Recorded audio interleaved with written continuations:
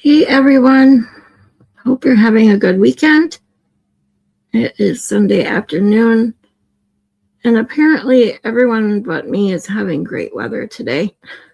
Or everyone besides people in Michigan with me. Anyway, hope you guys are having a great weekend. I know that Baker is still alive. I was watching his explanation of the whole Kelsey Fitzsimmons based on the room situation. It's very interesting. If you haven't seen it, it's definitely interesting to look at. Oops, sorry guys, my volume is not, or is on my phone. There we go. So anyway, in case people are watching Baker right now, and that our first witness today is Dr. Stonebridge, this neuropathologist. The testimony is only 25 minutes. I have it at 1.25 speed. If anything, again, gets too fast, let me know. Let's start with this testimony, and then after her is the ME, Dr. Scordi-Bello. You solemnly swear that the testimony you shall give to the court and the jury in the matter now pending shall be the truth, the whole truth, and nothing but the truth, so help you God? Yes. Thank you. Okay. So once you sit, I'm going to tell you that you have to keep your voice up. We want to keep our air conditioning on. So just if you'd speak loudly into the microphone, that would be great. Yes, thank you. Go ahead, Mr. Lally. Good afternoon. Good afternoon. Could you please state your name and spell your last name for the jury? Yes, my name is Renee Stonebridge. Last name Stonebridge, Stonebridge. And what do you do for work? I am employed through the Chief Medical Examiner's Office at Boston as Director of Cardiac and Neuropathology and Medical Examiner. Now, if I could ask you just a few questions about sort of your educational and work history background, if that's all right. Yes. Starting with your bachelor's degree, where did you go and what, if any, area did you receive a degree in? So I went to SUNY at Stony Brook in New York. I was a double major in biology and Germanic languages and literature. I graduated with a Bachelor's of Science degree. After that, I went to the American University of Antigua for medical school, and I graduated with honors, magna cum laude. After that, I did a 4-year combined anatomic and clinical pathology residency program at NYU Winthrop Hospital in Long Island, New York. Just me. After I was that, just going to say that, James. I was saying, forensic I don't know if it's pathology just fellowship me, but at the Boston office I of the wouldn't Chief have Medical Examiner. expected someone And with after this kind that, of I did a education 2-year and that neuropathology to fellowship be- not program that through she Brown has University tattoos, at Rhode just Island that Hospital. she's in the court Doctor, are you showing board off her certified? tattoos. Yes, And I am hey, board certified in appreciate it. anatomic I have pathology, clinical several pathology, tattoos. forensic pathology, and neuropathology. And if you could just explain to the jury a little bit about what does Hey, board Barbara. certified mean? Board certification means that every medical Yes, specialty no has their Kelsey own talk here board. So, today. for example, the American Board of Pathology dictates whether or not you can be board certified based on certain criteria. Back So to you have to Karen meet certain Reed. criteria, meaning that you have to complete a certain number of surgical specimens, a certain number of autopsies. And then once you meet that criteria, you can take an exam, which, if you pass, leads to your board certification. Now, if I could ask you just a couple, and your board certification is up to date at this point, is that correct? Yes. In each of those areas that you just spoke of? Yes. Now, if I could ask you some general terms as far as if you could define them for the jury. First of all, what is pathology in a general sense? Pathology is essentially the study of any sort of disease or abnormal state of the body tissues. So anything that can go wrong in the body and any of the body systems is essentially the study of pathology. And now starting with anatomic pathology, what is anatomic pathology more specifically? Anatomic pathology consists of the study of surgical specimens. So, for example, if someone goes to the hospital to have a tumor removed, that specimen will go to pathology. The pathologist will look at it, cut it. See, what's wrong with the tattoos? It's not like they're offensive in any way, shape, or form. I mean, my first look is just surprising that someone, I mean, just me, and that's just me. I am nothing against the fact that she's showing off her tattoos in court. But me, I would just be self-conscious about doing so. I mean, my tattoos are small compared to hers, that arm tattoo she's got. But there's not, what's wrong with it? I can't believe people were giving her shit. What does tattoos have to do with whether she obviously is educated? She's obviously being put on the stand for a reason. She seems a lot smarter than the dumbass cops they had on the stand. Hey, Care Bear. This witness was the smartest in the stand in trial 1. Ah, well, see? Like I said, she already seemed in a couple seconds. She seems way smarter than those dumbass cops.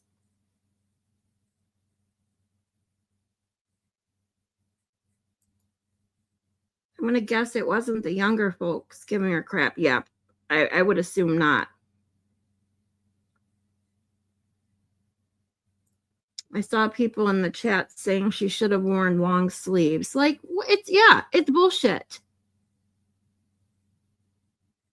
She likes to show them off. I mean, most people get tattoos to show them off in one way or another.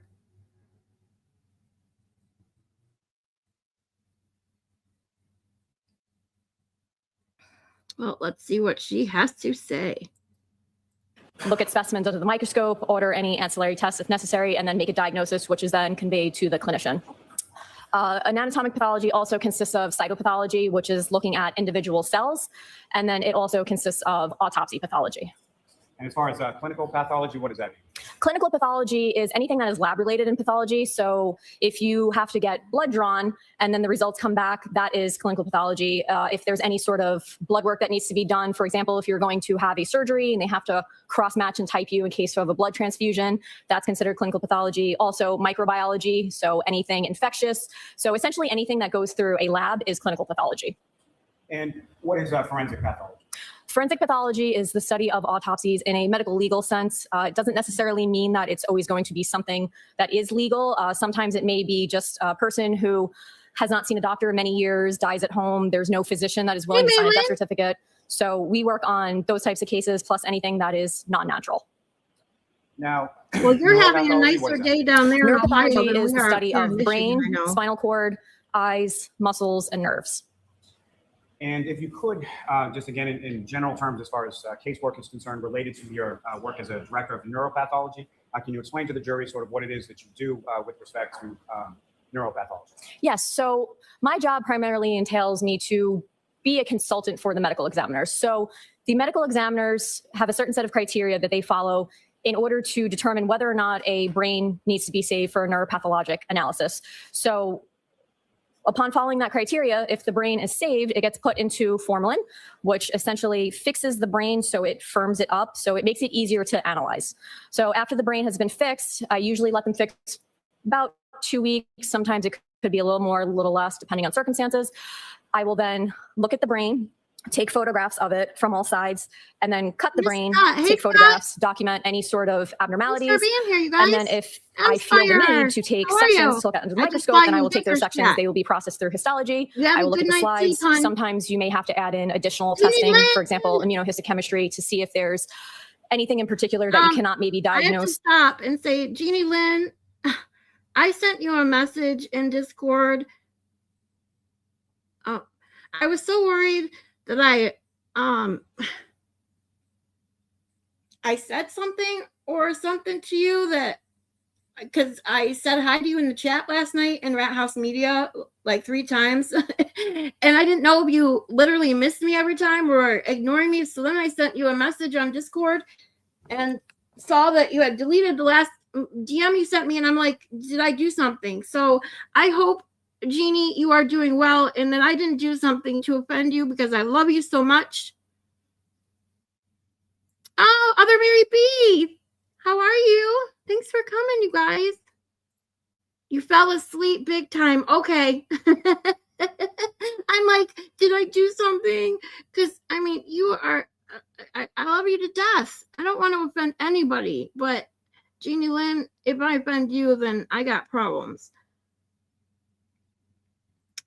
Spire, have a nice sleep. I would never, ever not say hi to you. I love you too. Okay, good. You know me, I'm a worrier. That's where my mind goes. I'm like, what the hell? I love, you guys are amazing. And I literally, I am not out here to offend anyone, truly. Even when I make fun of someone, it's not meant to hurt them in any way.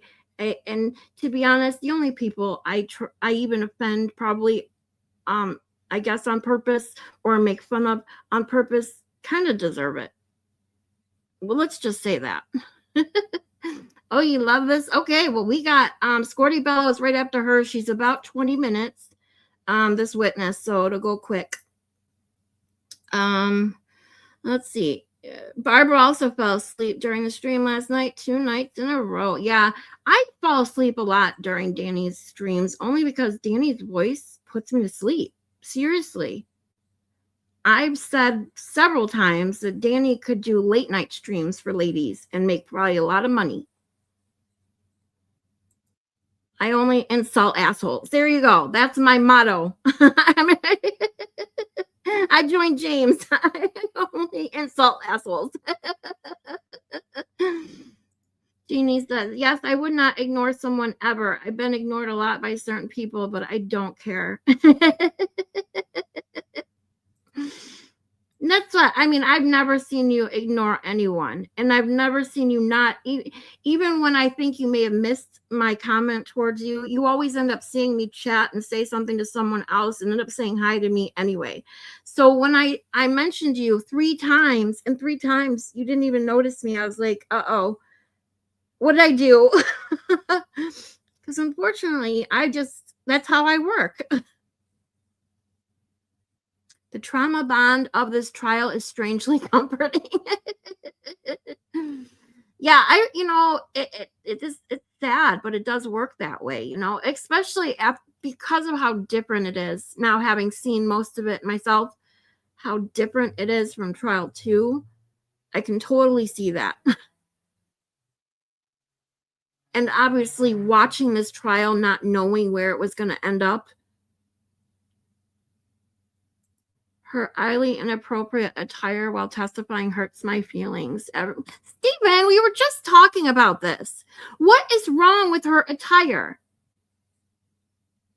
I have tattoos. They're, like I said, they're not as bold and as big as hers. And for me personally, I would feel self-conscious to wear that in court. But that's me. Who am I to judge what she wears? Now, if she showed up in pajamas, I might say something. Scott, I'm here until Mom shows up today. I'll be gone all day Monday. Heart doctor. Okay. All right. Well, I hope Mom is okay. I used to have to take my mom to her cardiologist all the time. So, well wishes to Scott's mom. Jordan Breezy, welcome back. Says, good afternoon, everyone. I can't believe they shut down the glare. Oh, God, that last night. Oh, that was crazy. All over his t-shirt. I passed plumb out with the laptop on my chest. Hey, that's almost as bad as me that day that passed out with my head down on my desk, my phone in my hand, and my desktop on. So, yeah, I get you, Jeannie.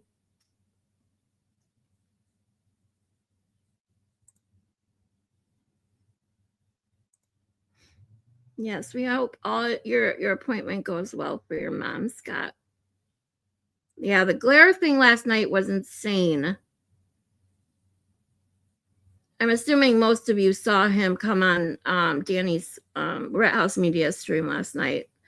And JLR apparently, I mean, because I posted a JLR kind of bash in my Discord, and this guy, he's tried to sue this guy that I watch talk about JLR, and he almost didn't talk about him because he was afraid of shit. Probably afraid of what JLR did to Will last night. And this guy is nuts.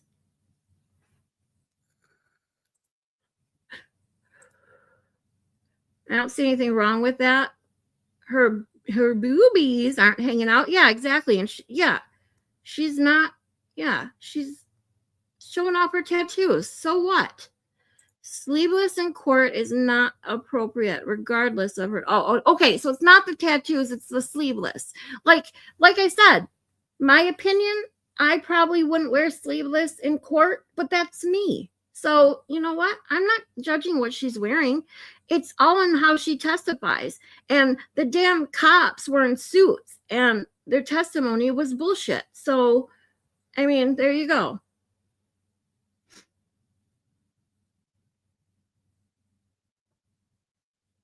About to practice this tattoo on my ribs. Oh boy. Oh, your mom's taking you to the hospital. Well, Scott. Well, our well wishes are for you then, Scott. We hope all is well. I hope it's just a checkup and everything is okay.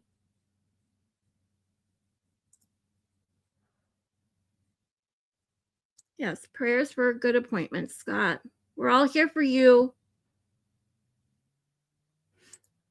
I have a few tattoos, but I'm scared to do a rib one. But tattoos are like therapy for me. Me too, Jordan.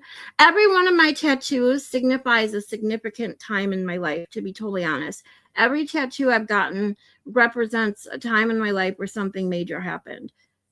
And my fifth one has been waiting for 2 years now, almost 3 years now, because I haven't had the extra money for it to represent my mom.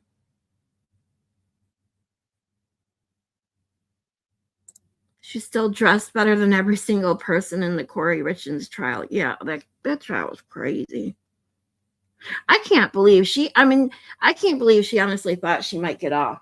Like, that boggled my, because you could tell by her facial expressions that she thought she had a chance.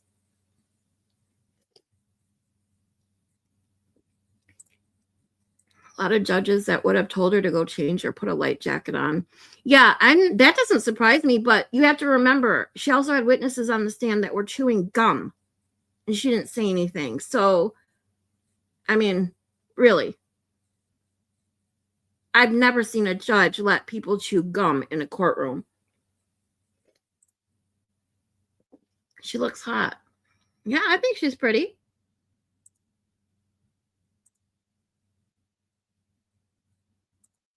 That's why you learn to do it yourself. I could never afford the tattoos I want. Well, mine are small. Like, I'm going to post some pictures in the community post for YouTube. I have posted one on Discord, but maybe I'll post them in there too. If anyone's not in my Discord yet and wants to join my Discord, please send me an email. But all my tattoos are pretty small in comparison. Like, I have my Pisces symbol on my left wrist. I have Just Breathe because it's a reminder, because I have an anxiety disorder, on my right wrist. And then I have one on my right shoulder. That's my biggest one. My right shoulder is a heart made out of water, and with 2 dolphins in the arches with my initials inside. And then I have a rosary around my right ankle. So, all of mine are pretty small in comparison to these. That's crazy, because I worked in court here in Kentucky, and judges never said anything about sleeveless, just if you wore booty shorts or something really short. Yeah. See, I've never seen any issues with sleeveless. I don't think I wouldn't even have said anything about what she was wearing had it not been for the tattoos. And I wasn't saying anything bad about it. I was shocked, actually, just shocked to see that she had that many tattoos, and testifying in court with them showing. That's all. I wish I could learn how to do my own tattoos. My hands aren't steady enough. It would look terrible. My last one was a portrait of my dog. It's absolutely stunning. The artist is known for portraits. Oh, that's so cool. It makes me cry. It looks so much like him. Oh, so cool. See, I would be so afraid to do something like that, a portrait. Like, if you get the wrong tattoo artist, oh my God, it could turn out really bad. Oh, Maylin just posted my email in the chat. Right above your comment, Jordan, if you didn't see it. Oh, you got it. Okay. Sweet. Yeah, I can't wait to see you guys in the Discord. As soon as we start playing her testimony, I'll go in my email and send you a link. Okay, Jordan? Best one I've ever seen is a guy was in court for possession of weed. Did he bring his weed award? Sorry, I had to say it. Okay, so he's in court for possession of weed trial, and he was wearing a t-shirt with a pot leaf on it. The judge looked directly at him and said, "Really?" and directed him out. I'm sorry, that's freaking hilarious. That is too funny. I would only be offended if they were bad tattoos. Yeah. I mean, if she had a tattoo of like JFK's face on her arm, I think I'd be puking.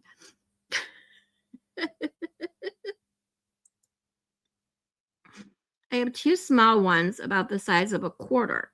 Shamrock on the right bicep, stone's tongue on the right shoulder blade. I'll never get another one. Okay.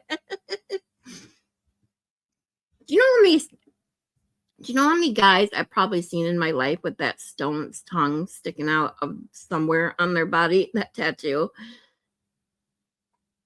It's a pretty, what's the word I'm looking for? It's not really common, but it's popular. That's the word I'm looking for. My grandma just turned 89 and she's got a quarter-size tattoo of a seashell for 3 years ago. Oh, how cool is that? Grandma at age 86 got a tattoo. That's awesome. Nicola, hey, how are you? Welcome back. Mrs. Bucket, hi, how are you? Welcome. I only have one tattoo because I needed an identifying mark on my torso when I was sent into active service. Oh. No beauty mark or no, what are the other? Birthmark. Are you kidding me? My laugh sucks. You like my see, I'm so critical of myself though. I think I hate my voice. I hate my laugh. Yeah, it is what it is. But thank you for that, Mary B. That's so sweet. I am that girl. I have 2 tattoos and both are dolphins. Aw. See, I got, well, my first tattoo and only tattoo that has color. All my other tattoos are all black. But my first and only tattoo with color is the one with the water and the dolphins. It was technically, because way back when I got this tattoo, I was 19 years old. Way back when belly button piercing was really popular. And then not only belly button piercing, but the tattoos around your belly button, you know, like way back in the late 90s. And very, very early 2000s. So this tattoo, the heart made out of the water with the dolphins, was technically designed as a around the belly button tattoo. But I'm like, no. So that's why I put it on my shoulder and had him put my initials inside. So it wasn't just like a big hole in the middle. It is popular, yes.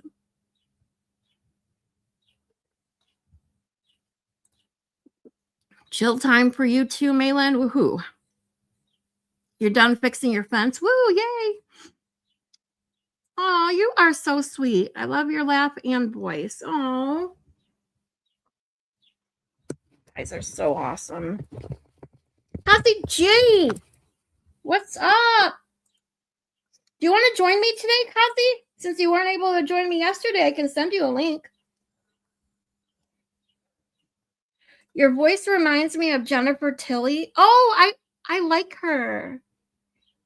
Do you know her? It's ironic. I was just talking about that movie yesterday when I was talking about Jim Carrey in Liar Liar.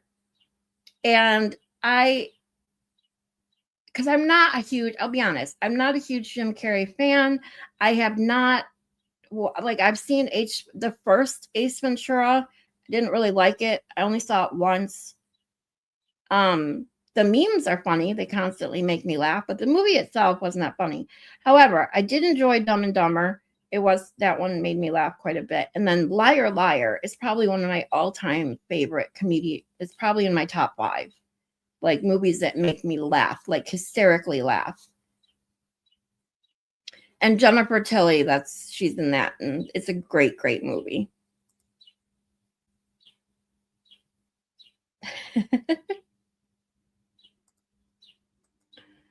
General Salute. Oh Lord, that's my biggest regret tattoo, the one around my belly button. See? It's so dumb. I was 16 when I got it. When I was pregnant, it got so big, people called it my Care Bear sign. See, that's why I was 19 when I got my first tattoo. Or no, wait, yeah, 19. I was 19 when I got my first tattoo. And I thankfully was already smart enough to say, no, I do not want that around my belly button. Because I did get my belly button pierced, ironically enough. But I did not get a tattoo around it. Thank God.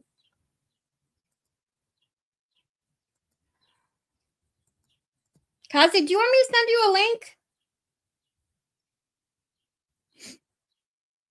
Ever see a fish called Wanda? Oh, I've a long time ago, James. What's with what's her face? Jamie Lee Curtis, right? I don't even think I remember what it's about.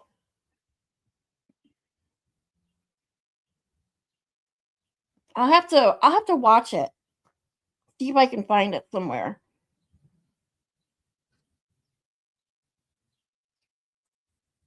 Care Bear.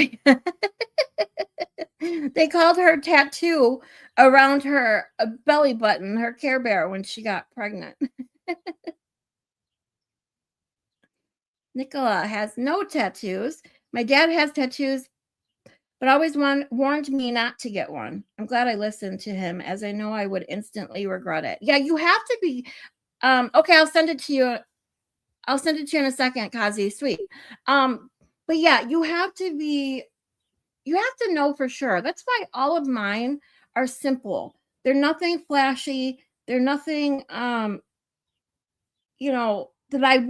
I knew that, 20 years down the line, I would not look at it and think, what the hell was I thinking? Like all of and they all mean something to me. So that also plays a role.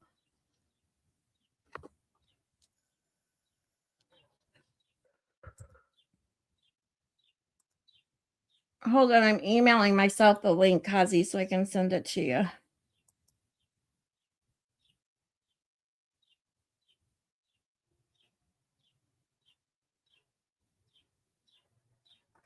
One moment, please.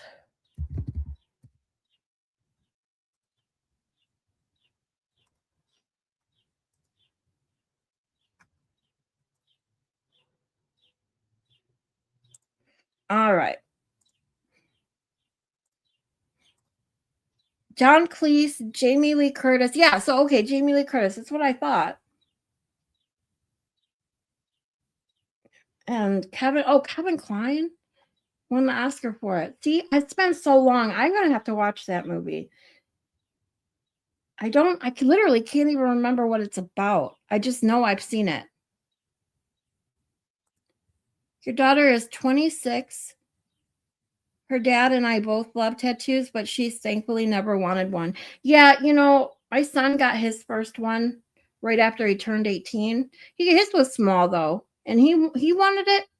He got it right on his arm, forearm, where you can see it. So it was what he wanted. I told him the same thing I just told all of you. Just make sure it means something to you, and it's something that you as you get older, that you're not going to worry about a job or relationship or whatever else, that you're not going to say, what the hell was I thinking?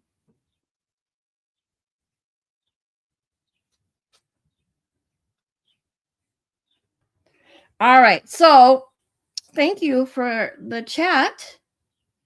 A jewelry. Oh my God. Yes.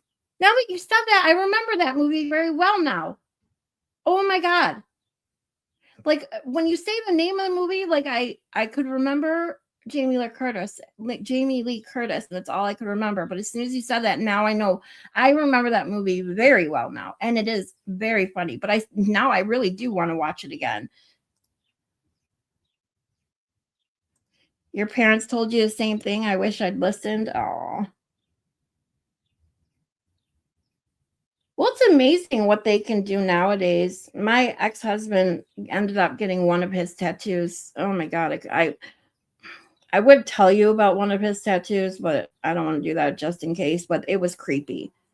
And he ended up getting one of them like totally redone. But it's kind of amazing what they can do now with those. Not only taking them off, but because you still have a scar somewhat with them taking them off and lasering the ink or whatever they do to get that ink out of there. But they also some of these tattoo artists that turn some of these crazy tattoos into something really beautiful. I've seen those as well.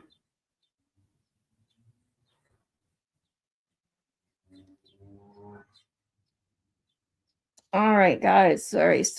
Hold on. All right, Kazi, link was sent. There we go. Okay. Maylin has one tattoo. It's on my right shoulder. It's a monarch butterfly. Aw. Moni Sunshine. Hey, Moni G. Thanks for stopping in.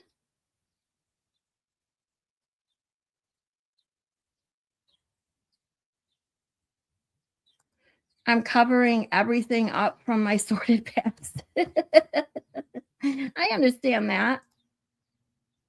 Both my sister and brother have over 30 tattoos. Wow. See, that's a lot. Like 30 tattoos, that's a lot. I want to turn my butterfly into a back piece. Oh, that would be cool. See, I'm like every time someone sees all of where my tattoos are, because they're all in like places where the outlines hurt the most, where there's like no fat or on bone. Like the one on my shoulder is right over like half of the heart in that. And one of the dolphins is right on my shoulder blade. And the outline of that one was probably one of the most painful, and it was my first one. And then when I got my 2 wrists done, they're pretty small. So as I got older and dealing with the pain that I deal with on a daily basis, these kind of things didn't hurt nearly as bad as things I had already suffered. So, and the one on my ankle, it didn't hurt really at all. The rosary I have, and then it hangs down, the part with the cross hangs down onto my foot, and then the cross is on the right side of my foot. And the only part of that one that hurt even somewhat, that bothered me, I guess we should say, because of course it hurts, but to the point where it bothers you, is the small portion that was right on my ankle bone, like right on the outside.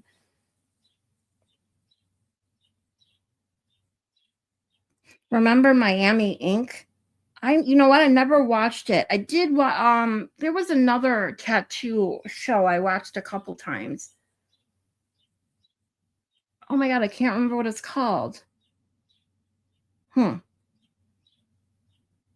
I don't know, but it's definitely interesting. And some of those people that do tattoos are like people that don't call them artists are selling these tattooed artists short, because it's amazing what they do. Jamie Lee Curtis is in Scarpetta with Nicole Kidman. Give it a watch. It's fantastic. I'll have to.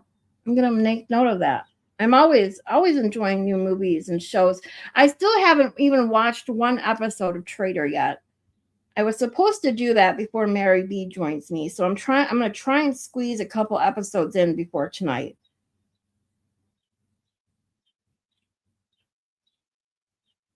I'm making a list here. So we're going to check out Scarpetta if I can find it somewhere. And The Fish Called Wanda. There we go. All right. So let's see. James remembers Miami Ink.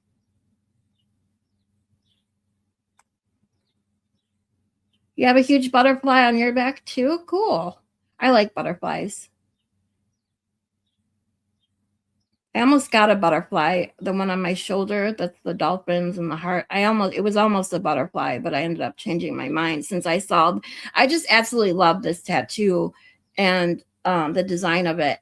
But it was you know, like not advertised, but you know, when you go to a tattoo parlor and you look through the books and you can tweak things that they've done and they put their own like originals in there. And I saw this one in there, but it was listed, I guess, as a belly button tattoo. Like I said, it was deliberately designed to fit around a belly button in the shape of a heart. And I was like, I don't want it on my belly button. So he worked with me to reshape it a little bit. And then, like I said, with my initials inside. Kat Von D used to have a tattoo show. Oh yeah. I know who she is. She's the, what is she, the word for what she does? Oh my God, I can't think of it. What is the kind of shows that she does? What's the name of it?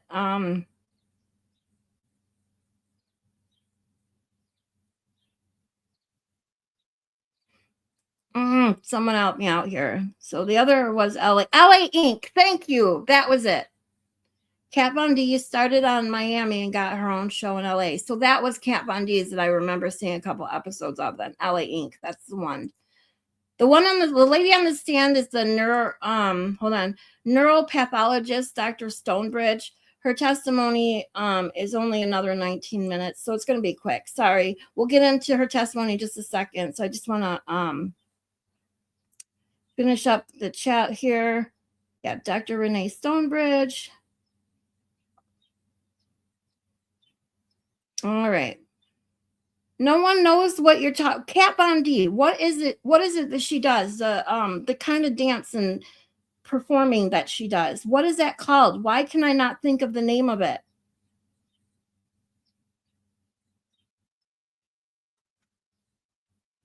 It's driving me crazy.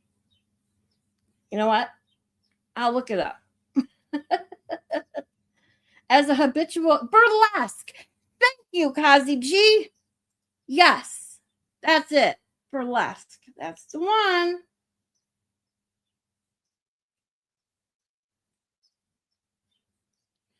All right. Oh, Dita Von Teese. See now? Okay, am I getting them backwards? Okay, Kat Von D is the okay. So the two different people. Yes, I am getting them backwards. No wonder people are like, "What the fuck are you talking about?"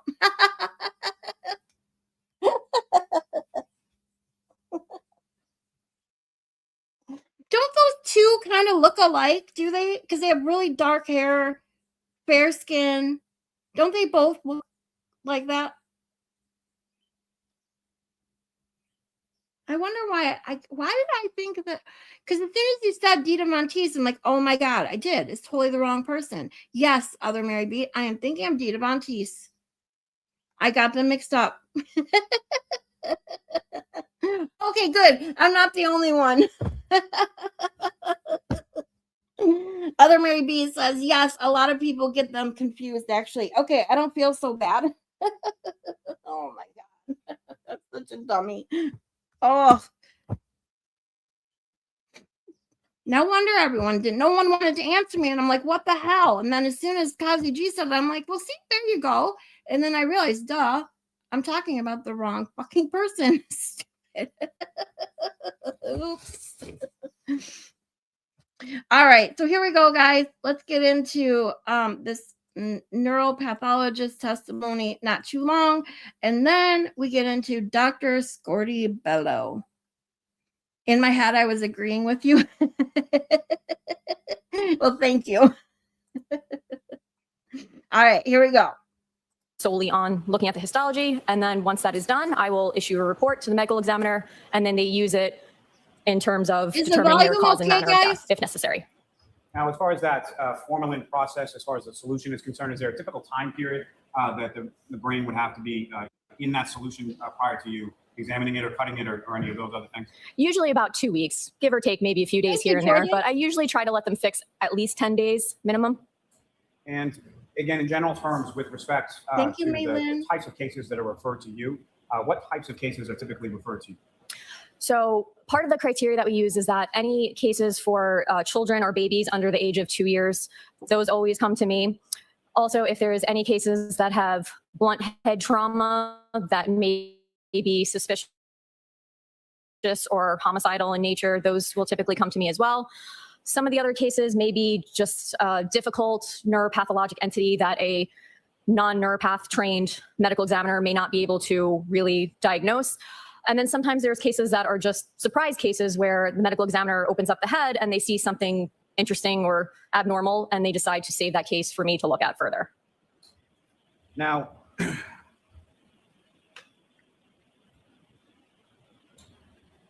with respect to Lally got stuck. with respect to the cases that you do see, at some point did you become Okay. involved in analysis? Be careful or of testing giving brain yourself a bad along with tattoo. Yes, Giving yourself And, that the too. doctor that was the medical hope it examiner turns that made out that great. referral in this case. it was Dr. Scordi-Bello. And with respect to your analysis here, obviously you looked at the brain. What, if any, other sources of information did you review or did you look at in ultimately formulating your opinion in this case? So at the time when I was able to cut the brain of Mr. O'Keefe, I had information that was relayed to us from our intake department. So when a case gets called into the medical examiner, it gets taken by the intake department and they're given kind of just a rough summary of the case. I also had the police report, I had the EMS report, I had the medical records from when Mr. O'Keefe was in the hospital. I also had medical records from the primary care physician. I had autopsy photos, and I also had, I believe just refer to my notes here because I had a lot of notes. I also had the inventory and tracking sheets, which are notes created by the medical examiner, and the neuropath request itself. Now, are you familiar with some terms in relation to injuries that you would observe as far as from a neuropathological perspective, as far as injuries being acute, subacute, or remote? Yes. And can you explain to the jury sort of what those are and what those mean? So it depends on circumstances. Acute generally is something that happened within a very short time frame. So when I refer to something as being acute, I usually refer to that as something that's occurring from the time of an injury to maybe a day or so afterwards. As I said, it's variable dependent on circumstances. Subacute is something that has not happened within the last few minutes, few hours, maybe even a day, and maybe something that is now in the process of healing. And then chronic is usually something that has happened a while ago in the past. You may see some sort of evidence of some type of injury in a chronic state. You may also not see any evidence because it may have completely healed by that point. And so from your analysis in this case, how did you characterize, in your opinion, from everything that you reviewed as far as the injuries you observed in Mr. O'Keefe's brain? The injuries I observed were acute injuries, meaning that they probably occurred minutes to hours. Now, if I could turn your attention to your findings as far as when you conducted your analysis and your testing in this particular case, what, if anything, did you find as far as injuries to Mr. O'Keefe's brain? So when I look at the brain, what I do is I look at all surfaces from all sides. And one of the things that I look for is anything grossly obvious, meaning anything I can look at the brain and see that there's something there that shouldn't be there. So one of the first things I noticed was a subarachnoid hemorrhage. And subarachnoid hemorrhage is something that occurs when you have bleeding within the leptomeninges. The leptomeninges are a very thin membrane that encase the brain and the spinal cord, and there should not be blood freely floating within the leptomeninges. So if you have a subarachnoid hemorrhage, most of the time the causes are either a ruptured aneurysm, which is something I would see upon cutting the brain, or some type of trauma. So that was the first finding. Can I stop you there just for a second? Of those taking notes and for our court reporter, could you spell the type of hemorrhage and the membrane? Yes. Subarachnoid is SUBARACHNOID. And leptomeninges, LEPTOMENINGES. Thank you very much. You're welcome. Now, with regard to anything related to the aneurysm that you indicated that you would have seen, what, if anything, did you see during the course of your review or testing or analysis of Mr. O'Keefe's brain? So aneurysms are typically seen in the cerebral vessels that sit around the base of the brain. So there's something called the circle of Willis, which is the main arterial supply. It sits around the base of the brain, and it's kind of shaped like a circle that has vessels that come off that extend to other areas of the brain. So typically, if there is an aneurysm that is ruptured, it's going to be located somewhere in one of those vessels. So upon observing those vessels, I did not see any evidence of any aneurysm or any sort of natural disease state that might have led to a rupture in one of these vessels. Also, sometimes these vessels, since they do go deep into the brain, you may only see the rupture upon cutting the brain. And I did not see any evidence of any rupture of any of these vessels anywhere in the brain. Now, as far as the subarachnoid hemorrhage that you observed, where was that located within the brain, if you could? So the subarachnoid hemorrhage was on the frontal poles, which is essentially right here in the front of the brain. So the frontal lobes obviously sit in the front, and then the poles are the very frontmost portion of the brain. So it was on the frontal poles. It was also on the left temporal pole. So the temporal region is right here in the temporal region. And because of the way that the temporal lobe is shaped, it kind of has a little loop right in the front. So it has a pole as well. So it was on the left temporal pole. And then it was also in the left lateral fissure. So you have a frontal pole here. You have the temporal lobe right here. And then the lateral fissure goes kind of in between the temporal and the frontal lobes. So you have the hemorrhage here, and then hemorrhage right there. So it's kind of all concentrated almost in one area. But then there was also hemorrhage of the posterior surface of the right temporal as well. So on this side. Now, doctor, I'm probably going to butcher this horribly, but just as far as the bilateral unci, are you familiar with that? Yes. So the unci are the medial portion of the temporal lobes. So the brain is essentially oriented in a way that each hemisphere, the right and left hemisphere, are the same. The unci are the most inner portion of the temporal lobes. So the unci sit just next to the brainstem. So if you have anything that causes herniation of these unci, they start to push inwards onto the brainstem. So say this is a brainstem, here the unci, they start to push in. And because the brain is within the skull is hard, you have no room for any sort of expansion of the brain. If there is herniation, it will start to push in that area because the brainstem turns into the spinal cord and goes out of the skull through the foramen magnum. So you have this hole about this big or so at the base of the skull where the brainstem turns to the spinal cord, then comes out. So that's one of the only areas in which the brain can actually move because it's encased in the hard skull. So if you have herniation, it'll start to push and then push downwards. Could I ask you to spell outside? UNCI. And with reference to this I bilateral think they're unci area, what if any tattoos, Jordan, herniation? but let me pay attention. So when the I unci didn't really herniate, pay much attention. it can be She does solved have a sometimes K if it's on her right herniated enough, shoulder. you may see hemorrhages I in the think that brainstem. one on And this her happens right because arm this tissue is now pushing on the tattoos. brainstem and it's essentially I just being don't know compressed. what it's So of. there was herniation noted, and then there was hemorrhage within the brainstem. Now, if I could ask you, doctor, just to be familiar with the term or medical term known as a contusion. Yes. And can you explain just in general terms to the jury what you understand that term to mean? So a contusion is essentially a bruise. It's blood that's coming out from a blood vessel. It's a blood vessel that has been broken in some way, and now there's blood coming out. Are you also familiar with another term, part of that term, known as a punctate contusion? Yes, so punctate is essentially just a way to describe the size of a contusion. When I say punctate, I need something that's very, very tiny. It almost just like a dot. And with respect to punctate contusion, what, if anything, did you observe in this O'Keefe's brain, and where was it located? So there were punctate contusions in the frontal and temporal cortices. So frontal, once again, is the front portion right here. Temporal is kind of right behind it in this area. And the cortex is the gray matter of the brain. So it's a thin strip that kind of just goes around the brain. And then the white matter is underneath all that. So in traumatic injuries, you can see punctate contusions or even larger contusions in the cortex. It usually indicates that the brain has been pushed against something, which is now causing these little blood vessels to rupture, hence seeing the contusions because the blood is no longer contained in the blood vessels. Now, doctor, with regard to the subarachnoid hemorrhage, is there anything that you're able to do as far as measuring that?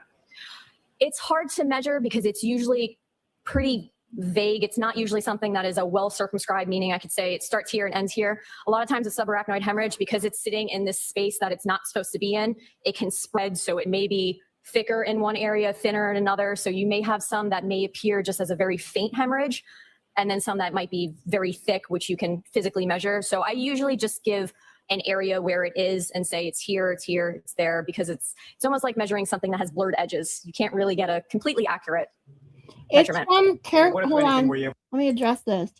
Care Bear, it's from the coup contra coup injury.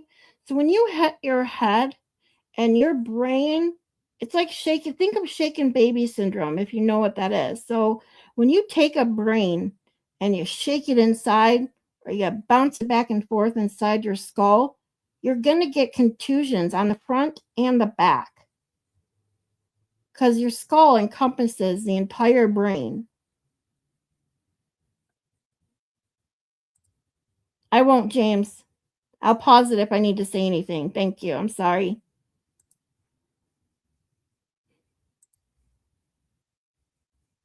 To observe or measure with regard to subarachnoid hemorrhage in the area of the left prefrontal lobe?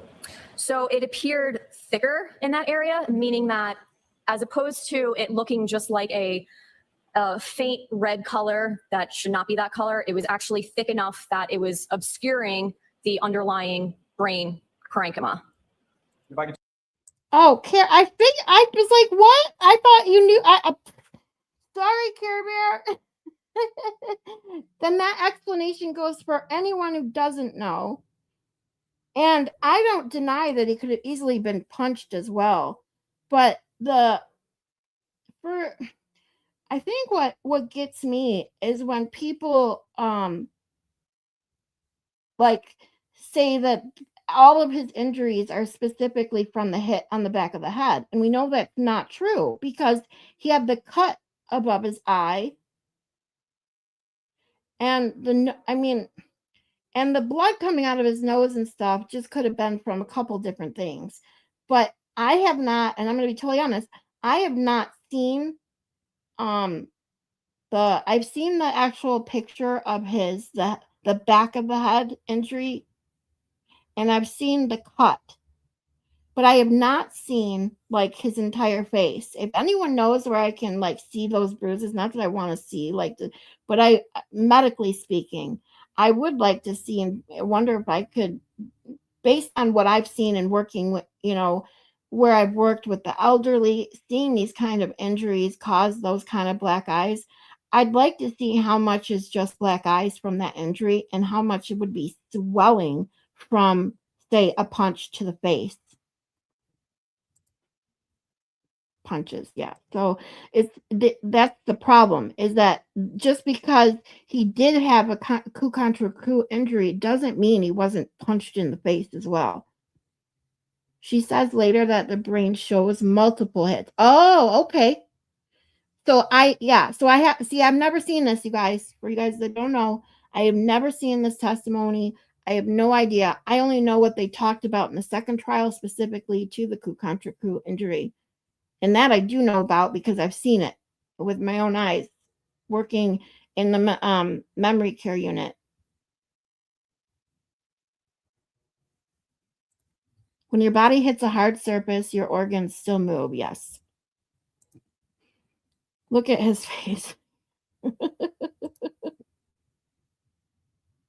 You've seen them? Oh, see, I don't know where to find them. I only want to see, I don't like looking at morbid pictures, I'm going to be honest. But in this case specifically, because I've seen the difference working in the medical field and where I've worked. I have seen the difference between just having the one head injury that causes the black eyes, and then having maybe difference where you have that, but where, all the swelling I've heard about his face. Was he punched? I've also seen that because I've also seen lots of people with boxer's fractures from throwing punches. So, well, you're joining me, Jordan, watching it for the first time. Thank you. I'm not quoting her. You have to listen carefully. Okay, so I'm going to shut up now, and we're going to listen to the rest of her testimony. Turn your attention, doctor, just back for a moment to the punctate contusions that you were testifying about before. As far as your observations of those, was that one or more than one, or how many did you observe? So there were multiple. There were multiple contusions to the point where it's not something that you can count. I mean, you could count it, but it would probably take a very long time. If it had been something like 1 or 2, 3, 4, maybe a handful, it would probably be something I would say there are 3 here, 4 there, but there were so many that it didn't serve a purpose to count. And the number of those, what if any significance did that have in regard to your analysis, your observations, or your opinion? So given that there's multiple, it means that there's enough pressure in the brain that there were many surfaces that were pressing on the bony prominences of the skull, which was leading to a lot of blood vessels rupturing, causing these contusions. Now, I think you've talked a little bit, but just in general terms, if you could describe for the jury, what is a hemorrhage? So a hemorrhage is essentially blood that's coming out from a vessel. So it's like a bruise. Hemorrhage, bruise, contusion, they're fairly similar. Some people use them interchangeably, but it's essentially blood that's no longer contained in a blood vessel. When something is termed medically, based on your training experience as a diffuse hemorrhage, what does that mean? So diffuse means it's over a very large area. It's not something that's just a tiny little area. You could say, okay, I'm looking at this person's, let's say, liver, and there's a 2 by 2 centimeter hemorrhage sitting right there in the right lobe of the liver. Diffuse would mean there's hemorrhage throughout nearly the entirety of the liver. Now, with regard to, you made a note as far as there being a diffuse hemorrhage within the pons, P-O-N-S, is that correct? Yes. Can you explain to the jury sort of what that means and where is that located within the brain? So the pons is part of the brainstem. So the brainstem starts right in the middle of the brain, and you have the midbrain, the pons, the medulla, and then it turns into the spinal cord. So the pons is kind of in the middle of the brainstem. And when you have hemorrhage in the pons, in this circumstance, it was because there was the herniation of those unsi, which began moving closer and closer towards the pons, pressing on it, causing hemorrhage, because now the tissue is compressed. The blood is not going to be able to flow in and out freely, therefore hemorrhage. Now, with regard to the totality of what you reviewed in this case in regard to Mr. O'Keefe, do you form any opinions to a reasonable degree of medical certainty in regard to the injuries that you observed to Mr. O'Keefe's brain? I was able to determine that these are acute traumatic injuries. I know that based on what I observed and in combination with the autopsy findings, that this is due to some type of trauma.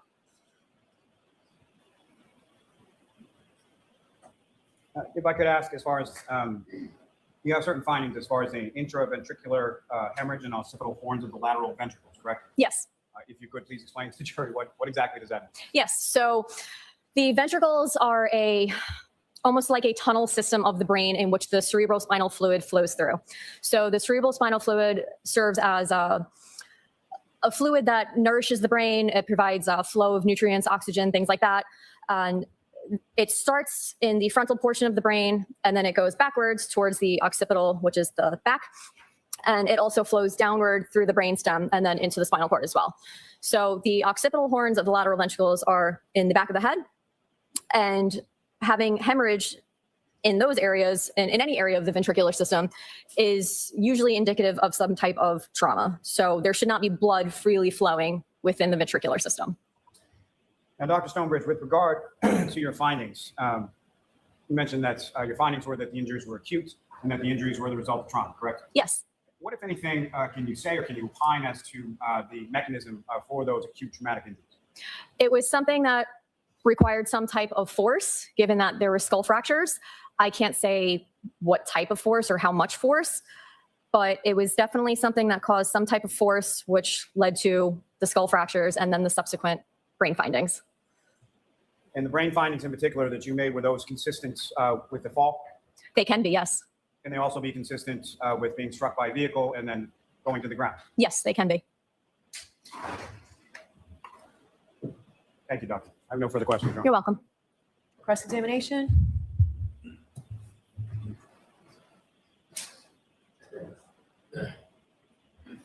Questions, thank you.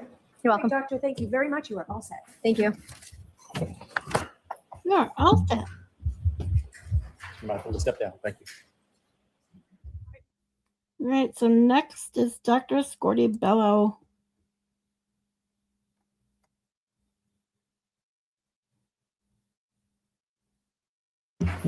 Good afternoon, Doctor. Good afternoon. Could you please state your name and spell your last name for the jury?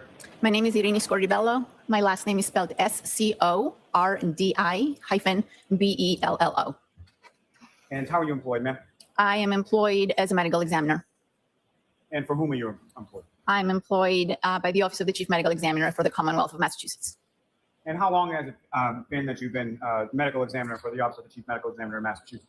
I have been with OCME in Massachusetts since December of 2016.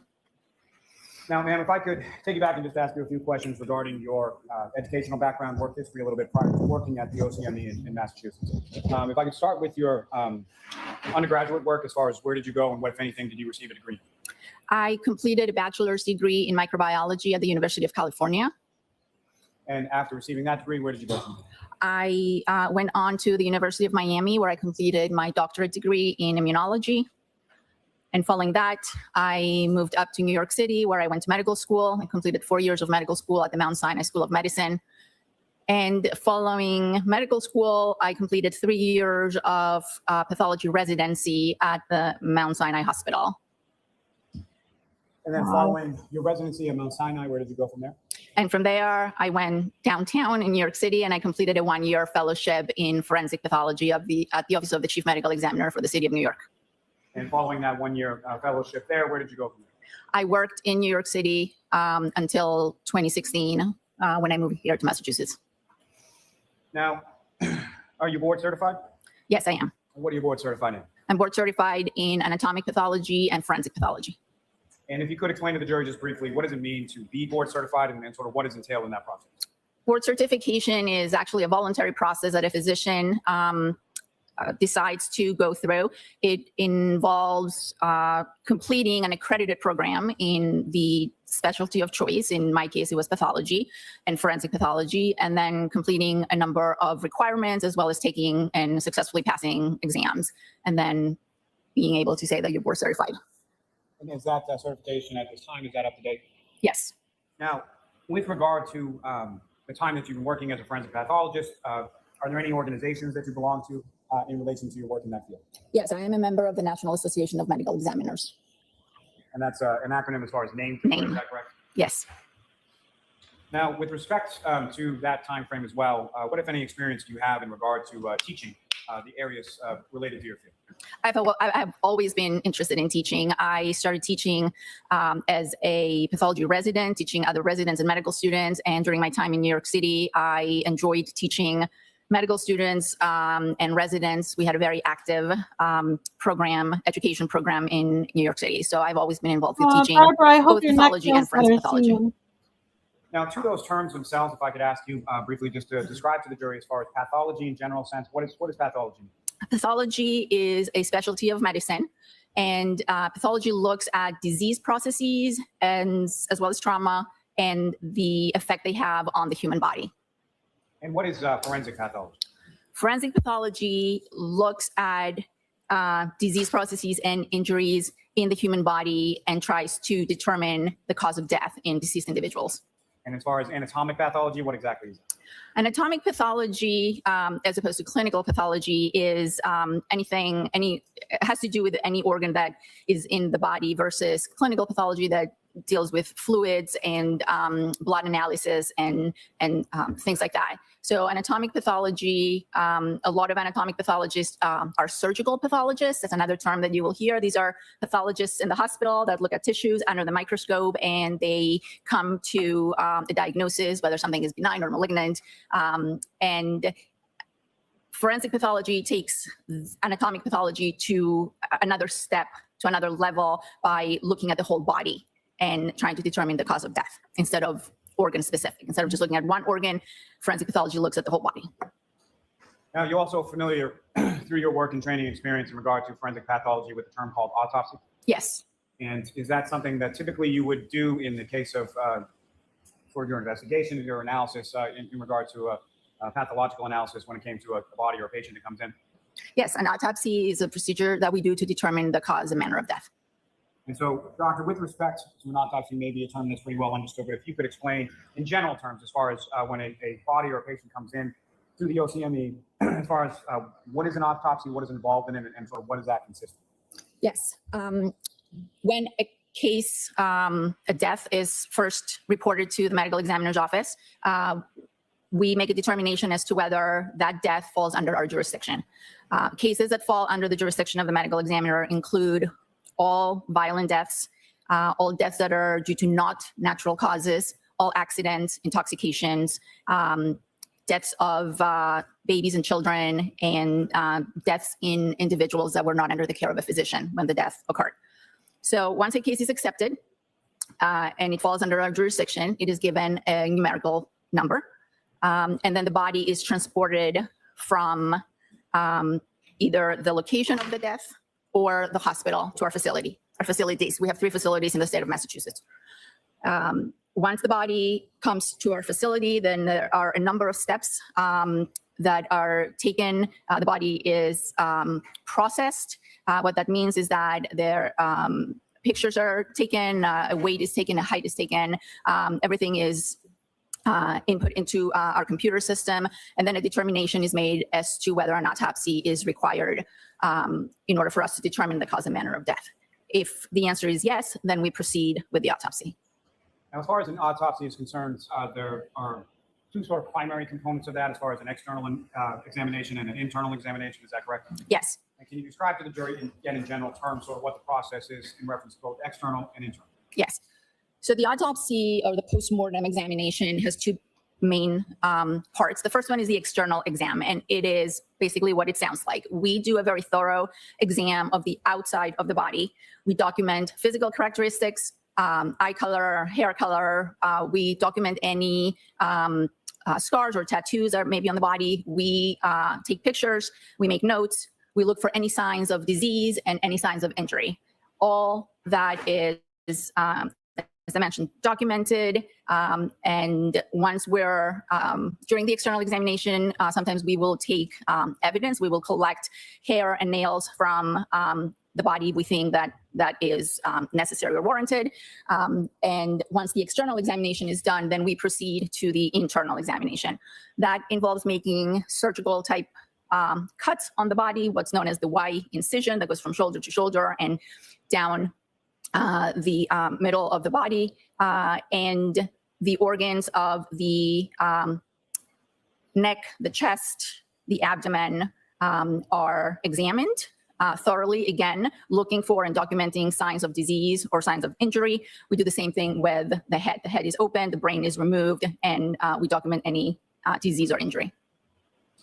Now, turning your attention to January 31st, 2022, can you have occasion to perform an autopsy in regard to the body of John O'Keefe? I did. And do you recall which of, you mentioned there were three different offices of the chief medical examiner within the state of Massachusetts, correct? Yes, it was in the Cape Cod office. Is that the office that you typically work out of? No, that's not the office I typically work out of. My permanent Yeah, position is in the Westfield office in Western Joy. Massachusetts. I was covering the office that day because we were short-staffed. And in the reference to the autopsy that you performed with regard to Mr. O'Keefe, was that in Hold conformity on. with what you were speaking? Okay. Who is JLR?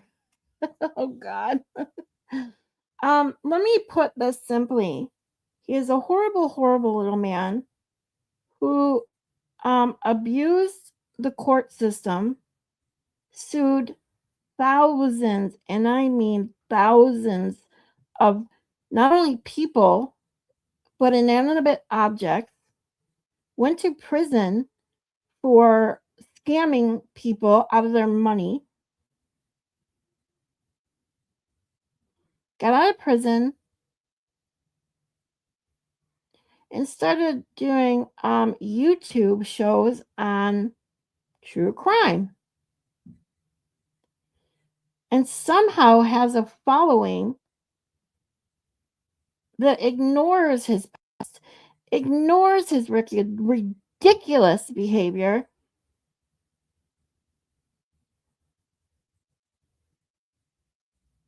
and now is being accused of DV. And then he's just a whiny little bitch who decided that he didn't like Will the Glare talking about him last night and struck his channel for a fucking t-shirt. And excuse me if you're new, I'm sorry. I should have forewarned you. I do tend to swear a lot, so I apologize in advance. I cannot help myself, especially when stuff like that comes out. It's so dumb, so stupid, especially from someone as ridiculous as JLR, who has the kind of past as him and should be thanking his lucky stars that he has the following that he does have. That he makes the kind of money he makes after his past. He's so disgusting that he pretended to be a victim's uncle from Sandy Hook. I mean, this guy is nothing but a fraud. He just doesn't. I don't even think he knows who he really is inside, besides a fraud. Let's put it that way. Sorry, I didn't look at the chat. I didn't see you guys already kind of explained it. So you took pictures. Oh, good, Joy. Yes, Jonathan Lee Riches is his name. His his Wikipedia page says it all. He is that crazy Jonathan Lee Riches. His show is JLR Investigates. After the show, Google him. It will show his Wikipedia page. Yes, he sued Plymouth Rock, Hitler, the planet Pluto. Okay, he's cuckoo. I hope everyone is sending screenshots to YouTube. Yeah, I saw that they are. From what I hear, I didn't see. Sorry. I did see screenshots of things being sent to YouTube on the TwitTwat. Yeah, it makes me sick that people follow him and do this shit on his behalf. It's disgusting. Yeah, Scott, that's putting it. You're not missing much by not knowing who JLR is.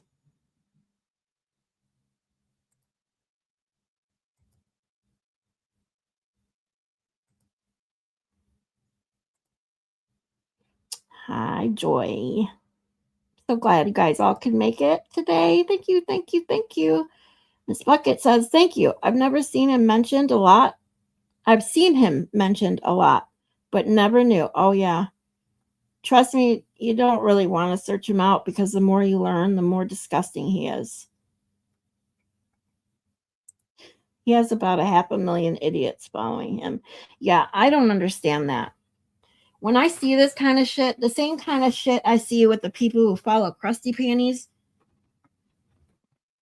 psychologically speaking, it makes me truly worry about the human race. Oh my God, Kazi, I'm sorry. Hey, Kazi. Can you hear me, Kazi? Oh, yeah, I can hear you. Can you hear me? Yes, I'm so sorry. I didn't see you there. No, it's okay. I've only been back there for a minute. I just wanted to let you know. Okay. We're talking about JLR. So, do you have anything to say about JLR? Because someone in the chat asked who he was. Yeah, he's a piece of work. Spent 10 years in federal prison. He is a shyster, a scammer, a con artist. And now, I mean, he's got a YouTube channel with 500,000 mental cases. So yeah, pretty crazy. Yeah. I mean, just literally, like I said this when we were talking about Krusty Panties the other day, and how many people actually follow her and send her money and listen to the shit she spews out of her mouth. Like, that makes me worry about the human race. And then I saw how many people JLR actually like follow him and stick up for him, no less. What they did to Will last night is insane. Yeah, it's, their typical go-to behavior, They don't want, I mean,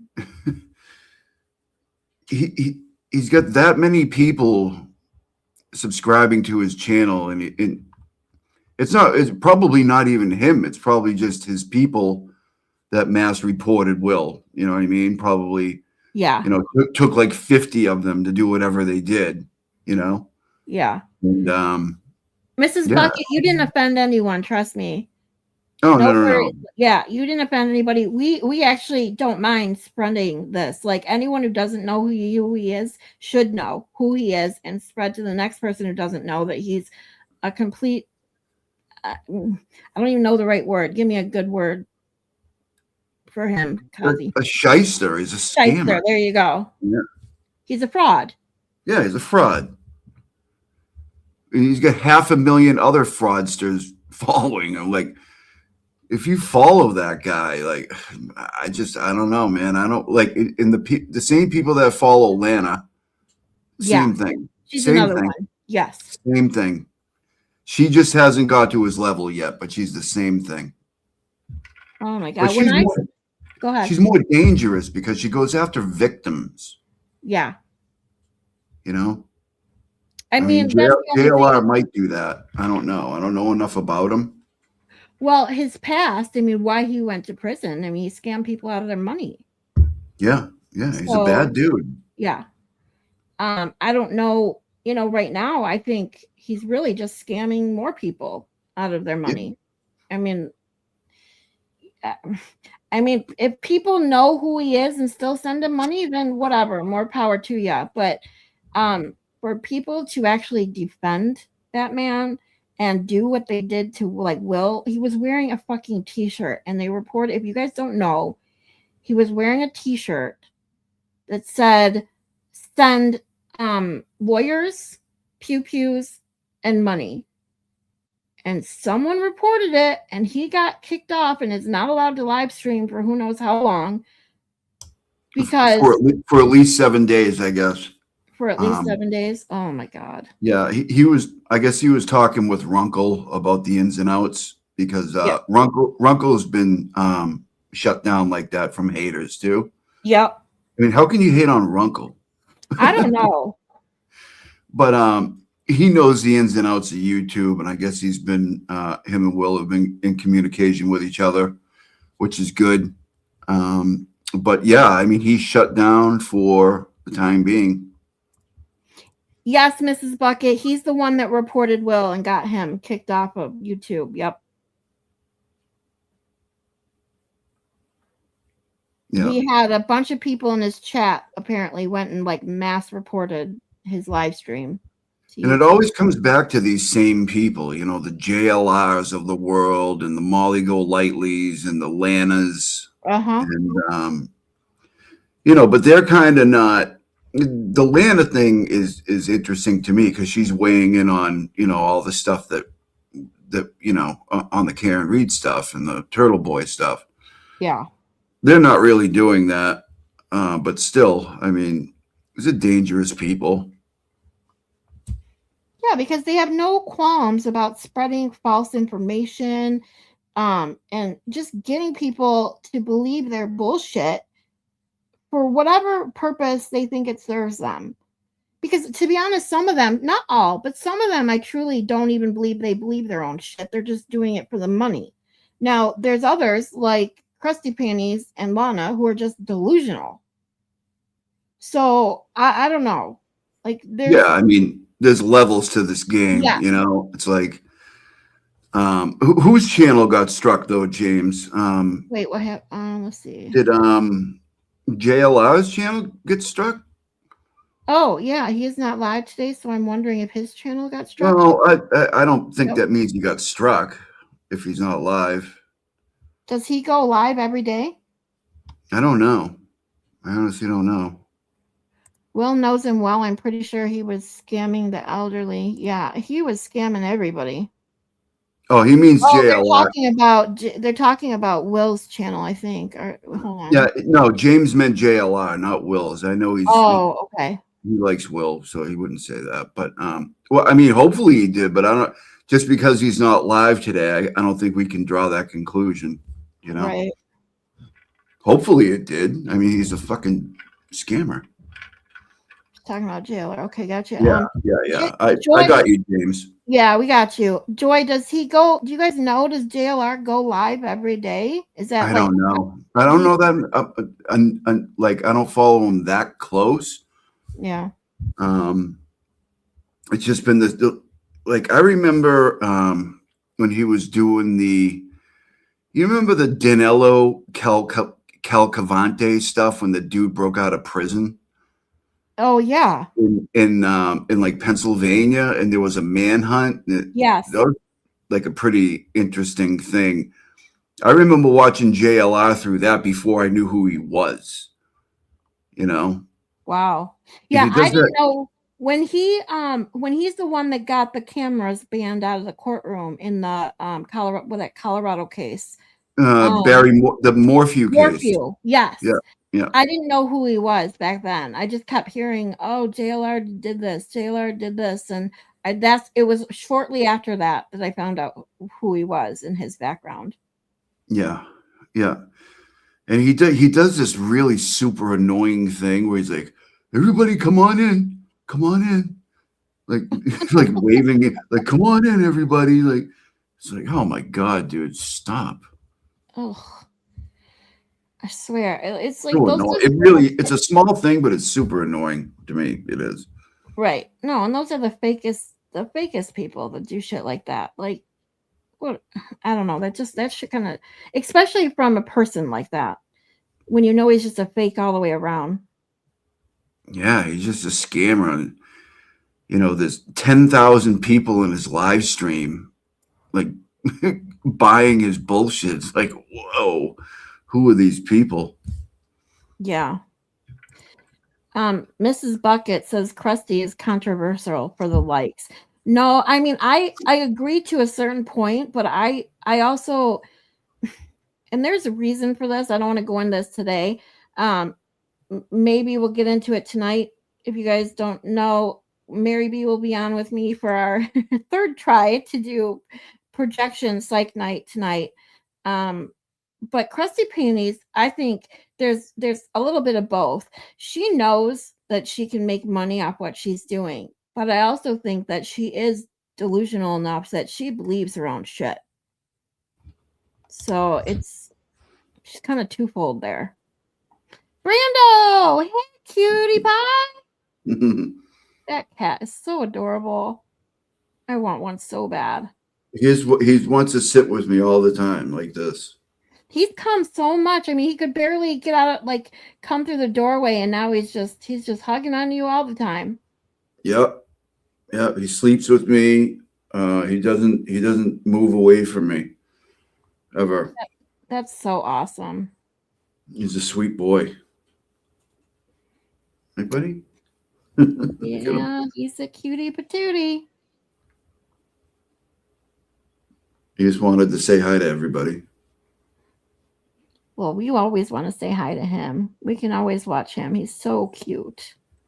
Yeah, he is.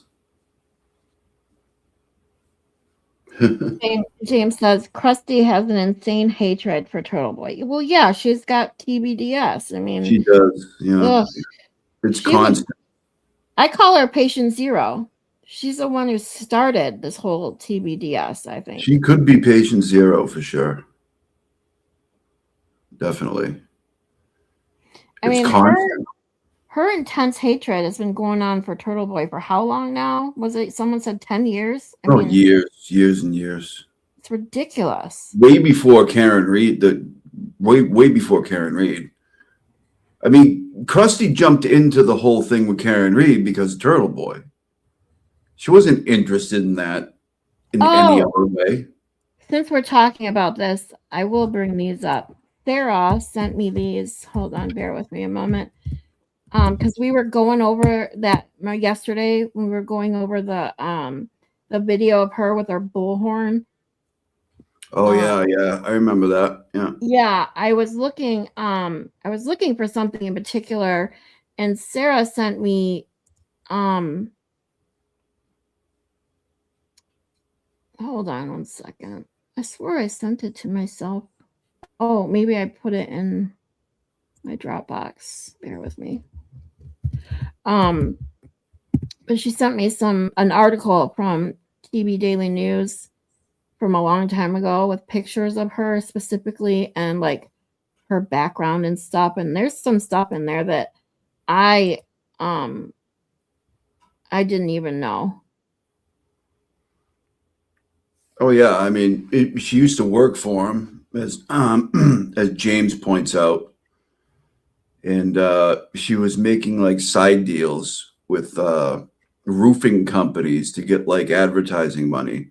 And this is all laid out. It's all, it's all documented. You can hear all this stuff in like real time if you go back far enough in Turtle Boy live history, like even before the Karen Reed stuff. There was a lot of interesting little side stories there. Yeah, Joy asked me to look at our last comment. Says, I looked at YouTube guidelines today. Will's shirt said lawyers, pew pews and money. That shirt is a quote from a Warren Zevon song. Glara's shirt does not. You guys know that song? Yeah. I did know it was lyrics. I just didn't know what song. I mean, lawyers, guns, and money. Yeah. Yeah, I mean, it's a T-shirt for heaven's sake. It's a T-shirt. But the interesting thing is, which many people probably don't know about, when Will came into the courthouse on the 30th of January, we were all there, and he had a Dirty Harry shirt on. Dirty Harry shirt, yeah. And they were gonna kick him out of the courtroom. They were gonna kick him out of the courthouse altogether. That's ridiculous. And he had to like cover it up. Like he had to like button up his over jacket over it. Yeah. They were giving him a hard time about it. Somebody had said something. Jesus. So no matter where he goes, like people are hating. And it was probably somebody that just happened to be there from, that hates Turtle Boy and knows Will, from YouTube. Yeah. It's from because of Turtle Boy or not, but knows that they're friends. And they're just making his life miserable to be shitheads. Yeah, and they pulled him aside. I thought it was due to something else. I thought there were like hood boogers in the neighborhood or something, and they pulled him aside and talked to him for like 5 minutes. I'm like, what is going on? And come to find out, it was just a shirt. Yeah, T-shirt, dude.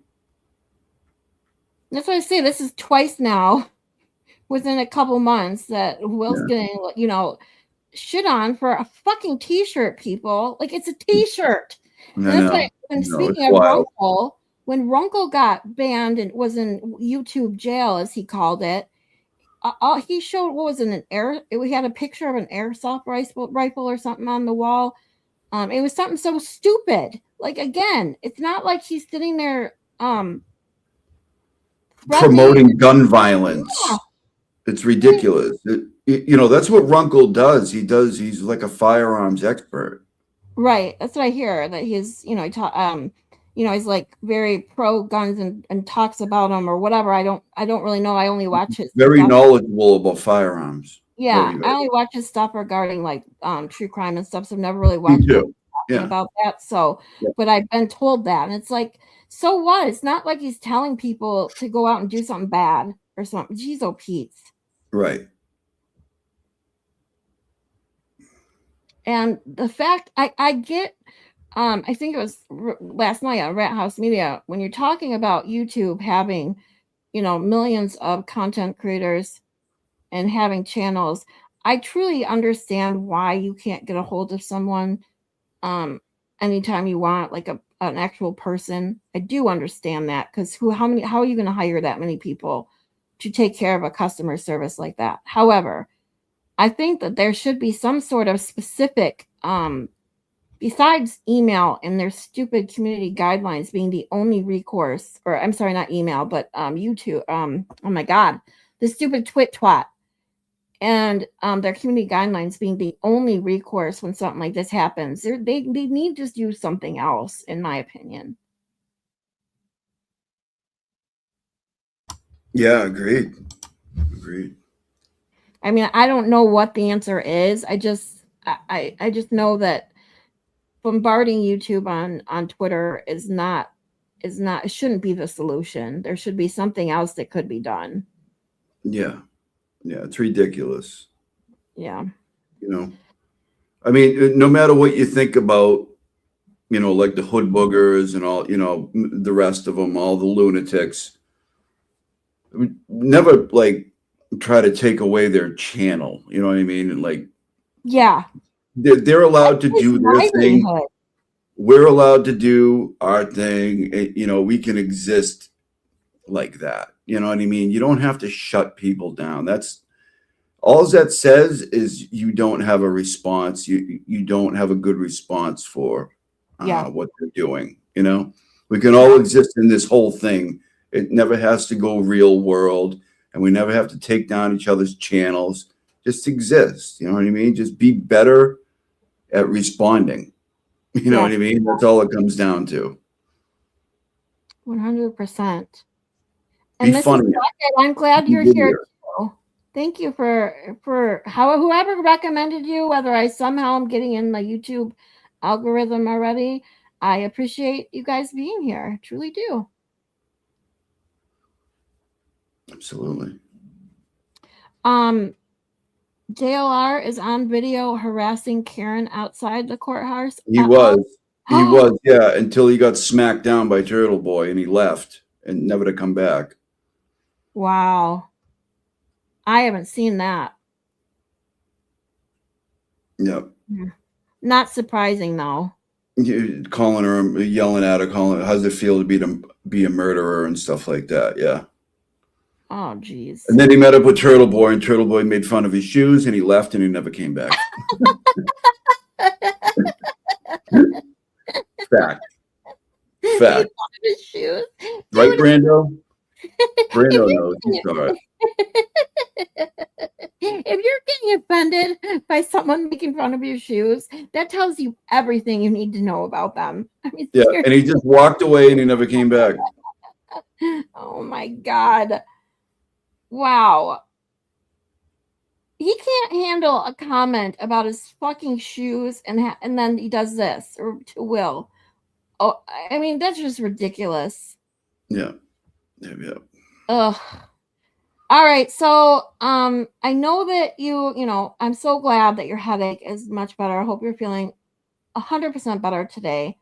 Yeah, I am today. Yeah. I'm so glad to hear it. Yesterday, we went over the rest of Guarino's testimony, and we just watched, obviously, that neuropathologist. Before we get into the rest of Scordi-Bello's, is there anything that you want to mention or talk about from Guarino's testimony yesterday? Or that you remember? Not really. I did listen. I listened in and out, like when I was sleeping. Yeah. There are like clips that I have of him that kind of coincide with the forensic room checks that I did a while back, and they were like, and one of them saying, Guarino did not miss 32,000 something text messages. That's not true, and it absolutely is true. I could show you the court documents that say it's true. And I have clips on that I'll probably do I'll do these refresher shows. That'd be great. That, because I did them early on in my channel. There wasn't that many people watching. Yeah. So I'm going to do refreshers on it. But anyways, yeah. And another thing is,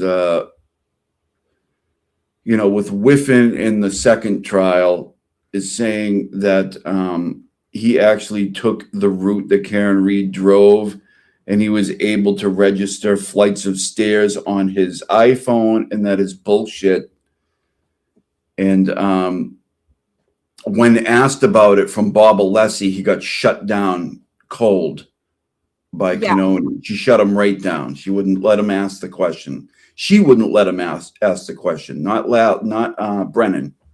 She wouldn't let it. So it's horseshit. I showed it in those shows. We'll go over it at a different point, but I just wanted to mention those things.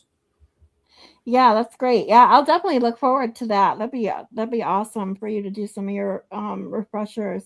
Now, Jordan asked James if there was a video of what Turtle Boy did to or what JLR did to Karen Reed, and then what in turn Turtle Boy did to JLR. Does anybody know if there's a video of that? There is a video of that.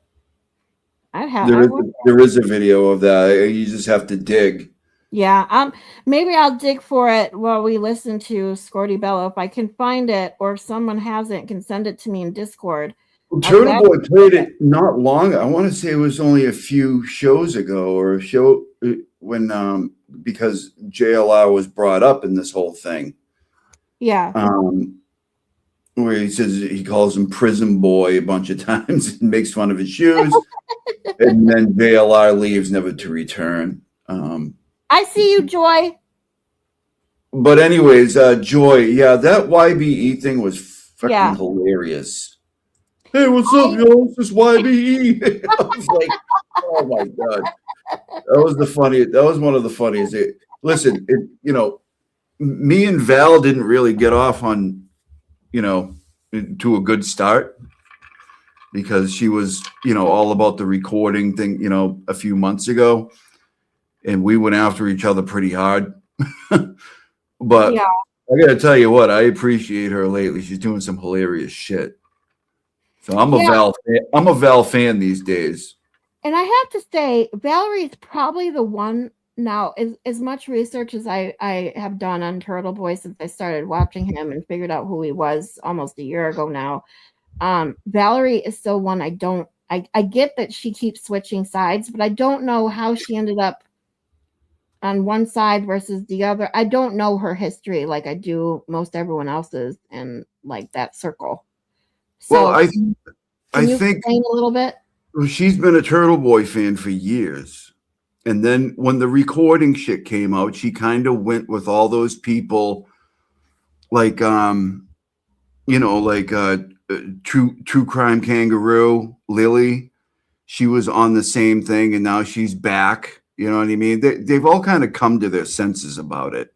The smart ones have come to their senses about it. Like I like Lily. I like Lily True Crime.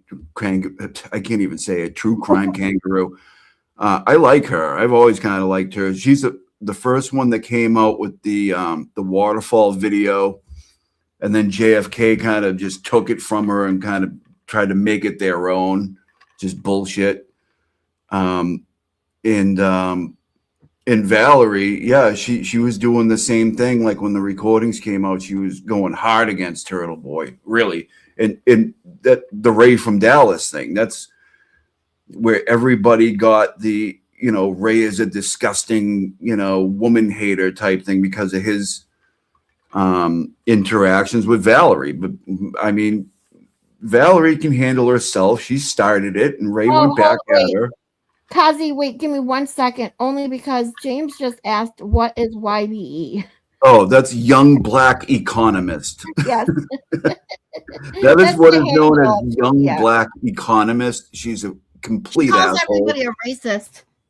Yeah, she's a race baiter. I mean, you'll say something completely innocuous in a chat, and she'll be like, "How's your white privilege?" Like she's nuts. Yeah. And she is a mainstay in the JFK, in the Twisted Tragedy channels. Atlanta, she's a big Atlanta fan. All these wackos hang out together. Yeah. Thanks, Other Mary B. I got you. She says Erica has the JLR video with Aiden. So I'll have to see if maybe I don't have Erica's email. The only way I've been able to get a hold of Erica, she actually said she would come on my show. So one day, so I've been working on stuff. Because Baker also said he'd come on my show too. I've been trying to work on things for Erica's awesome. I have a way to communicate with her if you want me to ask her something. Yeah, ask her if she can send you the video of the JLR and Turtle Boy and can read. That would be I will. I think she's got it. Yeah, I think she played it. That would be awesome. And I love her. I started watching her morning shows.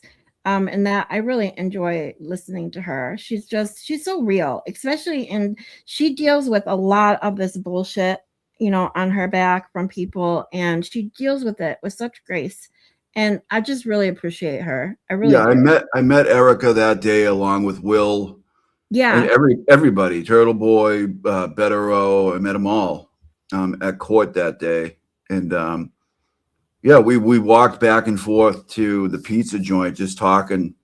She's a really good person.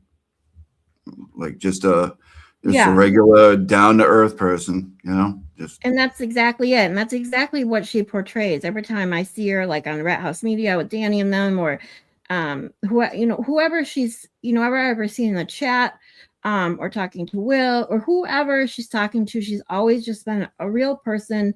And she has real feelings too, but she handles everything that's thrown at her, which has been a lot. Her and Dina both. I've seen, from afar, no less, but I've seen the crap that's thrown their way, and they just handle it with so much just integrity. compared to all these assholes that are floating around, you know? Yeah, they get a lot of heat on X and everywhere else. They're like lightning rods for the assholes. Yeah. And but these people don't make a difference. They don't even exist in real life, most of them.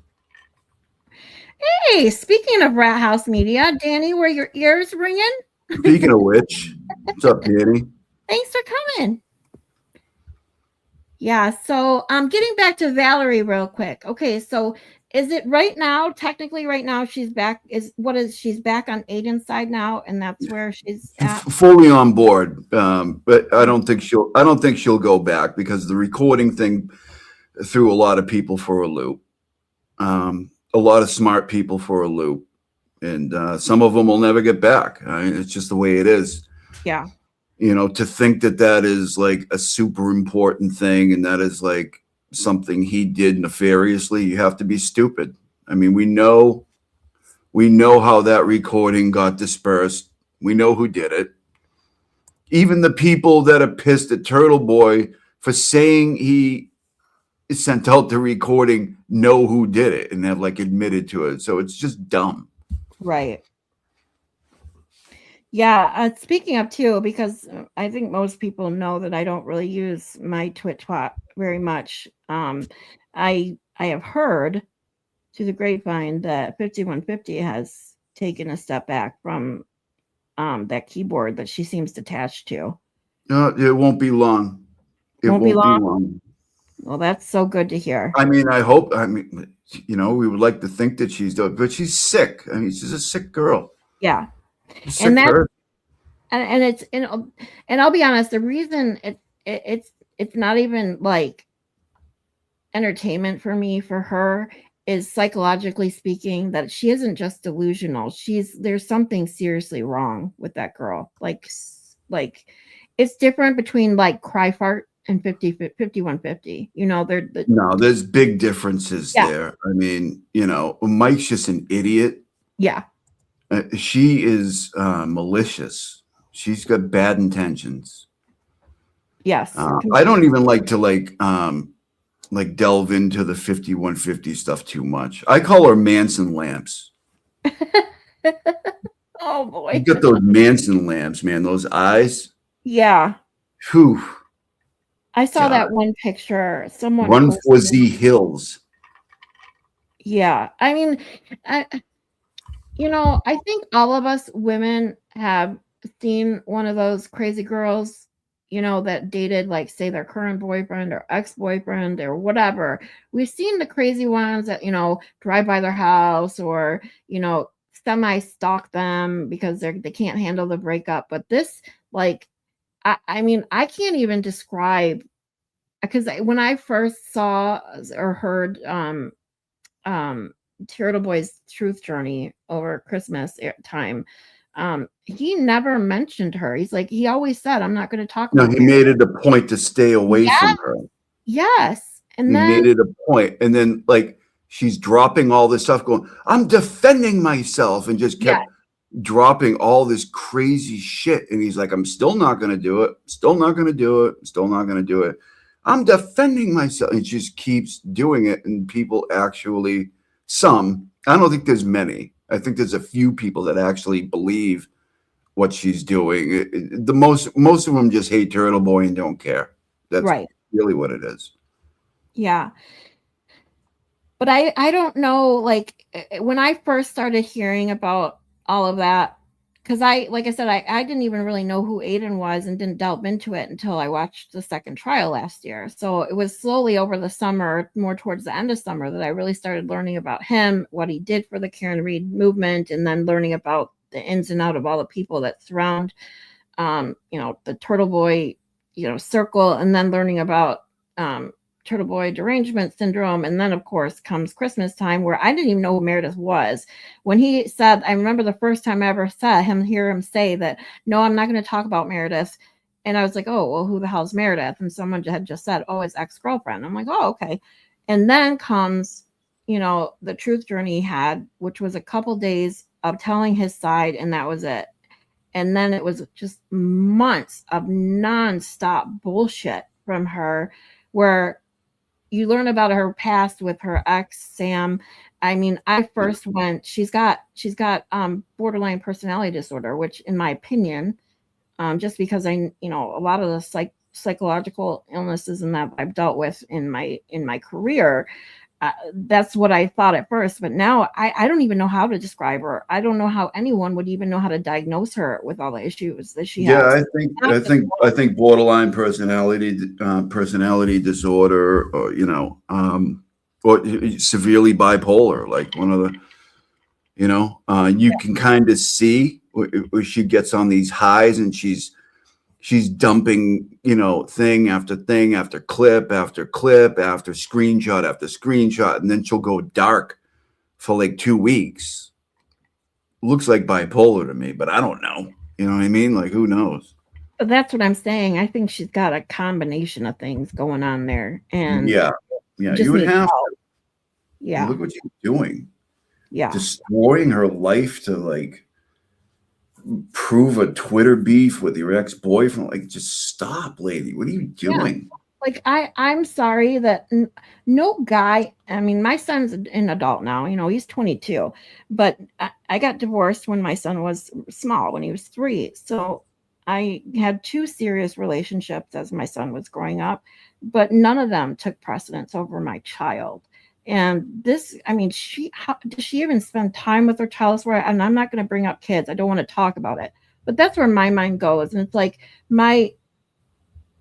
for her entire life, like you just said, encompasses her job that she's now lost, her child, her livelihood, and now she's got. And this was what I brought up the other day with my friend starting a GoFundMe for me. I felt embarrassed, and the first thing she said to me, because she knows I explained to her that whole situation. She's like, if 5150 has one, why would you be embarrassed to have one? And Exactly. I mean, and the sad thing is that I was kind of laughing at it when she first put it up, because she had like $400. But from what I hear, it's gone up to a couple thousand, which is insane. I mean, she did this to herself. I'm in a situation where someone stole money from me, refuses to give it back. I'm in a situation, that I can't, it's not my fault. And I can't seem to get, not because I have a small group of people who are amazingly being here, which is what I appreciate more than anything, because my YouTube channel is hopefully will be my livelihood one day, because I know with my medical conditions, I'm looking ahead that I'm not going to be able to work like I work now. I'm already having trouble with it. And I didn't cause any of this. And yet she caused her entire situation that she's in right now, and has the nerve to ask for money, is what yeah. And do you kind of project that out, right? Like we were just talking about JLR. It's just like a scammer. Yeah. Who's probably making $15,000 to $30,000 a month. Yeah, it's just being a scumbag. It's unbelievable. Yep. But that's why I said I can't. The people that send him money and follow him, knowing they're just giving him more money in his pocket to do the bullshit that he does, is what drives me crazy. Like he, on his side, he found a way to make money without technically doing anything illegal. Okay, good on you. The idiots are the ones that give him the money for being a douche. When somebody tells you that being a scumbag doesn't pay, tell them they're wrong. Yeah. Tell them they're wrong, because we see it everywhere. It's unbelievable, Yep. But the people in here, the people that we know, they're not like that, and I kind of think we're in the minority these days. And that's exactly my point, Kazi.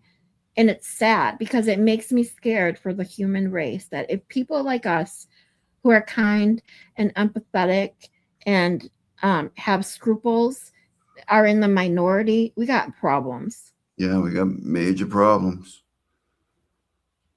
And you see these other people flourishing off their scumbaggery. It's unbelievable. Yep. Hey, And it's like, Shelly. well, what do the people really want? What do the masses really want? Yeah.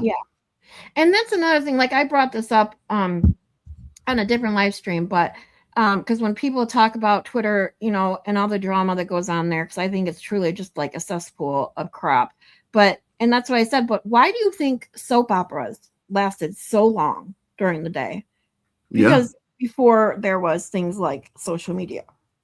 Because people want drama, and I don't know why. That's just unfortunately human behavior, human curiosity, I don't know.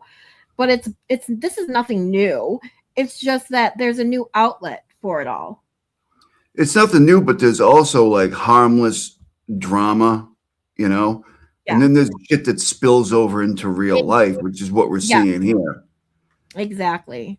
And it's just like an entertainment game. Like these people's lives here, you know what I mean? But it's like they can't differentiate that. They love it. I don't know. Yeah. It's weird. It's just a sad thing all the way around. Sorry that we got so derailed. But let me catch up really quick. I want to see if I missed anyone in the chat. Thank you guys all so much for being here. You know how it is. Everyone that's been watching my channel now with me for the last few weeks knows that I deviate from my topic every day. There's regular derailments. Yeah. I'm not going crazy, people. I just, it is what it is. I know what I want to address in my lives, especially going over the trial, and then we talk about a ton of other things, which whatever comes up comes up. That's what I like about it. Yeah, Prince Silver's here. Hi, and Shelly. And let's see. I just want to catch up on the chat, and then we're going to get back into Scordi-Bello. She closes her eyes and talks a lot. She does. Yeah. I can't remember. There's a couple now that it's been so long since the second trial. Did she testified in the second trial, didn't she? Did she? I think she did. Did she not? I thought so, but I'm like, I just don't remember if there was anything. Maybe it just wasn't memorable, which is why I can't 100% say she did. I thought she did, but I truly can't remember now. Listen, like, I like to think I'm on top of things, and I can't even remember if she did. I think she did. But she closes. She's kind of an odd banana, She's one of, she's a pathologist. She's obviously brilliant, but she also wasn't going to be pushed around, right? By the proctors and Buchanics of the world. She at the end of it, I mean, she was wishy-washy throughout her testimony, but she wasn't going to change the undetermined manner of death, or cause of death, manner, whatever. Right. She wasn't swayed at the end of it, so. Right, and that's, I mean, it's really, at least in the test to like her and the woman prior to her, that worked, on the autopsy and all that weren't going to be bullied into changing their mind or their opinion, which obviously they're pretty much the only ones in that whole area that dealt with this case. Basically, it seems like. Yeah, remember, Proctor also called her a wacko or a whack job. Oh yeah. Well, he almost like he contradicted himself, if I remember correctly, that because at first he stated that the text was technically towards Karen Reed, but then when but it wasn't. It was clearly towards her. Yeah, right. Because then he was asked another question, and he basically admitted to the answer to that question that it was directed at her. Yeah, he couldn't be a bigger piece of shit and equal opportunity asshole to everybody involved. Yeah. Oh, speaking of that, real quick, I do have a question. Maybe you might know. I have heard about Mr. and Mrs. Proctor separating. Is that true? Do you know? I don't know. I I've heard things, but I don't know if there's anything concrete there. Not that I'm aware of. Gotcha. I It just wouldn't wondered. surprise me. I mean, he's no longer a cop, and he's just farting into his couch all day, crying. So you would think, the wife would probably be like, okay, that's enough. Well, I But mean, who she stuck by him for a long time, and if she finally hit her limit, I mean, good for her. Because Yeah, but she's also a piece of shit. I don't know. I'll be honest. I don't know anything about her. Oh yeah, she is. Yeah, she is, or at least her behavior in the past has been calling people's jobs. She's not innocent in all this. Proctor's wife. It's a piece of shit, as far as I can see. So basically, And they his deserve each sister. other. And his sister, they all suck. Oh yeah. I mean, that's it. I mean, to be honest, there's so many people. Aw, you guys are so amazing. I love you all too. Thank you. Everyone's saying that's why they like my channel, because we just go off over whatever. Whatever comes to mind, just start talking about it. And I love you guys all too. Thank you so much. I appreciate you all. All right. Yeah, I So appreciate all you people too, believe me. yeah, and I love you, Kazi. I enjoy your streams. Oh, and I just have to say, I know that some people I guess said they were kind of annoyed with the J-Bro thing. I have to tell you, I couldn't stop freaking laughing. You had me rolling when you just kept like with the J-Bro noises, grunting and semi-talking. It was hilarious. Yeah, a couple people. I guess a couple of people aren't a fan of it, but I'll reserve that for my channel. You know what I mean? Well, I have to tell you, I'm all for it. I was laughing so hard. I literally was crying. I couldn't stop laughing because that's literally. But I've also been known to take things a little far. Like, you know what I mean? Like, if something's getting a laugh, I'll probably dig it into the ground. You know what I mean, and make it annoying. But it happens. But that's what makes you Kazi. Like I don't know. You either appreciate it for what it is or you don't. So, and I just telling you that I appreciate you. Well, thank you. You're welcome. All right, so guys, let's see. I am gonna get. See, I'm on. You can have me laughing. All right. I think it's hilarious because that's all he does. He's people call him a bobblehead and stuff because they literally don't do anything besides sit there on JFK Tard's stream, and the few times they say anything, it's nothing of substance, and it's like that. They just mumble and especially. Yeah, you hear those conversations? It's pretty wild, It's like, hey, Jay Brill, what was it like outside the courtroom the other day? It's like, it shouldn't be terrible to be there, right? That's the way I look at it. And like, oh, thank you so much. Oh, Mrs. Bucket says, remember the Chauvin trial? I watched that entire trial. That was probably one of the very first trials I watched the entire thing. She says they got divorced to preserve their assets, and Proctor is probably doing the same. I didn't even think of that. Maybe because he's never getting a job again. I mean, unless he wants to go work the counter at McDonald's or something. Yeah, who knows? Well, we know that he can't ever be a cop again, and that's a bonus because thank God for that. Yeah, exactly. Thank God for that. All right, so let's get back to Dr. Scordi-Bello. Here we go. About just before, generally as far as how you conduct autopsy. Yes.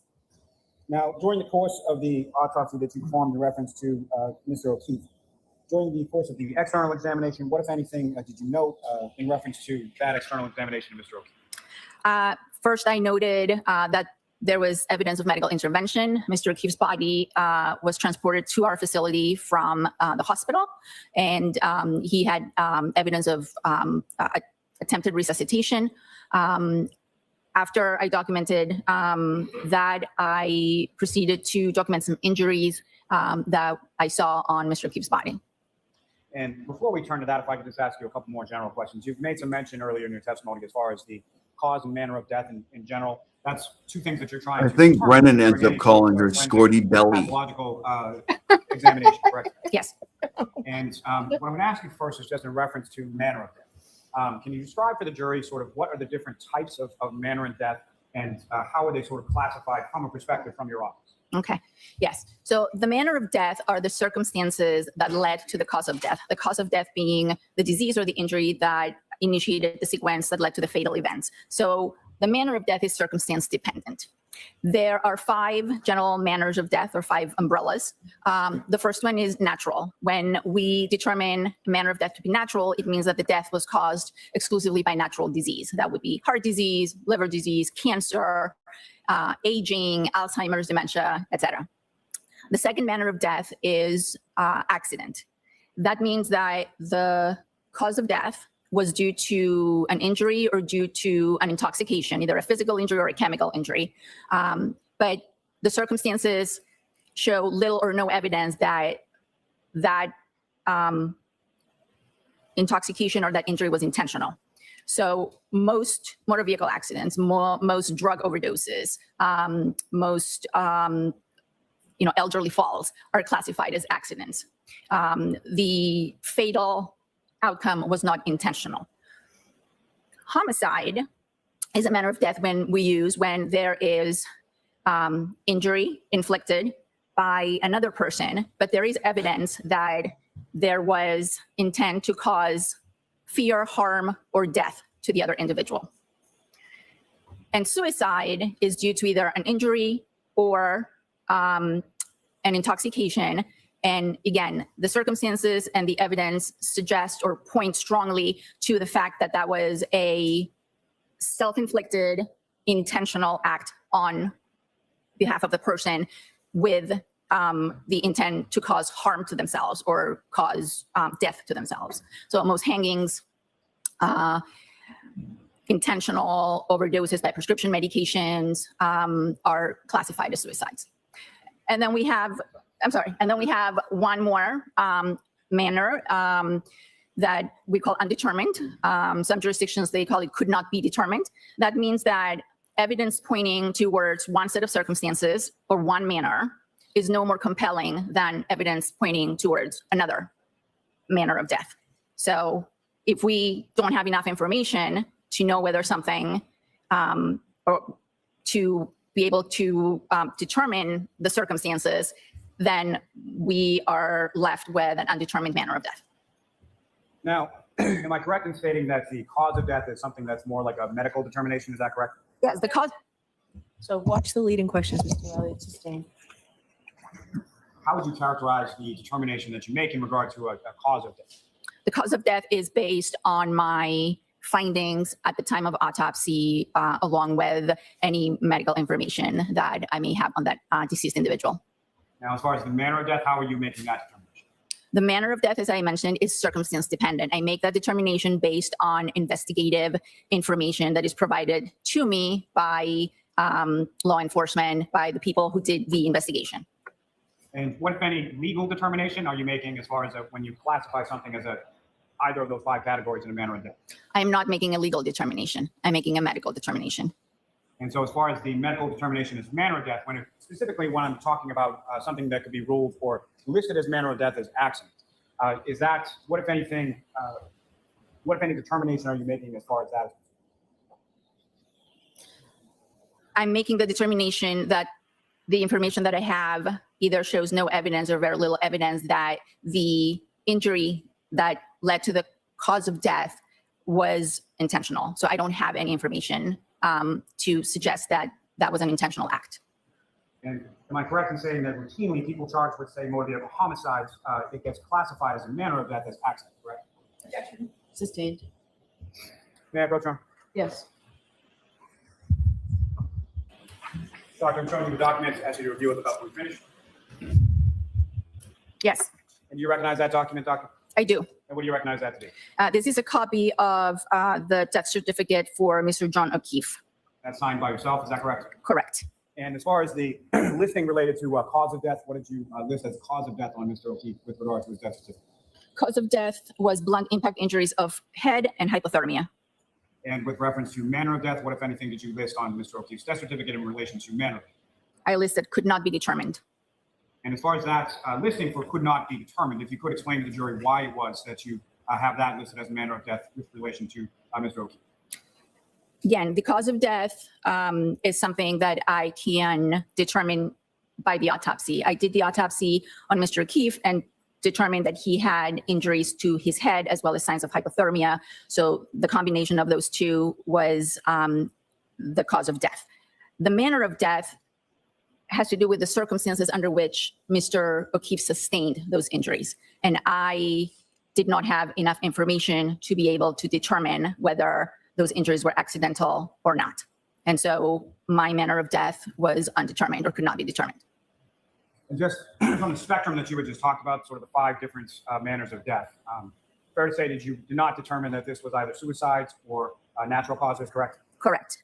And so as far as your determination of manner of death being could not be determined, which of the two were you sort of in between? The 2 manners of death that remain are accident and homicide. Your Honor, may I approach? Yes. Now, Dr. Scordi-Bello, you had made reference I as gotta far as pause cause this of death alone. being. I mean, right here alone, to me, if I was a juror in this trial, if the medical examiner can't even guarantee it was a homicide, how could any of them find her guilty of anything? Right. This is what I don't get. Like, when, and I only know this part from watching Law and Order SVU, but like when a medical examiner can't determine cause of death, they rule it a CUPI, which is cause undetermined pending police investigation.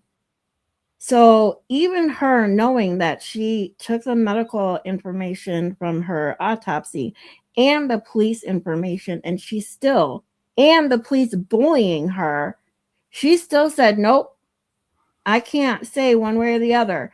How is that not enough reasonable doubt for a not guilty? Period. Yeah, and this is supposed to be, according to the police, a pedestrian strike. So it tells you all you need to know. There is no evidence of a pedestrian strike because it's undetermined. Right. I mean, there wasn't any other, narrative brought to the doctor. I mean, it was a car accident. Make it make sense. And she's like, no, I can't. Right. Simple. It's I'm actually anxious now to really see what else Lally wants to try and get out of her, because I don't know. I'm surprised actually to see how long is her testimony, because I don't see really. Oh, I just lost my mouse. Hold on, Kazi. Sorry. No problem. I don't see where he's going to go. So her testimony is 2 hours. So I can only assume that Lally probably keeps her, like every other witness he has, on the stand longer than she needs to be. But what else can he do besides literally that? Like, he can't, I don't know. That's why I'm He's anxious. not going to extract anything valuable from her. Well, That's it. Yeah. I think he just got the most undetermined. valuable information from her right there. Yeah. Yeah, Shelley, I agree. We watched part of that just to enjoy the beauty of Dr. Lapasada's testimony the other day. In case you guys don't know, I am gonna stream trial 2 after we're done with trial 1. I am definitely interested in revisiting it now that I have, once I have completed seeing trial 1 in its entirety. So it'll definitely be fun to compare the two now that I've seen, now that I've watched this one. All right, here we go. Blunt force injury, is that correct? Correct. At least one of the contributing causes. If you could explain to the jury sort of what you understand that to mean as far as what is a blunt force injury. Blunt force injuries are caused by any blunt object. That is a very big category of objects. A microphone could be a blunt object. This bottle, if heavy enough, could be a blunt object. The ground can be a blunt object. So anything that doesn't have a sharp edge or a razor edge, not a knife, not a scalpel, is a blunt object. Blunt impact injuries are categorized into contusions, which are bruises, abrasions, which are scratches, fractures, which are a break in the bone, and lacerations, which are tears in the skin. So when we say blunt impact injuries, we could be referring to any of those or a combination of those 4 types. And all those are the result of impact of the body with a blunt object. Now, we'll get more into specifics in a moment, just in general terms, as far as from your external examination of Mr. O'Keefe's body, whereabouts sort of geographically on the body did you observe these blunt force injuries? The majority of the blunt force injuries were to the face and the head, as well as to the upper extremities, the arms. Now, starting with Mr. O'Keefe's head, what was it specifically, or where was it that you observed blunt force injuries to Mr. O'Keefe's head? Okay, I observed a number of different injuries on Mr. O'Keefe's head, starting with his eyes. He had hemorrhage or bleeding on the upper eyelids of both eyes, as well as swelling of the eyes. He had a small laceration, a small tear in the skin on the right eyelid, again associated with the bleeding.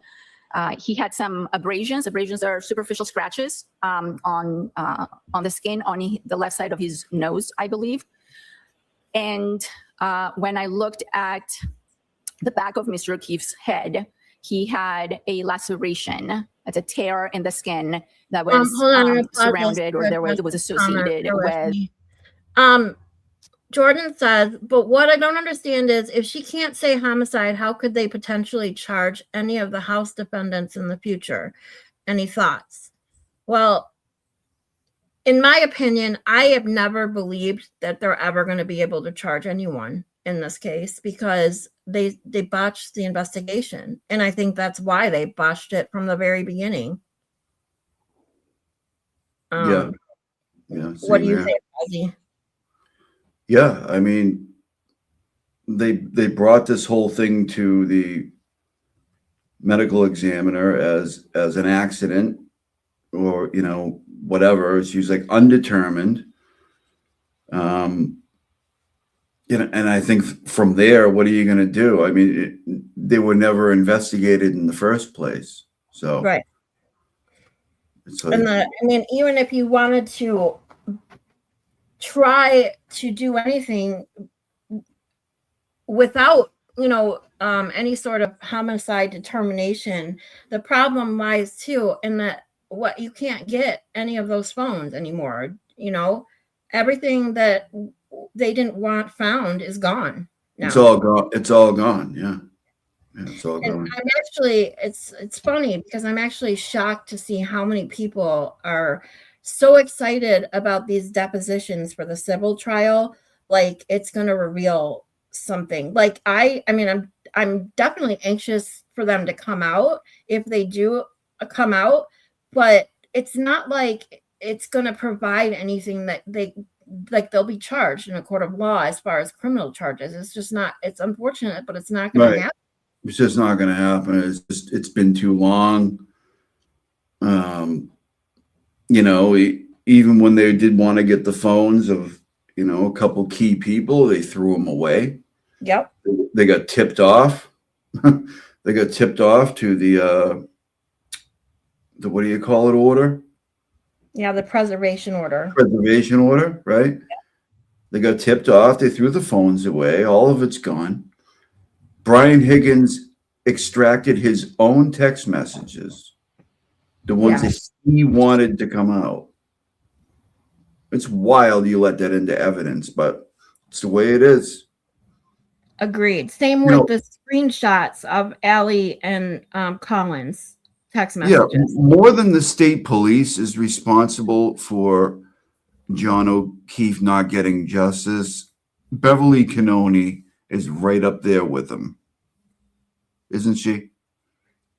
Yeah. Well, I mean, I'm going to be honest. I have to say the only thing, and this is not giving her any credit for by any means, but I do have to say I was surprised at actually how different she kind of was between now watching trial 1 to trial 2. You know, watching her in trial 2, it was like, what the fuck? This one, she was a little, I mean, she was still biased, yes, but I think it was a little less blatant than it was in trial 2. Yeah, I think she knows where to pick her spots. Yeah. And, you know, as we go over this stuff, she's just as responsible for letting all that garbage evidence in. That should have never came in under any other circumstances. She let it in, and she let it be, you know, put up there for argument. And you know, anything having to do with Higgins's messages that he procured himself, no, we're not letting that in. Not one of them. Sorry, that's it. And also, you know, there's too much in this case. It's just. She let so much garbage evidence in on the prosecution side, and then made big deals about shit on the defense side when it didn't even matter. Like the whole grave concerns thing was all bullshit. Every single part of it. Yeah. And the fact that she not only let those text messages, like Higgins extraction that he did on his own in, she let it in after knowing that he deliberately broke his SIM card, took his phone to a military base to ditch it, to never be recovered. Like, what does that tell you? If that isn't consciousness of guilt, then I don't know what is.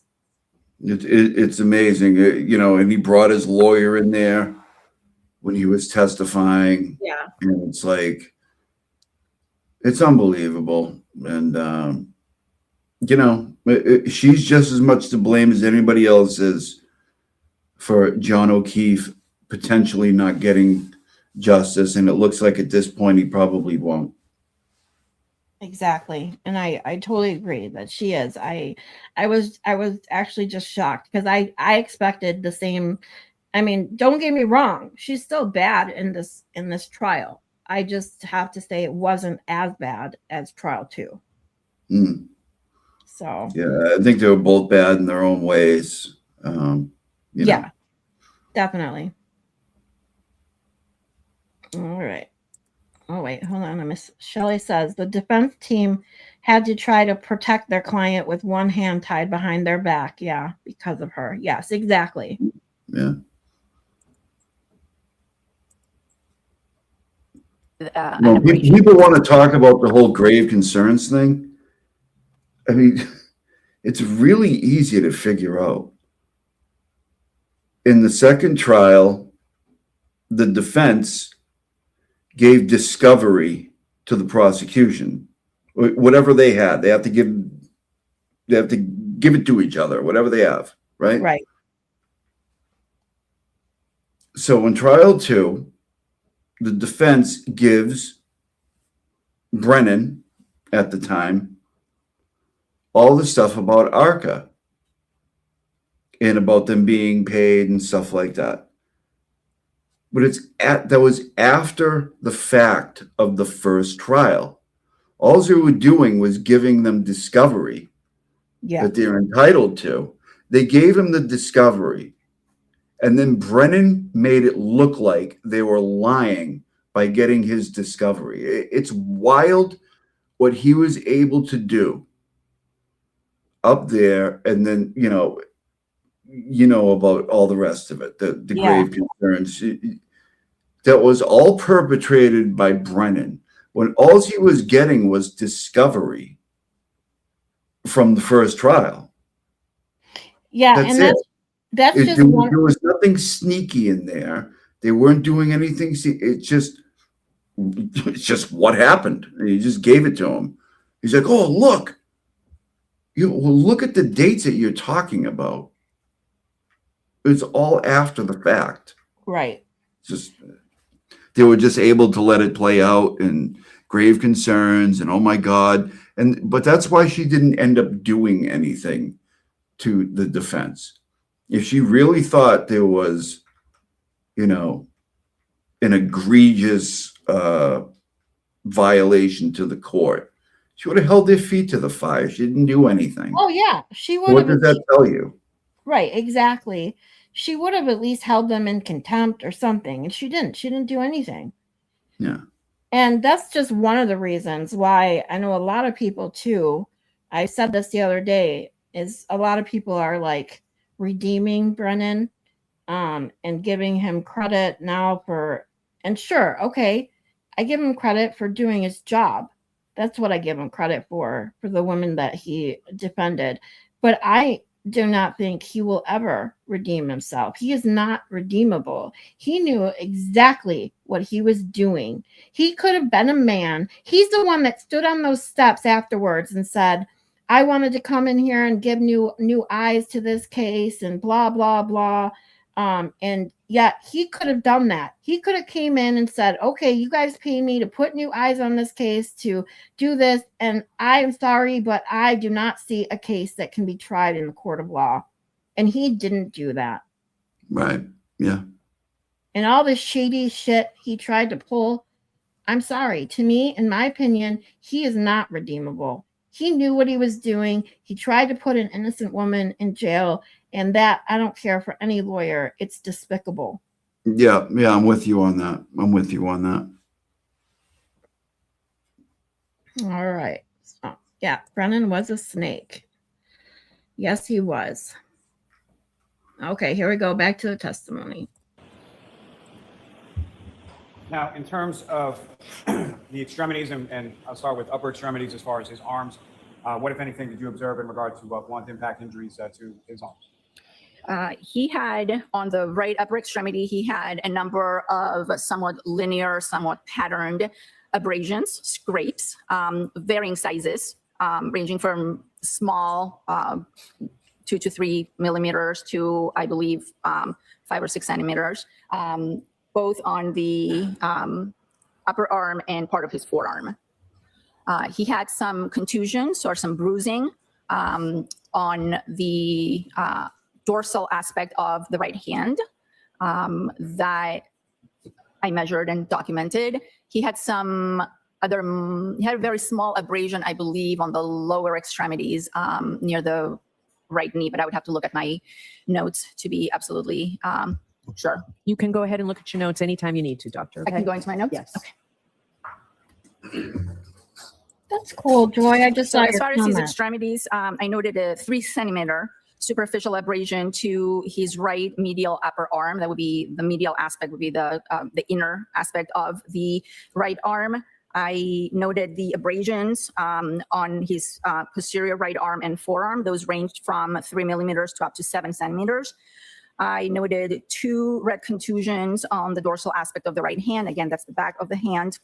A faint abrasion, a faint scratch on the dorsal aspect of the left hand, and a small 0.5 centimeter abrasion on his right lateral knee, on the side of his knee, on the right side. Now, I think you've defined it fairly well so far, but I'm just going to ask you, just for That's so cool, Joy. I'm delineation jealous. purposes, if you could explain to the jury sort of what is the difference between an abrasion versus a contusion versus a laceration. Okay. An abrasion is a scrape. It's a scrape of the superficial layers of the skin. A contusion is a bruise. So if I hit myself hard enough on my nightstand, and I break blood vessels in under the skin, then I can end up with a bruise or a contusion. A laceration is a tear. Not necessarily a cut. There's a distinction between a cut and a tear. A tear in the skin is due to a blunt object, maybe the corner of the nightstand that's sharp enough to tear my skin, but not so sharp as a blade that would actually cut the skin smoothly. So we differentiate between lacerations and cuts because cuts are due to sharp objects. Lacerations are due to blunt objects. And fractures are basically a break in the bone, again, due to blunt trauma. Are you familiar with what is termed as an incised wound? I'm sorry, I didn't hear you. Incised, I-N-C-I. Incised, yes. If you could explain the difference between sort of the mechanism and sort of what you observe between a laceration and an incised wound. Yes. So an incised wound is what I previously called a cut. So the analogy I like to give is if you have a loaf of bread and you're trying to cut the bread. If you take a very good More bread food knife, sharp knife, analogies? you will be able to smoothly cut the bread. If you take a hammer, which is a blunt object, and you try to cut the bread, you're going to shred it up. So an incised wound is a smooth cut. Knives, razors will cause incised wounds on the skin. A blunt object will cause a laceration. It will break the skin, and the edges will not be uniform, and there might even be some bruising around it. Now, with respect to the injuries that you talked about as far as the abrasions on Mr. O'Keefe's right arm, how was that located in reference to sort of the circumference of the arm? And what I'm asking there is, was it on top, on the bottom, or everywhere? I described them as being on the posterior right arm and forearm. So when we examine a body, we examine the body in what's known as the anatomic position, which is the body on the table with the palms upwards. And so the posterior right arm and forearm would be what would be facing the table as the body is laying on the table, the backside of the arm and the forearm. So the opposite of posterior would be what? Would be anterior, and it would be this area right here that points up. And as far Or as forward. the anterior of Mr. O'Keefe's right arm, what, if anything, did you observe as far as injuries there? Yeah, it's scary, isn't it, Jordan? Again, I noted in my diagrams and my charts that they were mostly on the posterior right arm and forearm. Now, Dr. Scordi-Bello, if I could turn your attention to the internal examination as far as the injuries that you observed there, what, if anything, did you observe during the course of your internal examination of Mr. O'Keefe? Okay, the internal examination, I will start with the head. Once the skull was open and the head was examined, I noted that there were skull fractures in Mr. O'Keefe's skull, both in the back and the front aspect of his skull. I noted that there was recent subdural hemorrhage. That is blood that is under the dura, and the dura is a very tough protective cover that sits over the brain. I noted that there was subarachnoid hemorrhage. That's hemorrhage that is directly on top of the brain under the leptomeninges, which is a very thin membrane that covers the brain. And at that point, I removed the brain, and I instead of examining it right then and there, I saved it in a special solution, and I sent it to our office in Boston for a neuropathologist to fully examine. And is it your understanding that a neuropathologist ultimately conducted a fuller examination of Mr. O'Keefe's brain? Yes, And who was that neuropathologist within your office? Dr. Stonebridge. Now, with reference to the head, as far as the skull, you indicated that there were fractures as in plural, correct? Yes. And with reference to the fractures, what, if any, relationship did you know between the fractures that you observed and the laceration to the back of Mr. O'Keefe's head that you spoke about in your external examination? So the laceration on the scalp that I observed was overlying the area of the skull that appeared to be fractured, or at least appeared that the fractures were originating from that point of impact and extending into the rest of the skull. Now, I want to get anything as far as your observations of the skull and that point in the, I'm sorry, which part of the skull was the originating fracture? This would be on the back of the skull, slightly right of midline. Is that the medical term that that's referred to as? I'm sorry? Is there a medical term that that's referred to as far as the right rear sort of? It's the right occipital. What, if anything, led you to that opinion that that was sort of the originating source of the multiple fractures in the skull that you observed? Again, observing or looking at the skull fractures and their pattern, there appeared to be a central point with fractures radiating or originating from that central That's point where I and was going going into with other that parts of the comment skull. too, Cassie. Some Now, booger in sugar. reference to that laceration in the area of the originating fracture in the back of the skull, what, if anything, did you determine in regard to That's a lot to see. impact in regard to that area of the head? Joy. Well, the laceration along with, so the tear in the skin along with the scrape, because they were adjacent, are both evidence of blunt impact. So I knew at that point that Mr. O'Keefe's head had come in contact with a blunt object. Would that be sort of the point of impact between the blunt object and Mr. O'Keefe's head? Right. Now, with reference to the fractures that you observed, how extensive were the fractures that you observed, the multiple ones? Well, there were multiple fractures. So I'm by hungry. definition, multiple fractures in multiple chambers or parts of the skull. So I would say they were extensive. Now, when you're conducting this I want to internal visit examination, Joy. is there sort of a division of the Am I body welcome that you're to? doing as far as what you're examining and in what order and sort of things that you're looking at from the internal examination? Well, we examine everything, and usually we start in the external examination, we start from the head and work our way down. During the internal examination, we're doing two things at the same time sometimes. And so I start with the chest, move to the abdomen, and then the pelvis, while at the same time, we're working on the head. All right, I'm Okay, going to pause Ozzy. you there for a minute. We're going to take a short recess. I just wish and we'll I be back. wasn't as broke as I am. Put it that way. Now, doctor, as far as Stupid fucking Boost Mobile. the internal I'm gonna say it examination every was single concerned with regard to screen. Mr. O'Keefe, starting with his stomach, what, if anything, did you observe of any significance in that area? I observed that there were some small hemorrhages, small I guess maybe, areas of hold bleeding on. in This is a good time to sell my grift since my lovely mods are slacking. I'm just kidding. Yeah, fuck off, Boost Mobile. I'm just teasing you guys. My mods, please don't take offense. I'm just teasing you guys. My channel is obviously not yet monetized. So if first and foremost, you could please like and subscribe and share. I'm trying to get up to 500 subscribers. But if you'd like to help support my channel and support me, since I'm behind because of fucking Boost Mobile, you suck. Stole my money and I won't give it back. I have a PayPal. QR code is in the top right corner. The link is in my bio/description.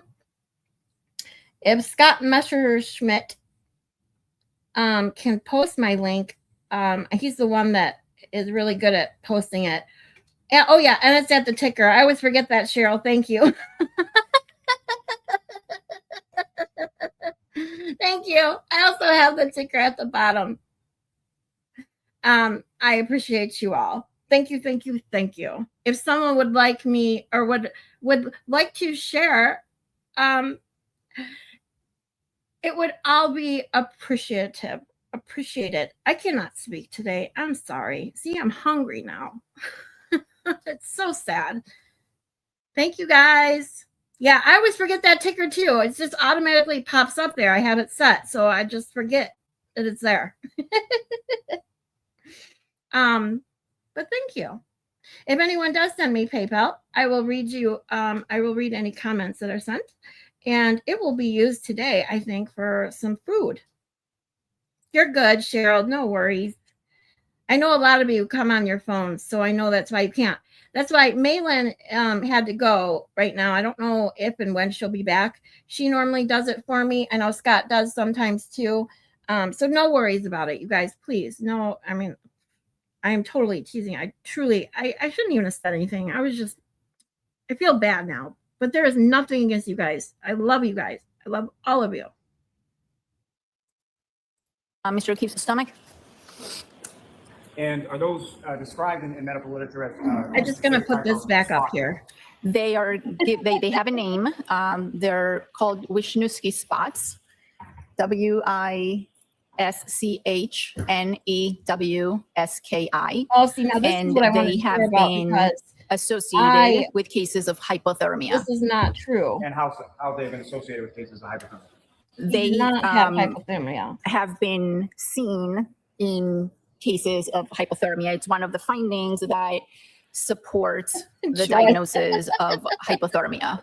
They are not always there, and their presence doesn't definitively diagnose hypothermia, but they are one of the findings that, if present, suggest the diagnosis of hypothermia.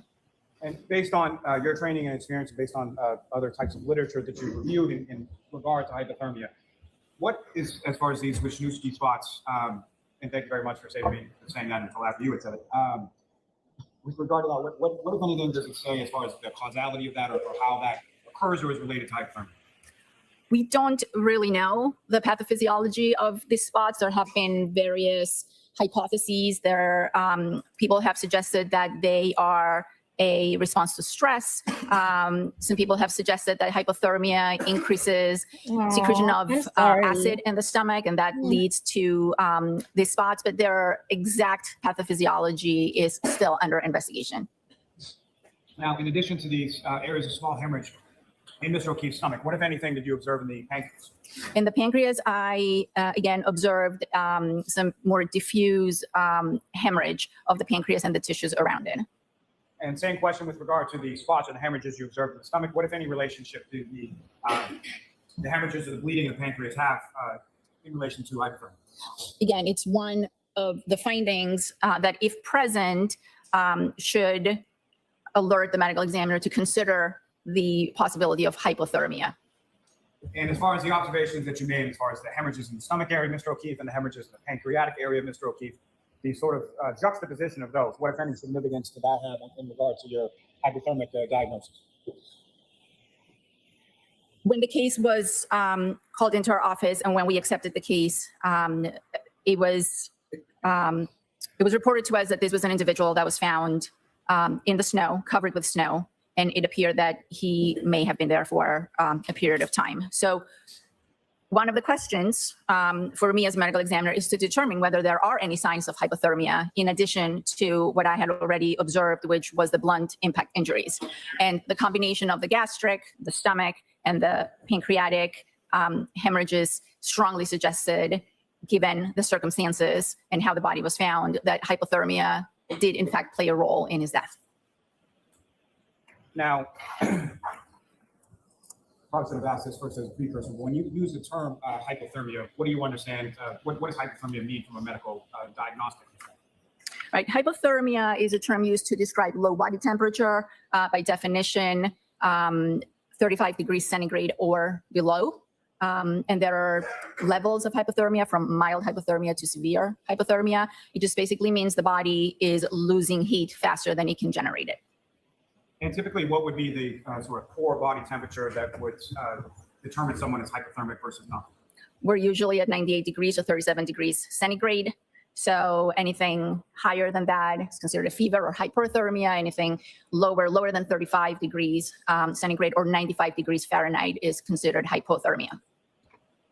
Now, if you could explain to the jury sort of a little bit about the type of diagnosis that is involved in hypothermia, and sort of what other sort of types of information you would be looking at in order to make that diagnosis.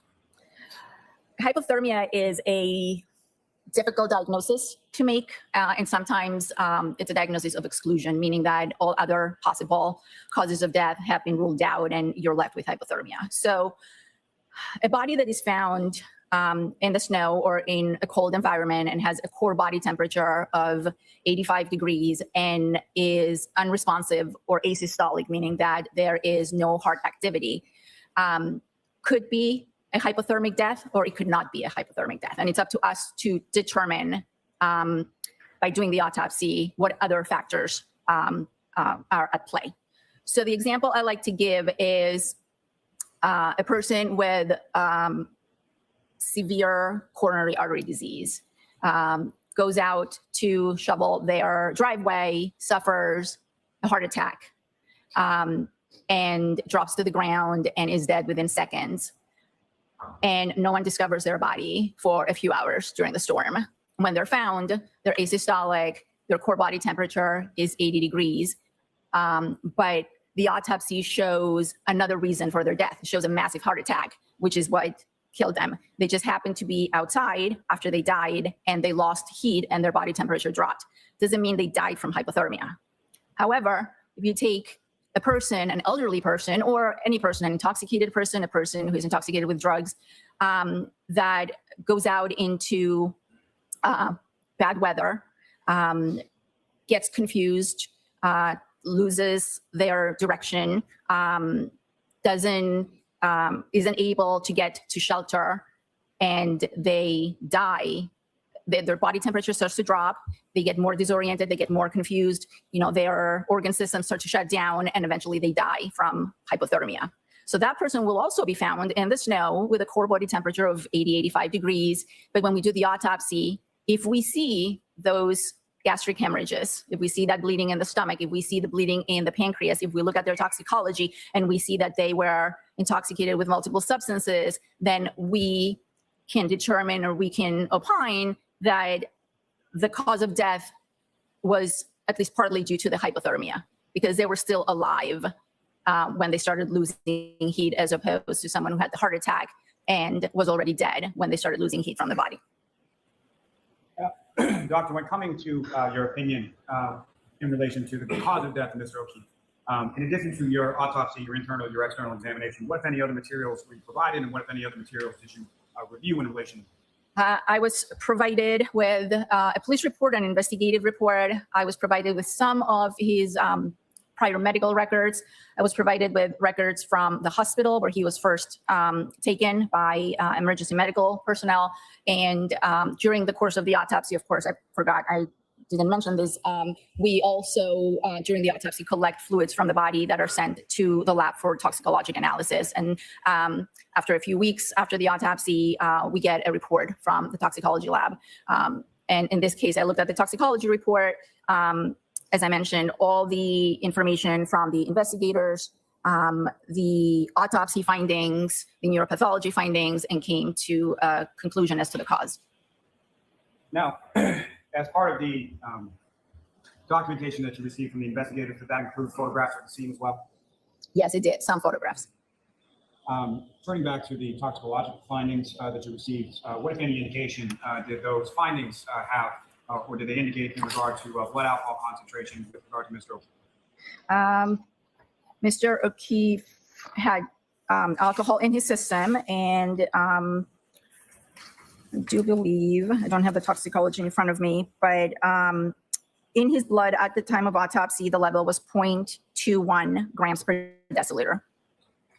Now, contained within those toxicology findings, there's also something listed as a vitreous humor. Is that correct? Yes. And can you explain to the jury sort of what that is, where that sample is taken from, and why? Yeah, that sample, the vitreous humor, is taken from the back chamber of the eye. It's one of the routine samples that we take in addition to blood from the body and urine. And it's, again, used to look for the presence of different drugs. In cases of alcohol intoxication, sometimes we will get a value for the vitreous, and sometimes that value might not be exactly the same as the value that we get for the blood. It gives us an idea of where in the curve of alcohol metabolism, the individual is. And so, based on the sort of the disparity between vitreous humor level and the, I'm sorry, I may not have asked, what was the level in the vitreous humor? I believe it was higher.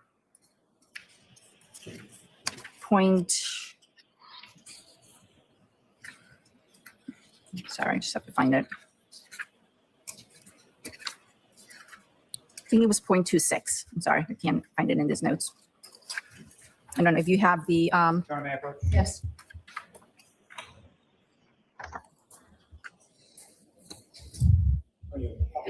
Yes. It was 0.28. Now, doctor, with respect to the disparity between what was contained as a VAC and vitreous humor versus the other number from his blood, what, if anything, does that indicate to you as far as, or what, if anything, do you take from it? That suggests that the level in Mr. O'Keefe's blood had been higher than 0.21, and that's reflected by the 0.28 that was in the vitreous. The vitreous metabolism of alcohol lags it's a little slower, lags behind that of the blood and the circulation. The alcohol is metabolized in the liver, but the fact that it is higher in the vitreous suggests that the level in the blood was also higher at some point prior. So at some points, whenever Mr. O'Keefe died, his level of alcohol was on the decrease. Is that fair to say? Correct. Now, with respect to, you mentioned that you had reviewed the EMS reports for Mr. O'Keefe as well as his medical records. I love that, Joy, by the way. And if you could just briefly explain your understanding as far as some of the terms within those medical records. Familiar with your review of Mr. O'Keefe's medical records that he was labeled as being in cardiac arrest? Yes. And can you explain to the jury what that means? Yes, he was labeled as asystolic or in asystole, which is basically a flat line. So if you attach leads to the body, there is no electrical activity coming from the heart. Now, with respect to Mr. O'Keefe, as far as certain vital signs were taken in the course of his treatment at the Good Samaritan, is that correct? Yes. Including a core temperature, is that correct? Yes. Do you recall what that core temperature was? Yes. It was noted as 80.1. And that was a temperature reading that was taken at 7:19 a.m., is that correct? It was taken, actually, this temperature reading in the records that I'm looking at was taken at 6:57 a.m. And with respect to that 80.1 degree temperature, that's in Fahrenheit, is that correct? Yes. And so what, if any, relationship does that have, or what, if any, relationship does that have to your hypothermic diagnosis?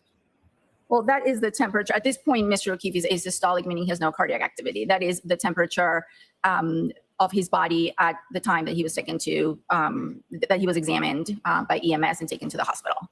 So it is a very hypothermic temperature. It is well below the 95 degrees, which we consider hypothermia. Now, I believe you alluded to it earlier in your testimony, but with respect to hypothermia, what are some of the manifestations of that type of onset as it progresses? Well, the first evidence of hypothermia, which we have no problem in this room, is shivering. When someone starts to get cold, they start to shiver to conserve heat. But then as the body loses more and more heat, there are neurologic consequences. People can get confused. We see this in the elderly all the time. They can get disoriented, and eventually at very low temperatures, below 90 degrees, everything ceases to function. The heart stops. And would physical weakness or lack of strength be one of those manifestations as well? Yes. And how many different sort of stages of hypothermia are there from the beginning of or onset of progression to the end? There is mild hypothermia to extreme severe hypothermia. Now, with regard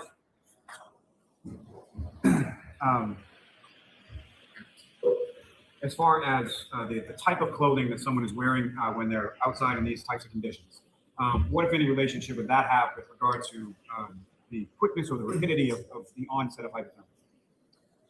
Clearly, the more layers someone has, the slower they will lose heat from their body. Okay, The fewer layers, the faster they can become hypothermic. And what, if any, information did you have as far as how Mr. O'Keefe was dressed when he was found in the snow on the morning of the 29th? The information that I was given stated that he was wearing a pair of jeans and a long sleeve shirt. Now, with respect to someone as far as that hypothermia onset and rapidity of it, Hey, Scott. what, if any, relationship with Hope the your appointment goes conditions of well. clothing? What I'm asking there is more so the dryness versus wet clothing. What, if any, relationship with that? Again, wet clothing or wet conditions will speed up Out there, the James. rate at which the body loses heat. Now, lastly, with regard to this area, Doctor, in regard to Mr. O'Keefe having sort of alcohol on board in the system at the time the hypothermia onset, what, if any, relationship does that have in respect to the onset of hypothermia and the rapidity of that? Oh, there's Alcohol intoxication, it has been shown to inhibit some of the mechanisms that the body uses to maintain heat. So it's definitely a factor that is a negative factor when it comes to hypothermia. Boy, concentrate. May I approach? Yes. Doctor, I'm showing you a two-page document. You can just review that, look up when you're finished. Do you Yes. recognize that, Doctor? I do. It is a photocopy of the exam notes that I took at the time of autopsy. Does that also contain a body diagram with relation to your notes as far as where you observed injuries on Mr. O'Keefe? Yes. Okay. Your Honor, may I approach? Yes. I'm off the seat to introduce the minutes next exhibit. No objection. Thank you.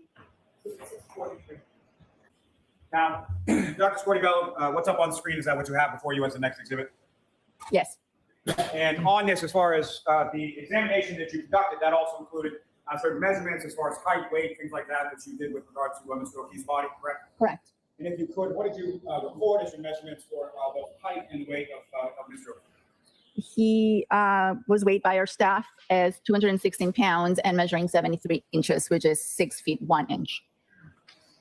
Now, Doctor, if you could, using the laser pointer before you, direct the jury's attention to starting with the front or facial area and then to the back of the head, but just with reference to the head area,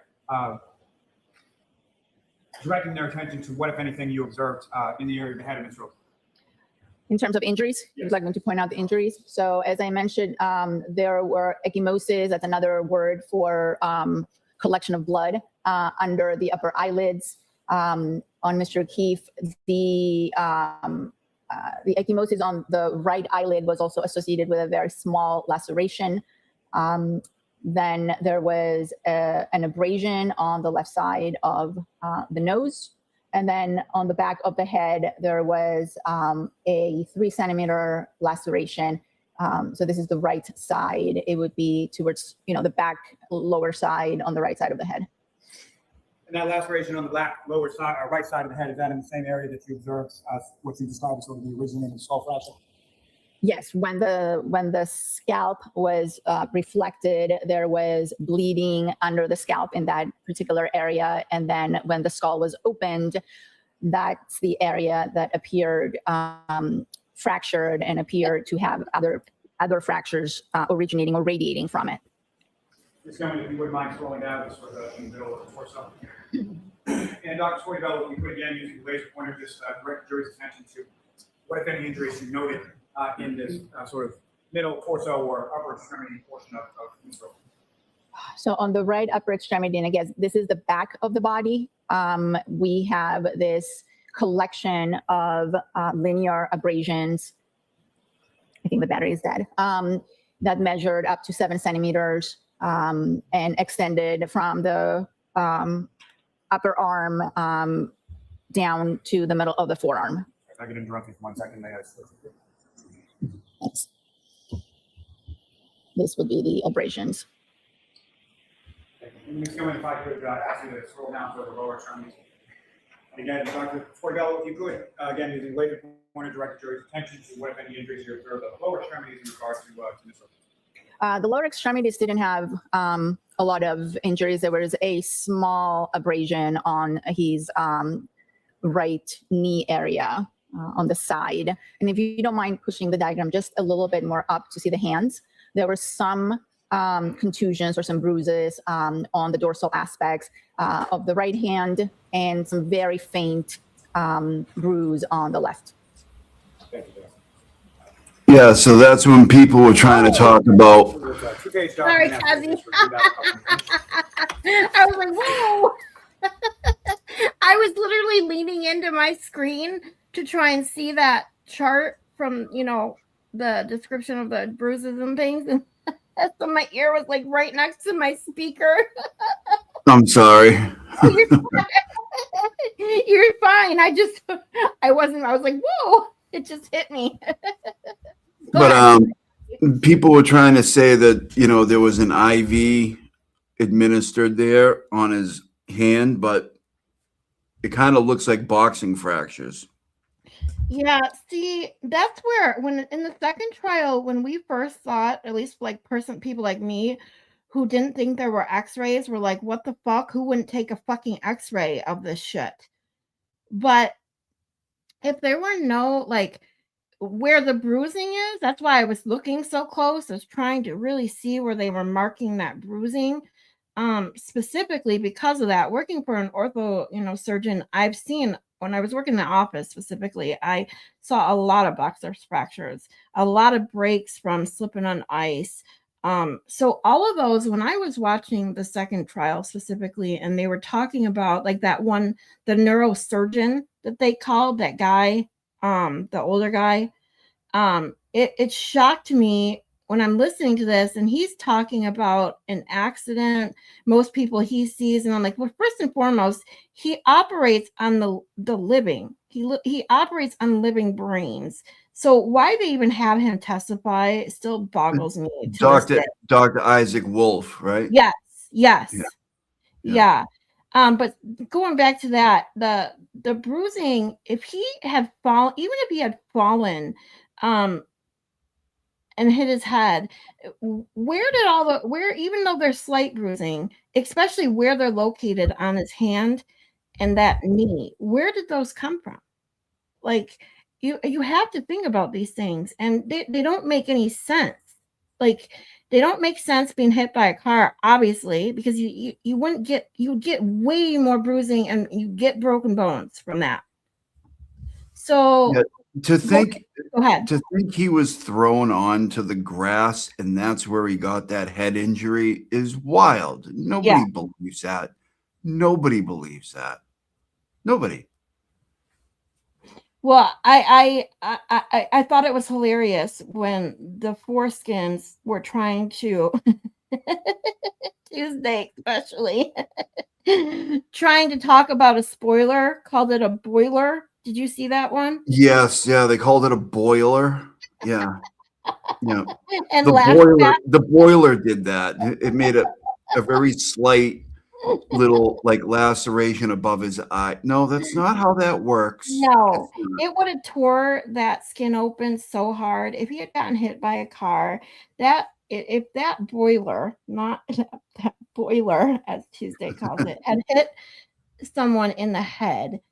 You know how, I mean, like I don't know if you were here the other day when I was talking about when I face planted a brick stair and I thought I broke my nose. Like when you get even a small injury on your head, it bleeds like no Like tomorrow. crazy. Yeah. Yes. When you barely, Especially when you're drinking. yeah. Yes, because alcohol thins your blood. Exactly. But when I hit my face, I face planted stairs that were made out of bricks at where I used to live, and I thought I broke my nose, but I ended up with 2 black eyes, just like he did in that regard. Now I didn't obviously hit my head as hard as he did, and I ended up with a laceration on my forehead, and that was the thing that bled more than anything. It just, like, the minute I smacked that brick, my nose started bleeding, my head started, but my nose didn't even bleed as bad as that little, like, maybe half-inch laceration I had on my forehead. Because the head bleeds incredibly a lot. Yeah. And it makes a deep laceration. Maybe the laceration isn't very wide, but if you had hit something because I hit mine on a flat surface and it busted it open and bled like that. If a spoiler, which is flat edged, if that had hit someone's head, could you imagine the like, it's not going to leave some tiny little mark. Let's just put it that way. No, it's going to be like dispersed. It's like it's going to be this big thing. It's not going to be this tiny little laceration. Right. Exactly. Hey, Annie, on a quick break, so thought I'd pop by. Thank you. Oh, I don't know if you saw Joy talking in the chat about the hot guy, and I told her to focus, and now she says, shit, now there's a chick out there in a bikini. All my luck. Hey, James asked if there were any women. There you go. Ask and you shall receive. Oh boy. It just all of these things make no sense. Nothing. And I don't know. You just saying like no one believes that. Unfortunately, there are a few people like Tuesday who think shit like that. It's ridiculous. I even think they don't believe it, but they're just saying it because they just have to at this point. My first couple shows were were like debunking the foreskin ladies.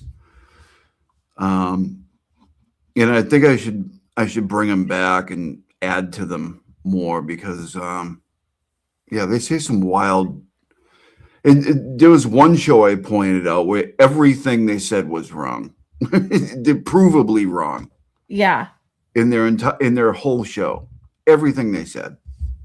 Yeah, you would. I mean, I'm sure you would get quite a few viewers on watching that because I miss Baker. He used to go over the foreskins late at night, and because I stay up at night, that's where I would watch it. But I'd definitely be interested because those girls, like, I'm sorry, they deserve to. And I say this like I said earlier. I don't really like to. I don't choose to pick on people for just no reason. But when you're just stupid and you believe shit like that or pretend to believe shit like that, I think it deserves to be picked on. Sorry. When people need to be picked on for something, you know what I mean? I think it's important to do so. Right?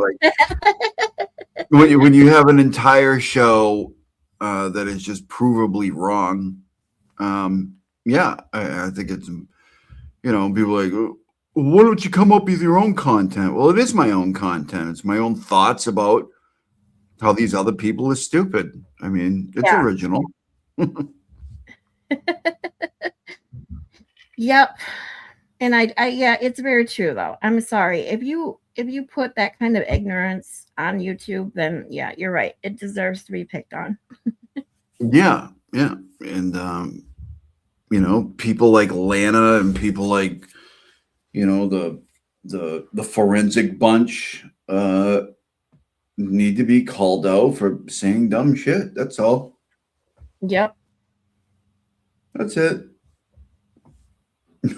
All right. So let's see. I wanted to see where we're at. So we're right about the halfway mark. So we're at 1.25 speed because I'm just checking the time because I do go on at 10:30 with Mary B tonight. Yay. I'm so excited for our projection stream. So this should be perfect.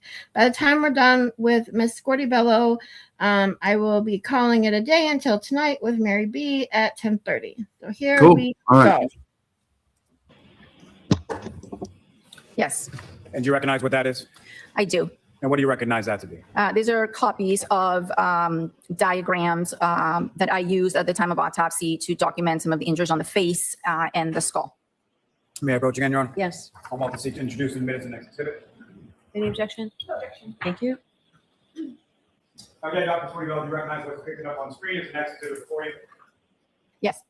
And if you could, again, using the laser pointer, direct the jury's attention to what, if anything, you observed or noted of significance in these particular documents. So the upper eyelids, the areas of the upper eyelids on both sides had ecchymosis or blood under them. On the right side, there was a very small laceration or a small tear associated with that. Both eyes had I have to give it some a swelling pause though, because just to looking them. at this, And then on the okay, so looking at this, even right here, now I have seen this actual laceration in a picture, even though I haven't seen the entire eyes, and the bruising. But that laceration, you can see how small it is. And if you think about a spoiler, I mean, seriously, come on now. You think about a spoiler, if you're lucky and not lucky, but unlucky enough to hit the edge of a spoiler right underneath your eyebrow, your whole forehead is going to bounce off the rest of that spoiler.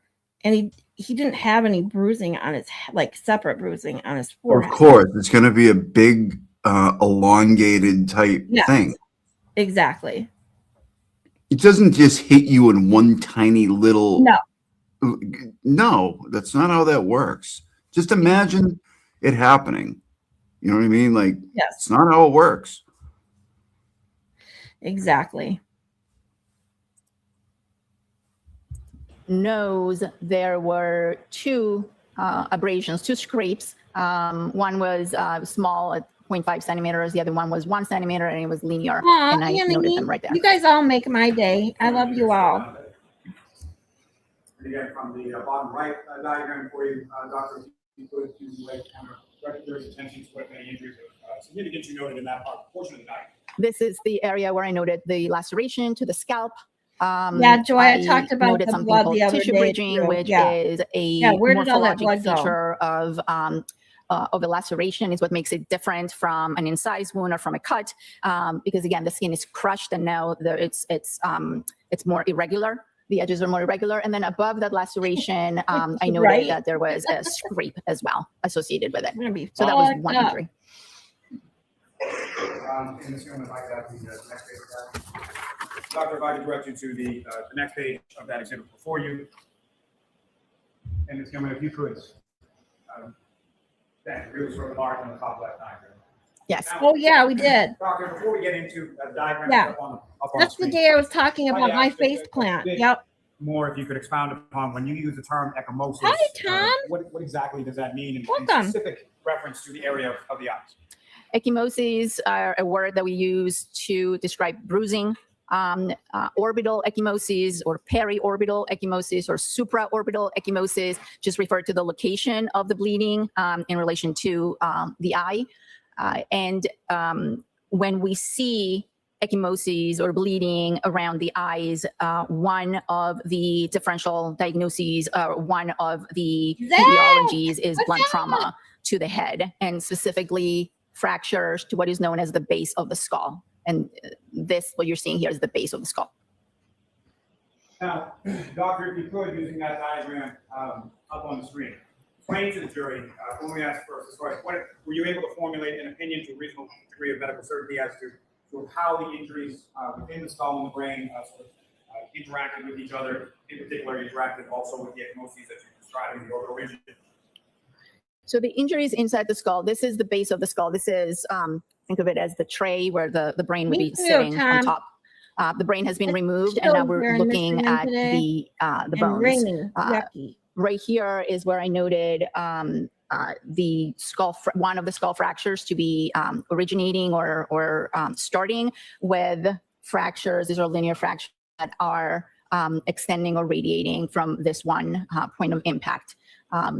This is known as the posterior fossa of the base. These two chambers are known as the middle cranial fossa, and this area is known as the anterior cranial fossa. As you look at this, the eyes would be sitting back here. So the eyes are actually very intimately associated with the anterior cranial fossa, which is very thin, and the bones are quite thin and friable. So an impact to the back of the head as was in this case, because we do have a laceration and we do have an abrasion. So we know that the head impacted something blunt with enough force to break the skull. Okay, hold on, Zach. For the pause, Miss or Dr. Scordi-Bello. Tom says, I'm sorry, Zach says, Tom still has me blocked. I guess it's a YouTube glitch. She tried to figure it out on a live stream. Someone tell Tom Zach said hi. So, Tom, Zach says hi. Those fractures to propagate or radiate into the middle cranial fossa and also the anterior cranial fossa, which is the front chambers of the base. Here too, about 45 degrees. When the anterior cranial fossa are fractured, as I mentioned, they are very thin bones. I see you in the chat. Blood. Welcome to my channel. Thank you so much. From this area into the soft tissues and manifest as hemorrhage or bleeding or a contusion or an ecchymosis around the eye when you look at the person face, when you look at their face. So it is a well-known fact that fractures to the base of the skull can present with orbital ecchymosis, and that particular manifestation has a name. It's called raccoon eye because it resembles, I guess, what raccoon eyes look like. But emergency room physicians are always very alerted to any hemorrhage and any bleeding around the eyes, because it could signify or it could mean that there's a much bigger injury inside the skull, and that is not just some bleeding around the eyes, that it actually is associated with a skull fracture.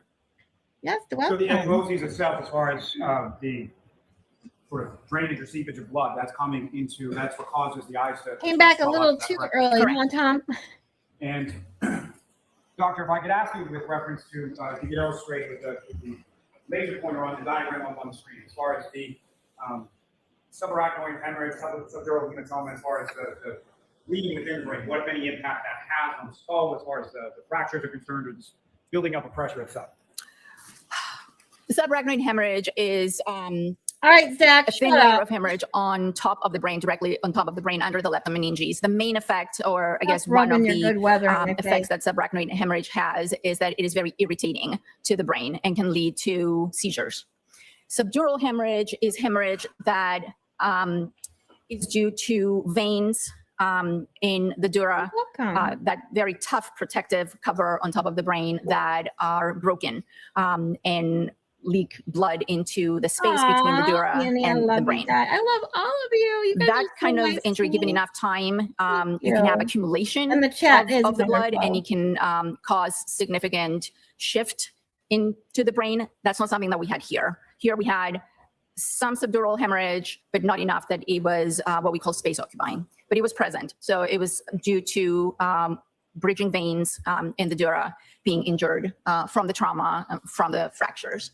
And in terms of the effect that all these injuries have, the subdural and the subarachnoid and the skull fractures, anytime the brain is injured, Rookie mistake. it responds by Yeah, coming back a swelling. little too early, huh? And the skull is a closed Hello again, Lily. space The without security the guys are ability here. to Thank expand, you. unlike the skin, where you can have a Lady bruise or a Pam, I significant miss amount of you, blood Pete. accumulate under the Just skin. woke up from the best nap In ever. the skull, once the brain starts to react to the injury and it starts to swell, there's nowhere to go except for down.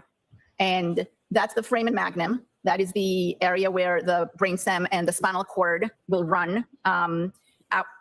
You know, spinal cord connects obviously the brain to the rest of the body, and Don't this is listen one to of the Zach. few spaces that the brain can try and squeeze into because he has nowhere else to go. So herniation, brain swelling, and herniation are a general response that the brain has to any sort of trauma.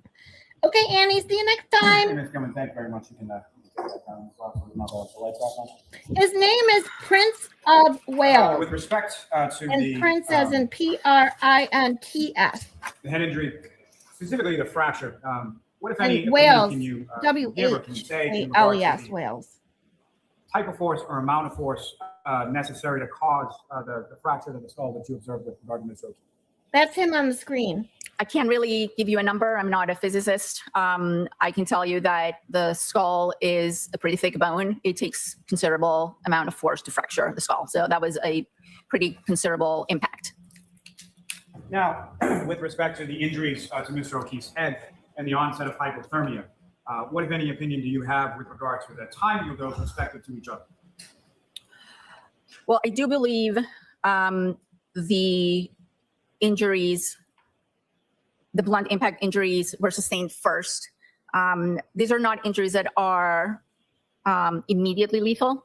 This is not something that would cause death in seconds. And therefore, Mr. O'Keefe may have been incapacitated by the injuries or knocked out, if you will, and was not able to get himself into a warmer environment, and therefore hypothermia set in, given the environmental conditions and given the clothing on the body, or the lack of clothing, I should say, no big jacket or anything like that. Proof and point, Zach. Now, We when you don't say listen something to as far you. as some type of injury being immediately lethal, can you give an Now, example of that?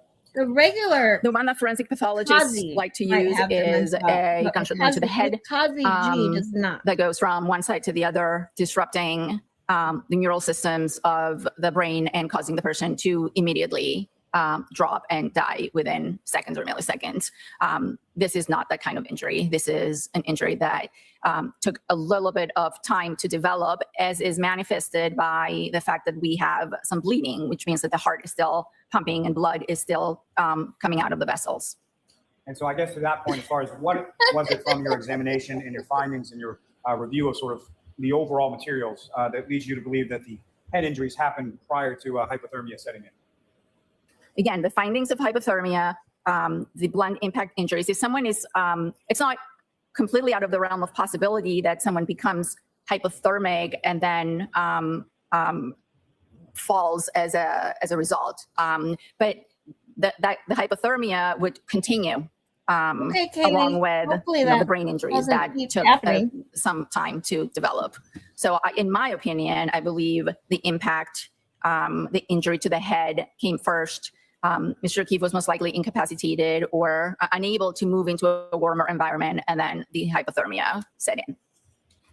And if you can, what, if anything, can you say as to the sort of, in contrast to sort of the bullet to the head or the instantaneous death, what, if anything, can you say as to the Yeah, exactly, James. that manifests itself as far as the injury to the head in a hypothermic state?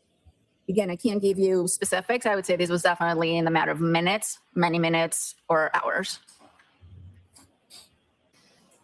Now, Doctor, you had mentioned that at some point you had reviewed some photographs from the scene where Mr. O'Keefe's body was recovered. Is that correct? Yes, I was shown some photographs. And from the photographs that you were shown, what, if anything, of significance did you observe or lack thereof in the area where Mr. O'Keefe's body was recovered? Well, based on those photographs, limited number of photographs that I saw and I was shown, there didn't appear to be a lot of disruption around the area where I was told that Mr. O'Keefe's body was found. And that lack of sort of disruption in the snow around where Mr. O'Keefe's body was found, what, if any, significance would that have to you as far as from a diagnostic perspective? Well, it suggests that he really didn't travel a very long distance once the injury was inflicted. And as far as anything related to Okay, footprints, Joy, now you can landmarks, anything focus. like that, did you observe anything like that in that area? On the pictures that I saw, no. Now, from your extent of your examination of Mr. O'Keefe's body, what, if anything, did you observe that would indicate any sort of alteration? Oh, Zach says he'll be right back. Thanks for the warning. I didn't see any signs, major signs of what I would call a significant altercation. And with regard to that, as far as signs, what are some of the signs, and what would you be expecting to see, and what was lacking as far as your observations of Mr. O'Keefe? I looked at Mr. O'Keefe's hands. As you saw on the diagrams, I did document that there were some contusions on the dorsal aspect, very vague and faint contusion on the left, and contusion on the right hand. That particular contusion has a central little pinpoint mark that may suggest that it was due to attempts to get IV access on his hand. That's a very common place, but I didn't see any bruising on Mr. O'Keefe's knuckles. His nails were intact. I didn't see any breaks right here, okay. on his nails. I obviously, even as a CCMA, I never gave IVs. However, as a patient, I was given lots of IVs. And normally the reason it bruises is because the IV needle pops the vein, like goes through the entire vein, and the blood leaks out. If he was already deceased, how does an IV cause a bruise? The blood is going to seep out a little bit. It can't. But yeah, it can't. Right. There's no blood pumping. So Right. you might get a tiny little bit of blood to seep out of that vein that's popped, but it's not pumping. So So it's not going to make an impression. It's not going to make an impression on the skin like a bruise. Exactly. Yeah. And I didn't see any fractures or feel any fractures on any of his hands. Now, with respect to the diagrams that were up on the screen before, as well as your observations from internal examination, you observed some fractures to Mr. O'Keefe's ribs. Is that correct? Yes, he did have some fractures, I believe, to the 4th and 5th ribs near the sternum. It's a very common location for CPR-associated fractures. And so I believe you just alluded to it right there, but as far as any fractures to Mr. O'Keefe's ribs, what, if any, opinion do you have as to the Lily, origination of am I vitality of those freezing ribs? for you too? As I mentioned, those are very consistent. Hold on. Lily says, Miss Scarlett, not sure. Could be me, but not working. What is it? Because Katie D said she had to come back because it was freezing. Is it freezing for anyone else? Yeah, you don't bruise when you I don't see any freezing. exactly, Nicola. Okay, thanks, Kazi. I just wonder because I saw KDD said that, and then I saw Lily said that. No. Oh, PayPal. Oh, okay. Hold on. Let me get someone to put it in the chat for you. Bear with me. Is it the QR code's not working? Hold on. Kathy, are you a mod yet for me? I am not a mod, I gotta make you a mod, sweetie. Hold on. but I'm a shitty mod. But the QR code is up in the corner here, in the top right I corner. think that's what she's saying is not working. Oh, it's not working. Okay. Yeah, but my link works because that's how everyone else has set. Oh, my buy me a coffee. Hold on. Hold on. Whoa, whoa, whoa. Hold on. Bear with me a moment.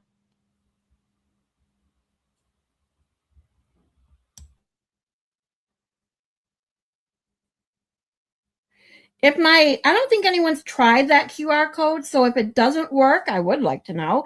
And Lily, thank you so much. Says, congrats on your channel. Lily, you're amazing. You guys are all amazing just for being here, and I appreciate the support more than you will ever know. Thank you.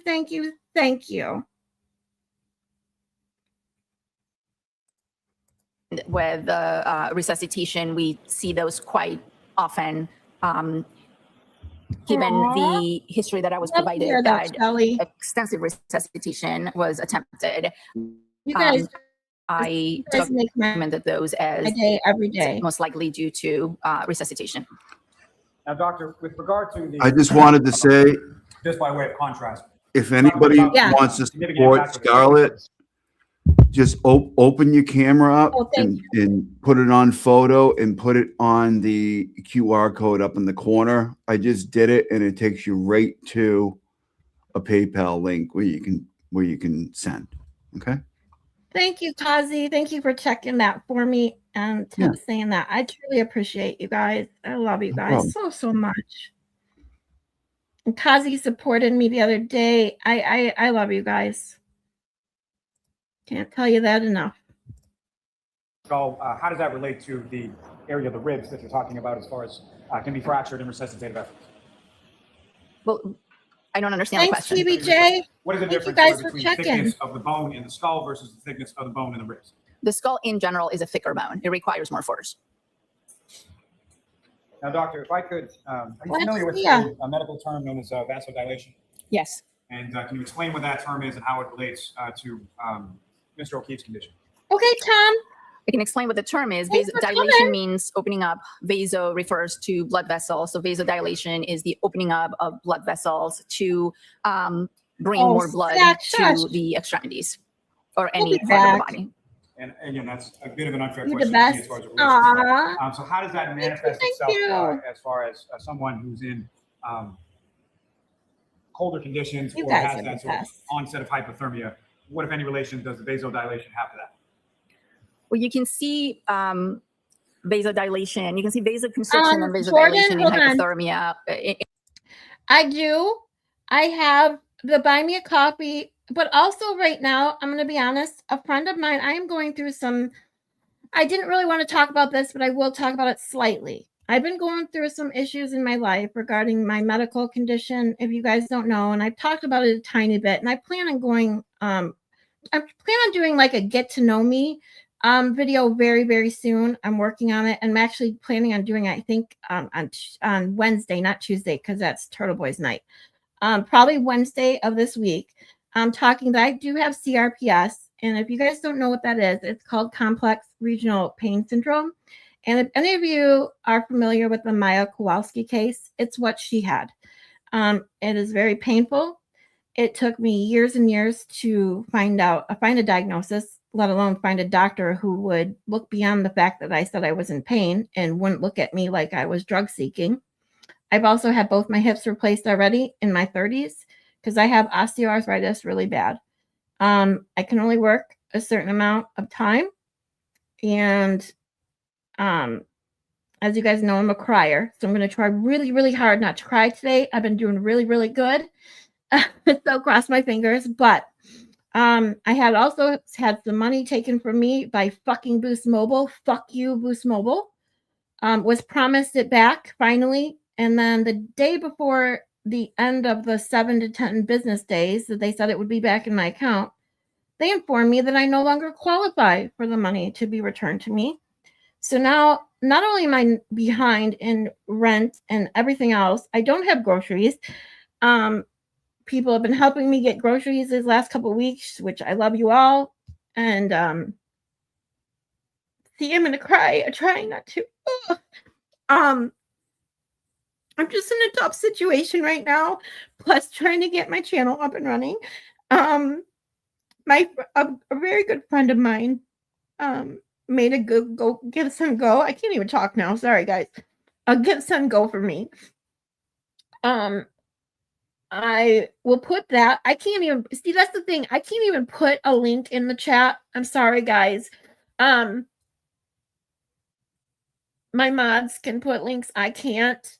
But it is on Maylin's Twitter page. If you guys know Maylin, I can type it in the chat. I can copy and paste, but you can't click on it.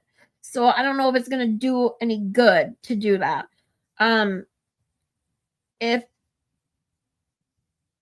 I don't know, even know how to. If you guys, I wonder if I can put it in my. Sorry, I wonder if I can put it in my bio / description. I'll look into that as we continue to watch the rest of Dr. Scordi-Bello's. But I do have the PayPal, the Buy Me a Cup of Coffee. The only thing with the Buy Me a Cup of Coffee, and trust me, I am thankful for any support.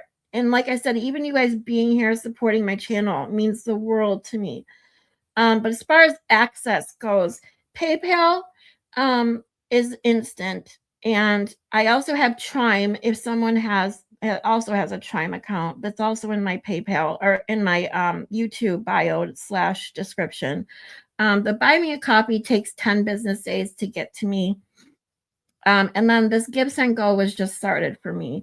And I'll look into figuring out how I can post that. Maylin normally posts it in my chat for me, but she is she had things to do today, so I love her to death. She's wonderful. Does all that for me. And it still makes no sense why I can't put a link in my own chat. It's the dumbest thing I've ever heard, but I can't.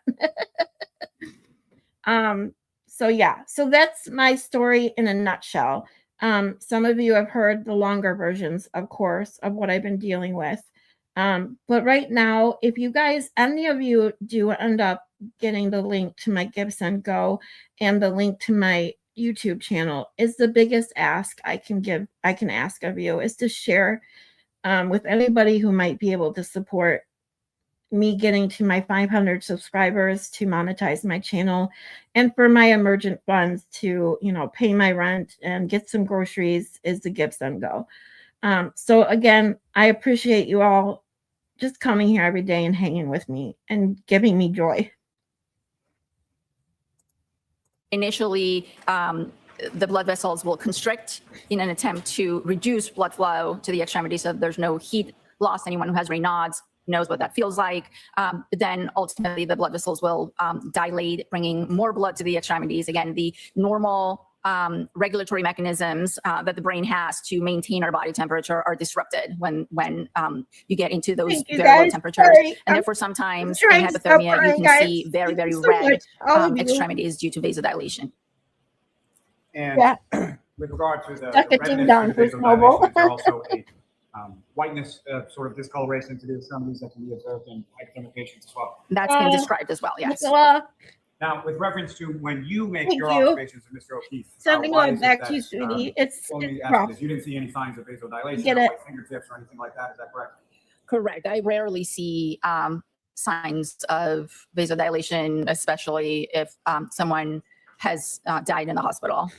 And can you explain to the jury sort of why that is? Zach, for two reasons. In this particular reason, Mr. O'Keefe was taken to the hospital and attempts were made at rewarming the body. So he was given warm intravenous fluids and attempts were made. For a second, sorry.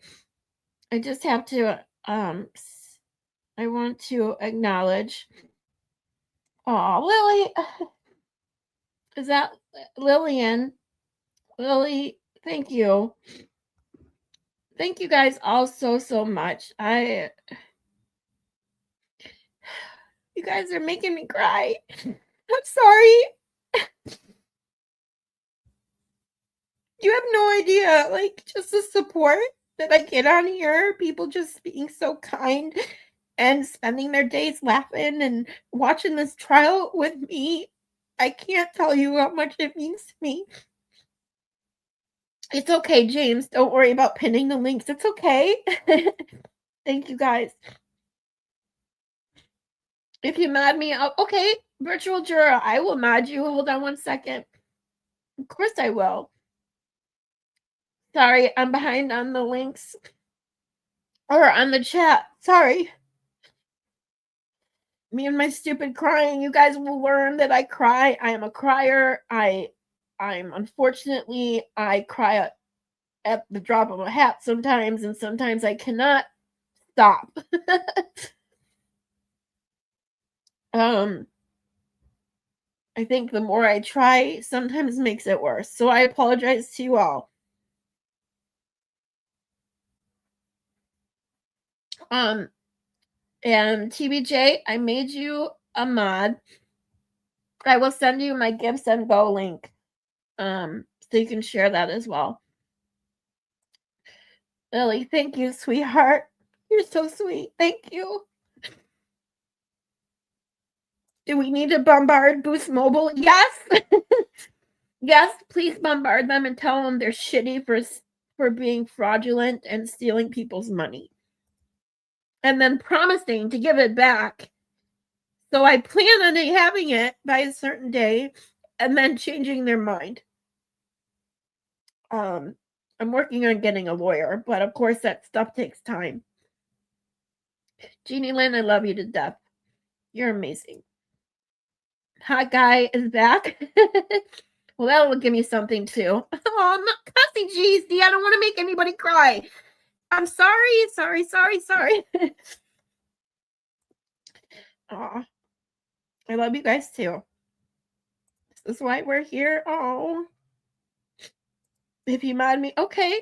I mean, I will mod whoever wants to mod. I mean, I love all you guys. I see, like me. Oops, I deleted your message oh, damn it. I deleted it by accident. Damn it. Sorry. See, this is what happens with my stupid hands when I'm. Oh. All right, let me go to this one. Zach, moderator. You are a mod, Zach. Thank you. I didn't mean to delete your comment, just so you know. All you will do is time out Kazi. Oh, see, I didn't even read that whole part. Just as if you make me a mod, I just see. This is what you guys do to me. I'm good, thank you. I'm just a crier. Yeah, that's what happens to me. Once I start crying, it just doesn't want to stop. Boost Mobile just made a heck ton of worse out of me. Thank you. The worst part is I was being so nice about not mentioning who my mobile carrier was when I started telling the story of what happened with my money. And for over a week, every day, I would check in with you guys knew the story, saying, nope, money's not here yet. Nope, money's not here yet. And then come Thursday, when they told me I wasn't getting my money, I was like, well, I'm just saying it. My carrier is Boost Mobile. I fucking hate you, Boost Mobile. And I told them on the phone that I have a YouTube channel and that I was going to tell everybody how much they suck for fraud. And they didn't care.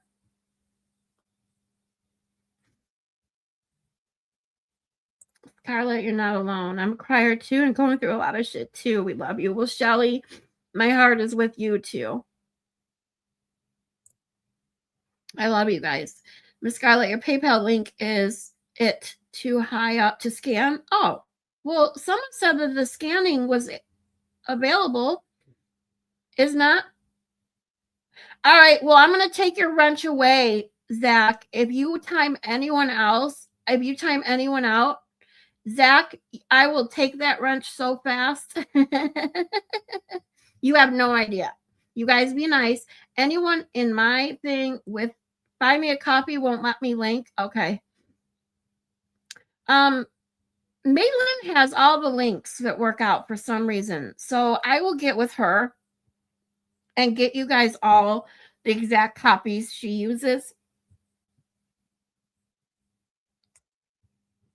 And follow up with you all. So, but thank you guys all for offering. Thank you for all the support.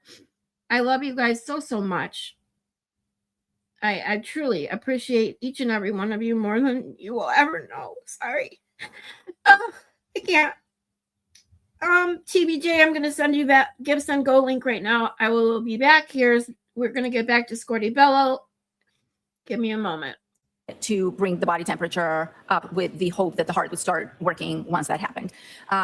Also, I did not physically see the body until Monday morning. God, you guys. And therefore, I can't really comment on vasodilation or any effects that hypothermia may or may not have had acutely on the because I'm seeing the body hours after death. And already the body has been transferred from the scene to the hospital, stored at the hospital, and then transferred from the hospital to our facility. So there's just too much time between. Go ahead. Time me out, Zach.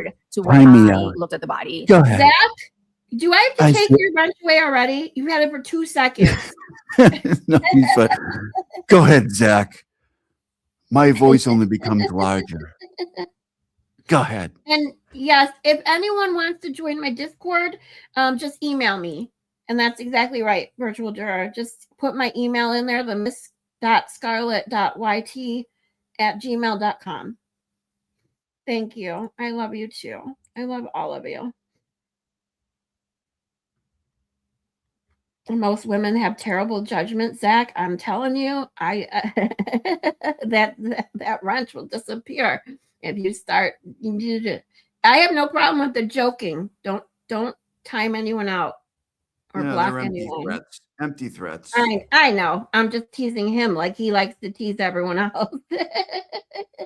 To make any reasonable comments on whether there was vasodilation or not. If I can ask you some questions, just turning back a little bit from what you were testifying to about yesterday.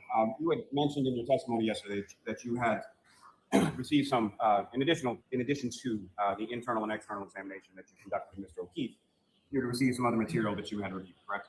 Correct. Now, included within that material was some material from the state police as far as the investigative agency investigating Mr. O'Keefe's death. Correct. Now, is that something, is that typical? Is that abnormal? If you could describe sort of in general terms. I'm getting the link for you that gives them go to TBJ. Hold on. Body or agency in relation to any sort of autopsy or examination you do. Yes. In Massachusetts, under Massachusetts law, the medical examiner's office is responsible, and our role is to determine the cause and manner of death by doing an autopsy. The scene or the scene of death or the place where the decedent is found is controlled by the district attorney's office, and state police will do an investigation. When we accept a case into our office, we request reports, police reports, to explain and describe the circumstances of the death. It could be a house, it could be. All right. Why can't I paste into Discord? Does anyone know? I'm the worst Discorder ever. I'm really bad. Like what I do know, I learned all from joining Danny's Discord. I have a lot to learn.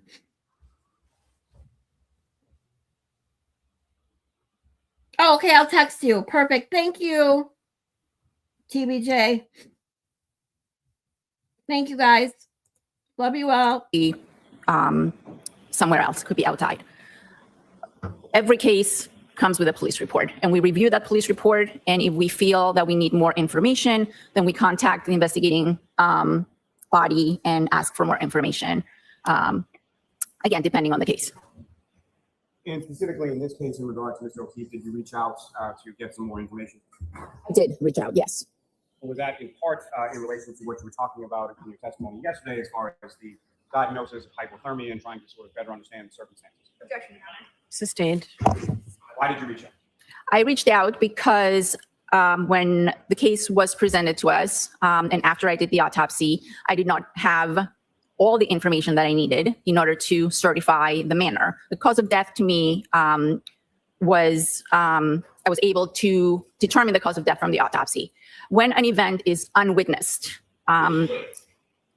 we usually reach out to the investigating agency and ask them whether they have any more information than they did on the day that the autopsy was done, because investigations sometimes take some time. So in the days and the weeks following the autopsy, I reached out and asked if there was any more information than what I was originally presented with. Was there any video from the surrounding areas? Did anybody come forward to say that they actually witnessed whatever happened? Again, by the time I was ready to finalize the case, and we have approximately 3 months or 90 days from the day of the autopsy until we issue a report, I was not provided with enough information for me to be able to determine the manner. Now, doctor, do you recall specifically who it was that you spoke with from the state police? Yes, I documented that I spoke with Trooper Proctor, I believe, twice. And with reference Let me get back in. Scordi-Bello is kind of a weird banana, is she not? The tone of that conversation. Yeah, she is for sure. Feel I- pressured I- or worse to come up with a certain. I did notice. Hold on, let me pause her. No, I did not. I did notice here. I wonder if she's got like one of those eye conditions.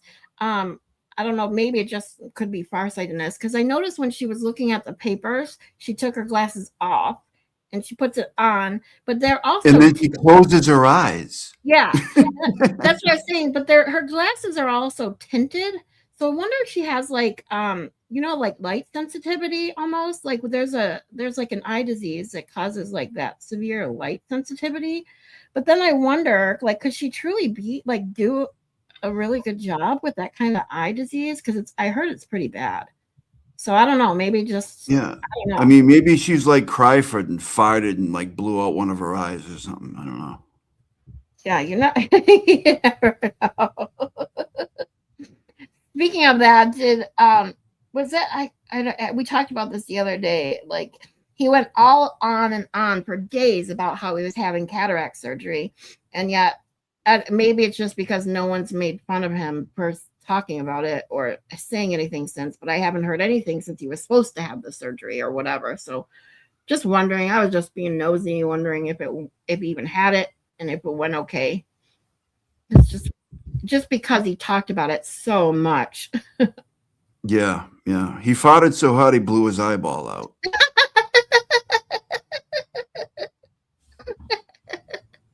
Oh, speaking of that, I found the picture that I wanted to show you guys the other day. Hold on. You guys that are new here don't know that we were through the trial, watching this first trial, we were I was, and people were giving me ideas on in ChatGPT, making funny pictures of our witnesses. But one of the very first AI pictures I made was of cry fart. And I couldn't find the one that I wanted to show you guys the other day, but I found it. But I do have to email it to myself. So let's play Scordi-Bello again for a couple more minutes, and I'll bring that up for you guys because it's freaking hilarious. And even if you had been, what would your response have been in reference to that? My response was that I am responsible for what goes on the death certificate, and unless I have enough information, clear and convincing evidence, I cannot determine a manner. Hold on, I want to read your message if you left one. May I approach? Yes.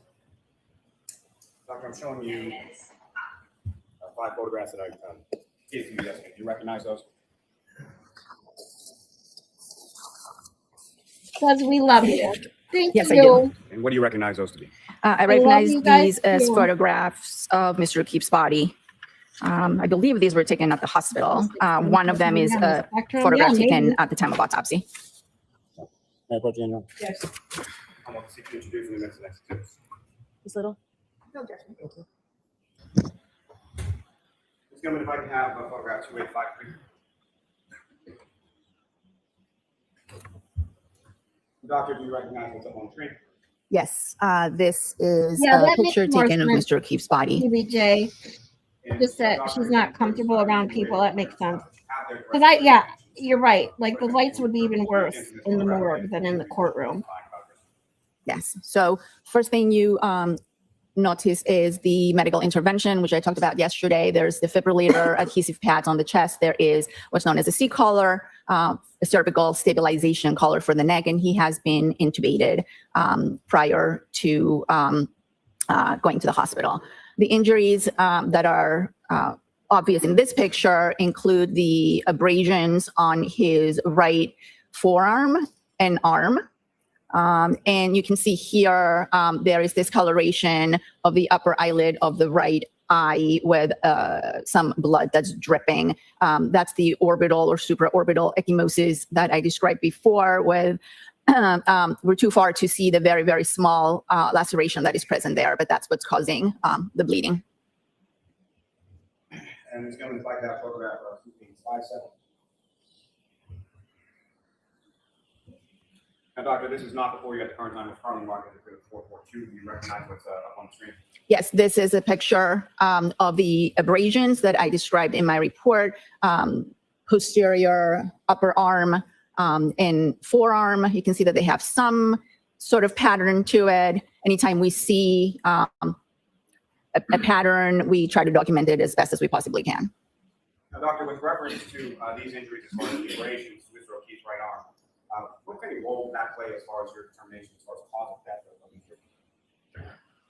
These are superficial abrasions to the skin. They are not lethal. They're not contributory to the cause of death. The trauma that I observed on the head along with the hypothermia are the two factors contributing to his death.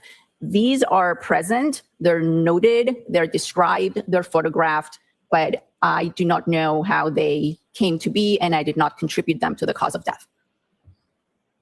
Ms. Gilman, if I can have photographs.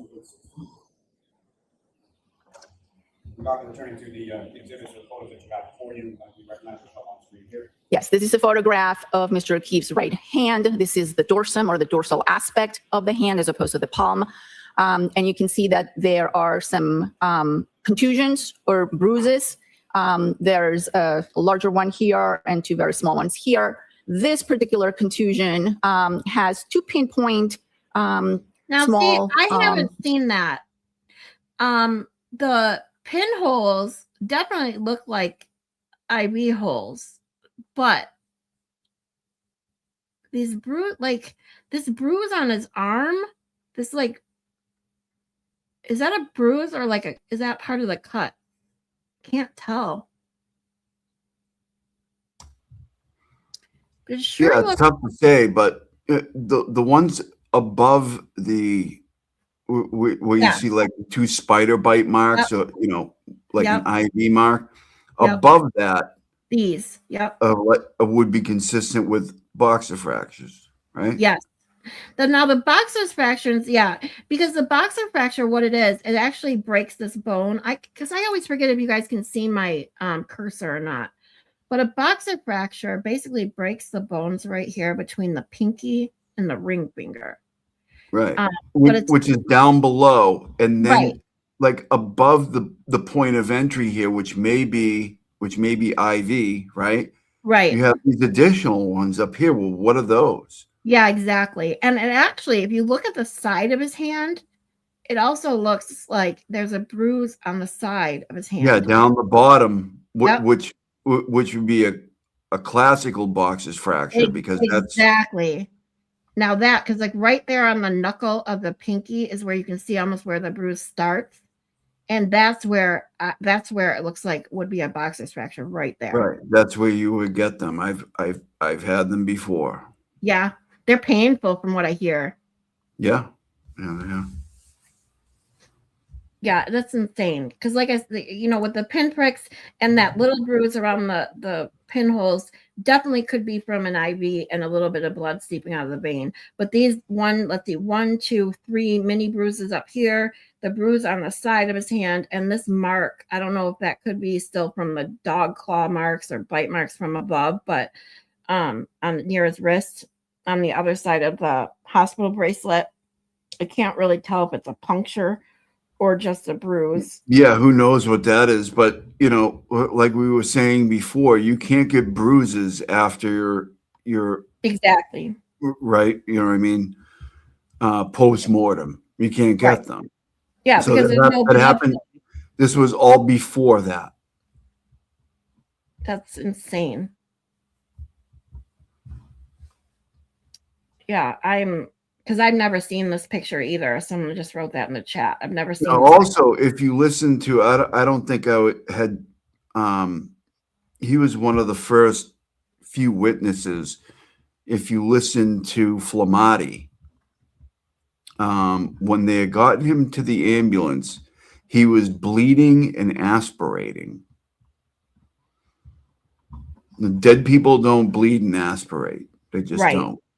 So, well, Flamati, I'll be honest, Flamati was totally uncredible, like not credible at all, because he's the one that was like, oh, well, he finally admitted he had to have been in the ambulance. And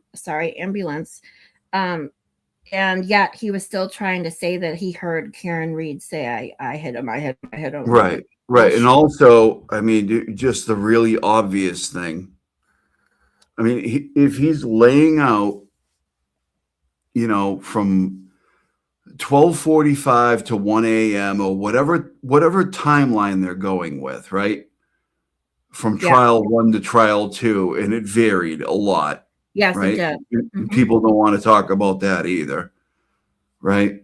Yeah, they changed it to fit their narrative, and then if he is out there inactive, not dressed for the weather, in the snow, from 12:45 or 1 a.m. to 6:30 to 6 or 6:30 a.m. For one, he's going to have frostbite. He didn't. Yeah. He would be a popsicle, a human popsicle. I mean, let's just call it for what it is. Right? Yeah. And he wasn't. His body temperature was 80 degrees. He was bleeding and aspirating, which tells you he wasn't out there for nearly that long. Right. Nearly that long. And why that wasn't harped on enough, I don't know. But it should have been. I agree. And there's a couple things that I really feel that they could or should have gone on more about. Couple things that I saw they didn't even use. So I don't even know if they had the information during the trial. But I do understand that the defense had to pick and choose, especially seeing how long this first trial was. Like, it's insane. And they can't bring in every little thing, because then it just overwhelms the jury, just like the prosecution is trying to do. I get that part of it. Right. But I feel like this should have been something that should have been harped on. And also, this in the 1162 key cycle should have been driven home 1,000 times. But yeah, they had to focus on what they had to focus on. So yeah. I'm sorry, Joy. I know it is sad, and it's sad that I truly believe he won't ever get justice. That's the even worse part, because they screwed this up from the very beginning.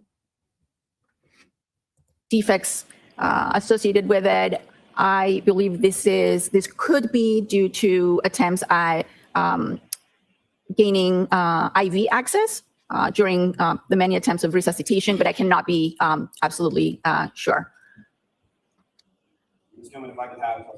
Nicola, I'm going to stop it here too. Sorry. The only reason I disagree right there is because, first and foremost, sorry, let me put this back up for a second.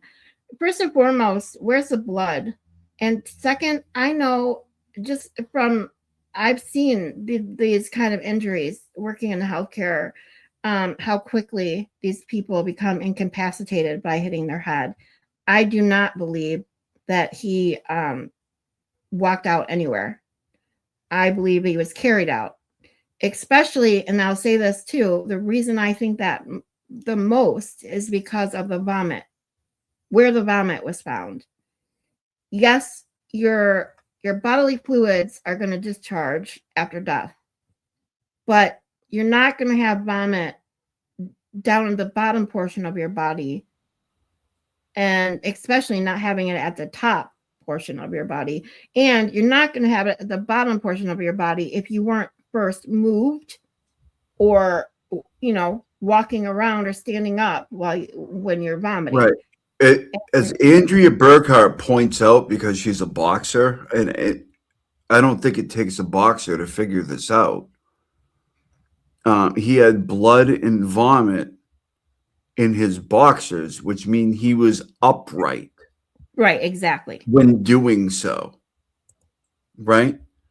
Yes. You can't lay down and bleed and vomit into your boxers because you are on a plane that doesn't allow gravity to work that way. Exactly. And she pointed that out many times, and she's right. I mean, in order for that stuff to be there, he would have to be upright.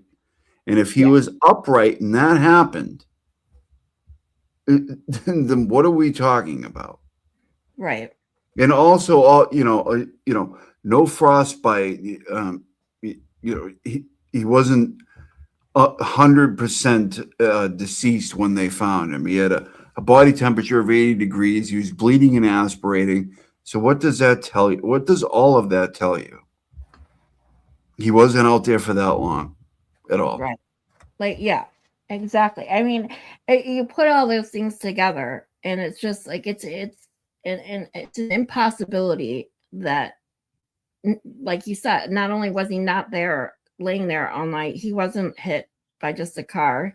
He had other injuries. He was beaten up, bitten by a dog, and these other things that I didn't even think of that people brought up as we were watching this trial, like how the clothes, I did not know the clothes were sopping wet. Now I understand the back of them being wet and it kind of soaking in because of the snow, but he would have froze, he wouldn't have just been soaking wet. And someone brought up that they thought maybe they washed not washed, but ran it through like the rinse cycle, because it also makes sense if you think about where the vomit was found. Like, well, I don't put a lot of stock into the clothing stuff because, he was brought into the ambulance. He was warmed, and then he went into the hospital, and from there they say the clothes. I don't put a lot of stock into the clothing, but what I do put a lot of stock into the clothing is in trial 2, you saw grass stains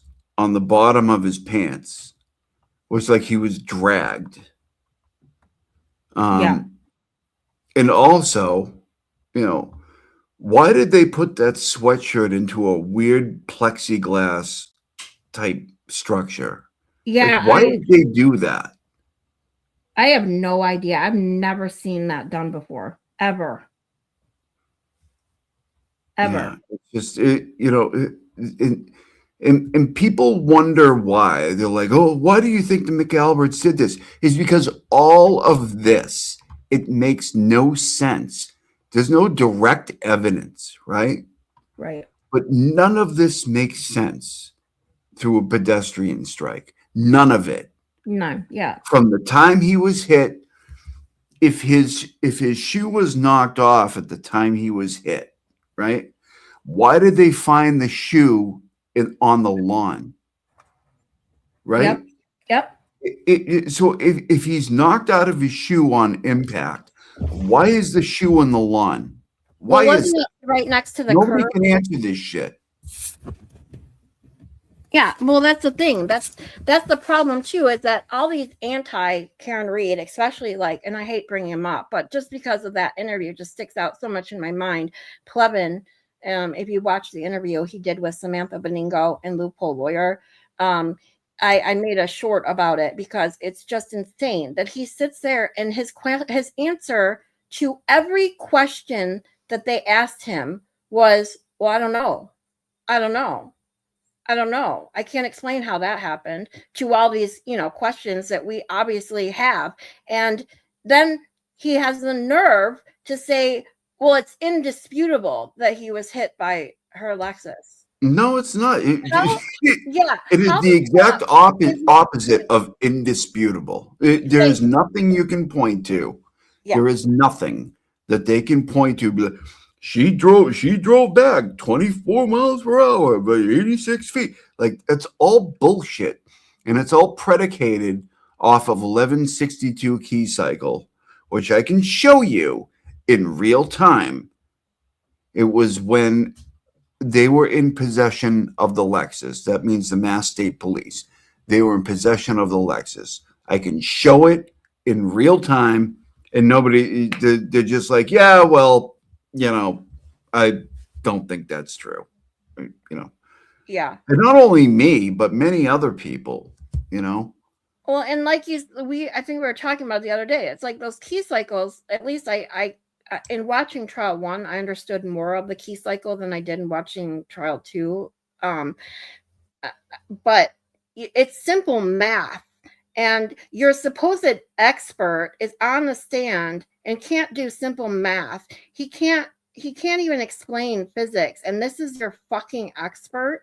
Like, if you can't do simple math and you're trying to explain each key cycle, that is literally, you just go from the very last one and count backwards, and you obviously got it wrong. I mean, we have serious problems, and these people are called experts. But the problem that I have is with, okay, the criminal trial is done. Okay. She's not guilty. Okay. We get all that. But in the civil trial, they're also predicating the trigger event on 1162 key cycle. Right. They're still taking that thing and they're just laying it over. Right. And that's why it's important to debunk, because they're still using that to this day in the civil trial to say that she hit him. Wow. When it's easily provable that you're taking that, 26.2 miles per hour in reverse, it was 62, and then it was 80 something feet. And they're taking all of that on that 1162 key cycle, which can easily be debunked that is not when it happened. Right. The state police had possession of that vehicle for 1162 key cycle. I can prove it. I've done it before. I'll do it again. Yeah, I'd love to see it. I really do want to see it, because now that I have more of an understanding of the key cycles, I'd really love to see you do that, because especially with he's literally when Trooper Paul was on the stand saying how he was explained how he thought 1162 was the event, that wasn't taking into account that the freaking car was driven onto the wrecker, the tow truck. And then he's like, oh, well, I can't explain why it didn't register that key cycle. Wait, what? So you're just assuming that wasn't registered? Where did that come from? But this is the problem with what he's saying, right? So every key cycle and every ignition cycle is recorded. Every one of them. Every one of them. Now, a trigger event is something that pops up as an abnormality in the data, right? Yeah. So what he's trying to say is the 1162 key cycle is also a trigger event, and they're separate things. They're separate things. Right. They're not the same. And when I finally understood about it, watching this one in particular, it was done differently, that I understood where what he was trying to say when Alan Jackson was cross-examining him, that when you have a key cycle, you're turning the car on, but not necessarily turning the engine over. Okay. So like you want to listen to your radio, but you don't want to turn the engine on. You kill your battery, but your engine isn't running. You're not wasting gas. Okay.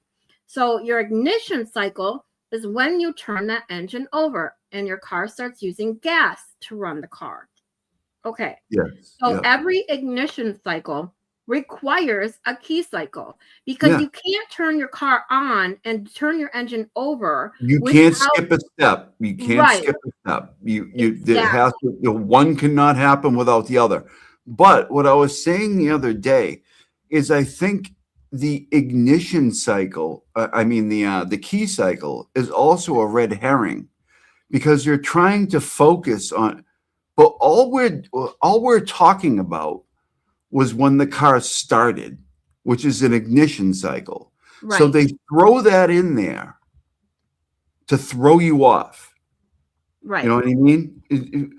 But we're not talking about the time she turned on the battery and turned on the accessory in the vehicle, in the Lexus. We're not talking about that. We're talking about ignition cycles where the car was actually started. Just throwing that in there is misdirection. That's all it is. Yep. I get that.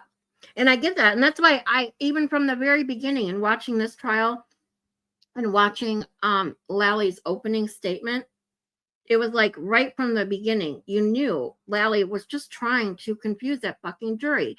Mentioning 80 people's name in an opening statement where jurors have no clue who you're talking about, at the end of that are like, what the fuck did he just say?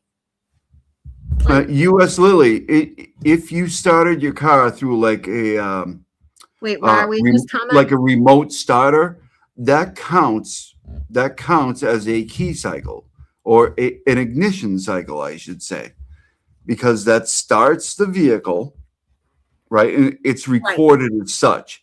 Whether it comes from a remote location or whether you push your finger on the button, it still records the same way.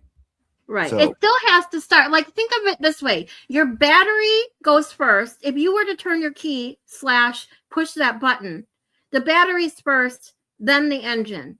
You can't start your engine without your battery having some power going to it. So the battery is your key cycle. Your engine is your ignition cycle. You can't start your engine without your battery. Yeah, it records it just as if you put your finger on the button inside of the car. Right, exactly. Yeah, there's no difference. Yeah, that's a great question. Yeah. But it's just poop or troll, right? Yeah. Says he started his testing at 1164. You can go back and you can watch him go back 2 times to 1162 when it's being put on the fucking tow truck. You can watch it.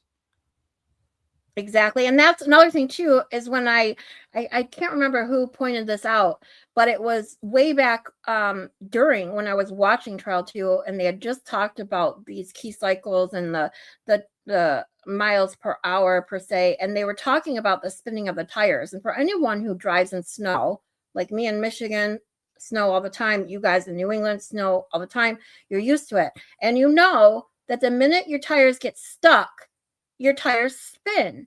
And what do? Unfortunately, most people, what's the first thing you do? You push down on the gas pedal. And that's when they started talking about the percentage of the gas pedal being pressed down. That's what got me the other day. Was like 74% on the brake. The accelerator. Right, they have the accelerator. Yeah, and that's what I'm saying. I'm thinking every time. It's not the smart thing to do, but it is what we do. Most people, when you get stuck, what's the first thing you do? You press harder on the gas pedal to get yourself out of the snow.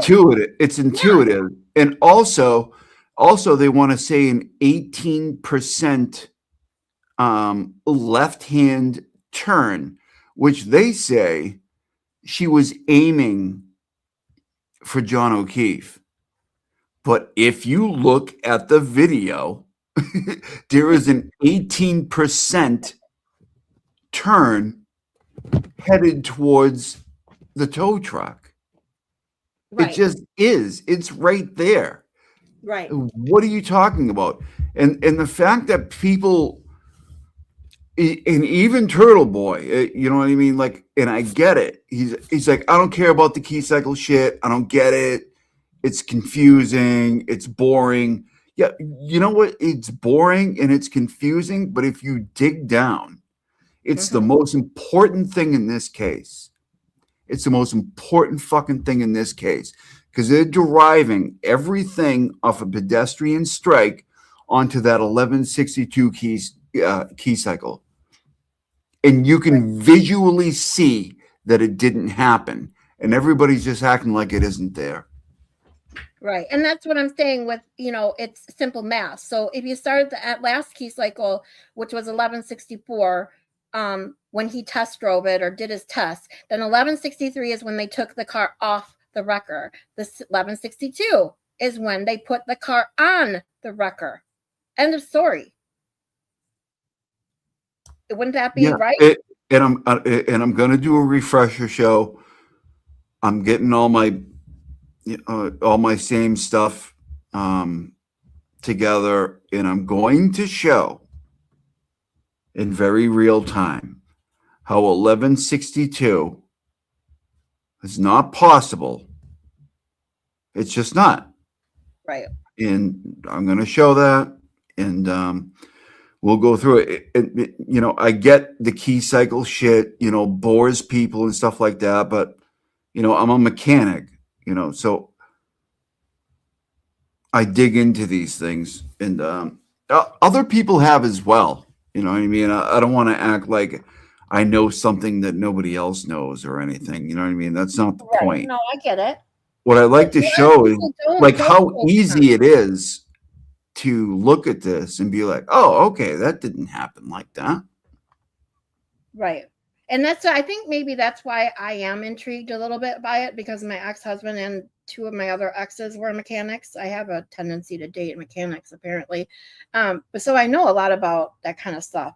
Now, I couldn't really work on a car. I can change my oil. I know how to change my tire. I'm just not strong enough. But I mean, that's why it was, and I appreciated you the other day when you were like, when I was trying to explain it, am I getting this right? And you're like, yes.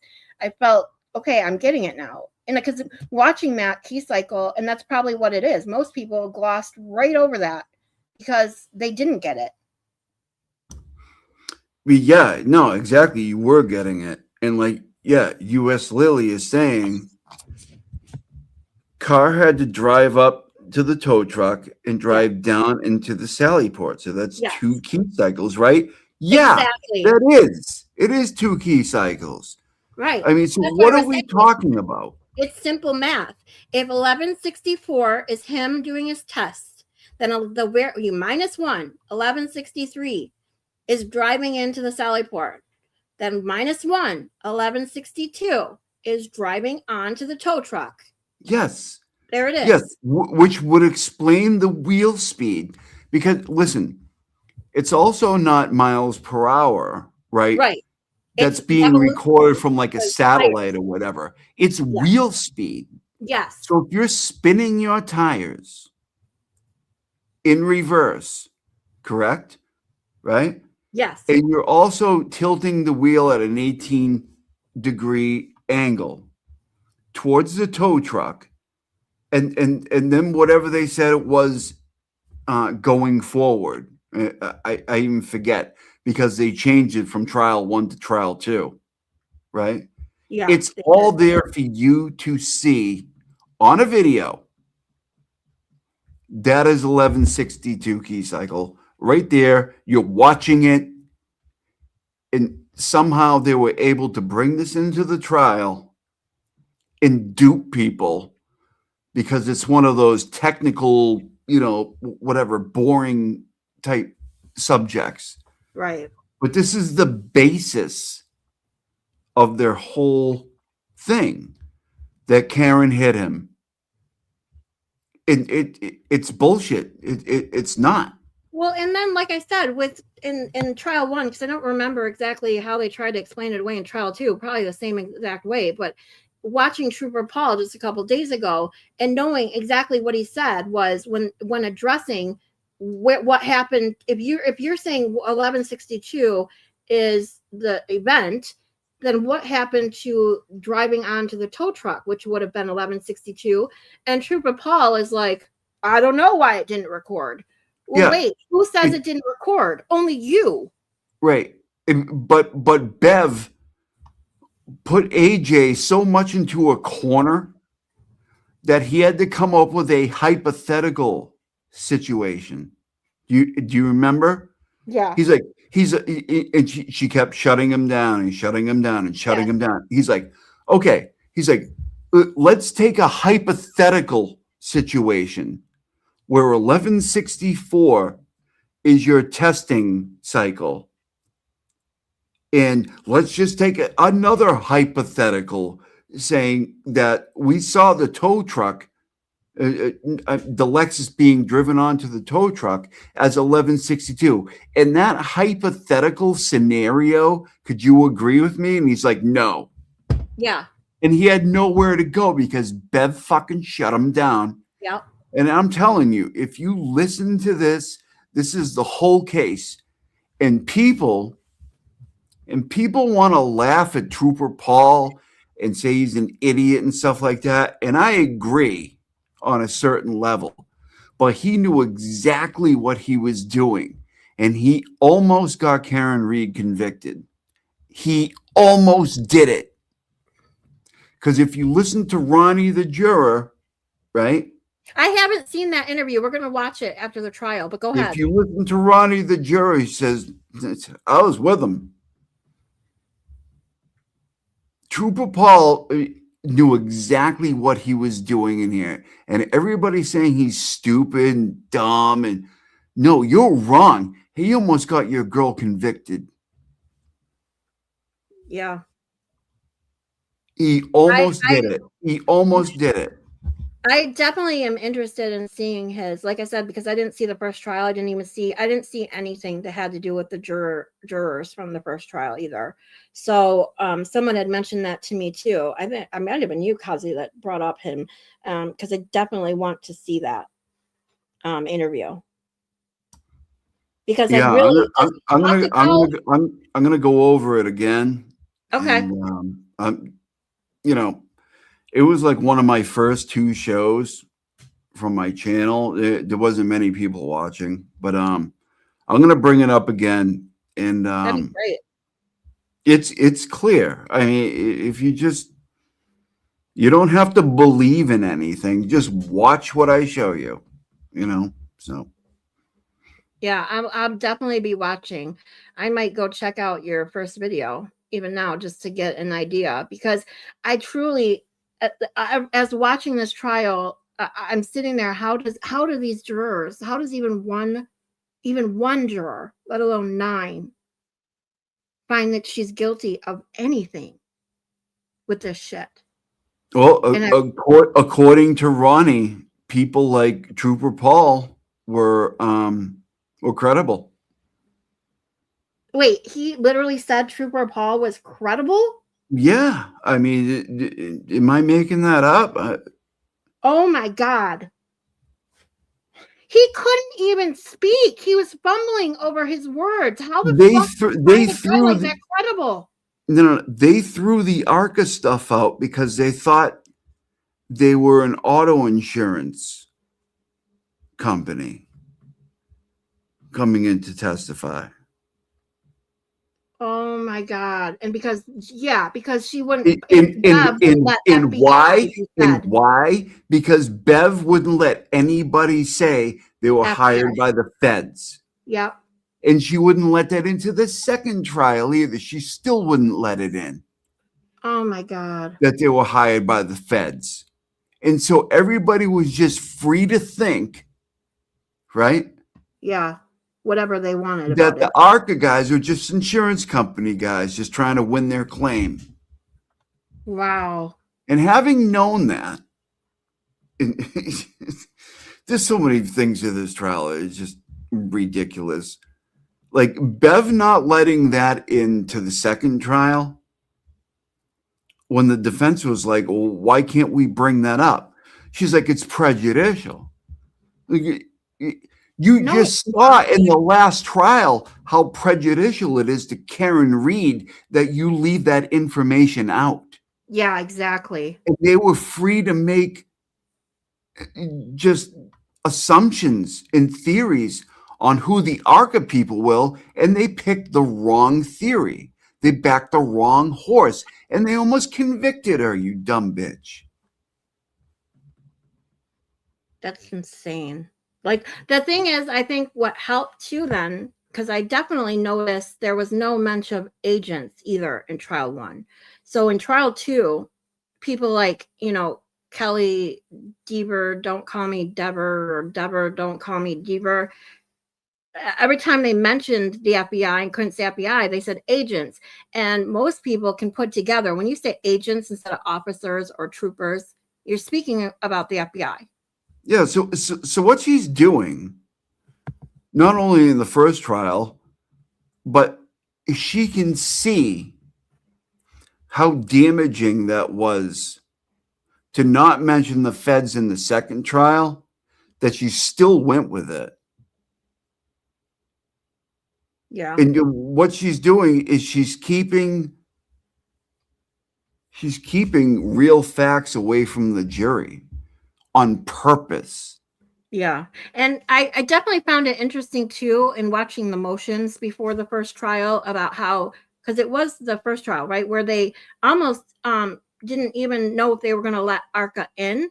And Yanetti's like, how am I going to do my opening statement without knowing? Or was it Yannetti or Alan Jackson? Whoever did the opening statement, now I'm getting all confused. It was which is which. But when they're already preparing their opening statement and you're about to make an opening statement and the judge can't even say whether or not ARCA's coming in, and that's part of your opening statement, and especially a big part of it. Like, yeah, in that whole thing with Brennan, the grave concerns, it's all horseshit. It's all horseshit. She did everything in her power. Everything in her power. Well, not everything in her power, because she could have excluded, she could have got rid of, I suppose. It would have been a real problem for her. It would have been a real problem for her. But she could have, even on the fake basis of the grave concern shit with ARCA, excluded Jackson, right? Yeah. And Alessi, for that matter, because they were both pro-hawked. Right, exactly. Through David Yannetti. Right. If they get rid of David Yannetti, so go his pro-hawk lawyers. So she ends up with no defense. Now, even Bev wasn't that crazy to do that, because she realized the shit she was basing it off of was ridiculous. That they have just received discovery. And that's when I talked about Spanky earlier, why he, in my opinion, can't be redeemed. And that's exactly it. He came in as an outsider. He wasn't in this from the beginning and full of shit like the rest of them. And he said he wanted to put fresh eyes on this case and do the right thing and this and that. And yet he still brought it to trial. When if he really wanted to be an upstanding man coming in from the outside, putting fresh eyes on this, he would have never taken, he would have said, nope, I'm not prosecuting this. Sorry. No, anybody that has any brains would have clocked what Brendan was doing from the get-go. I mean, give me a fucking break. Give me a break.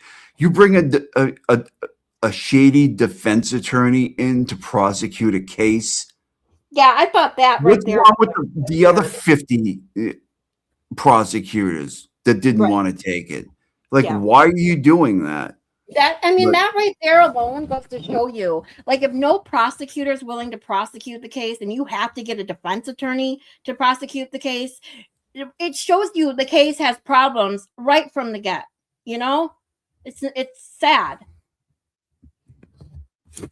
It's angering that people like Spanky exist, that they will do anything for money. Yeah, if you need a defense attorney to defend the Commonwealth, Yeah. you're already losing, dude. That's not a prosecution. You're trying to defend the Commonwealth, which everybody saw except for them. Right. You know, like, oh, Well, like, none of why them. did you bring him in? Yeah. Well, then that's the problem. None of them could see how stupid they all looked. And that's where it goes, like, literally, that's what drove me to want to start my channel, in the group thinking and the conformity, all of these things that fascinated me about psychology was all in one in this trial. It's insane. Yeah, it was all there, you know. Yep. Exactly. Yeah, it was all there. You know, we can get into the psychology stuff later, but Yeah. Yeah, I can't wait for us to do a psych stream. If anyone doesn't know, Kazi is about to get his psych degree. Woohoo! Woohoo! yeah, So excited for you. yeah, very soon. You know, I'm 1,000 years old, but you know, Oh, shut up. whatever. You No, are not. I just turned 53, so I'm not that old. No. And I told someone the other day, was talking about they would go to law school if they weren't such and such an age. And you know what? You're never too old. You're never too old to learn. You know? I mean, hell, if I had the kind of money at 47 to go to law school, I'd do it. Fuck. Yeah, You know what I mean? absolutely. All right. So thank you for hanging out, Kazi. We're going to finish Scordi-Bello. I do want to finish it today. So tomorrow we're going to get into Lucky Loughran. We got about 30 minutes left at 1.25 speed. You care hanging out, or you good?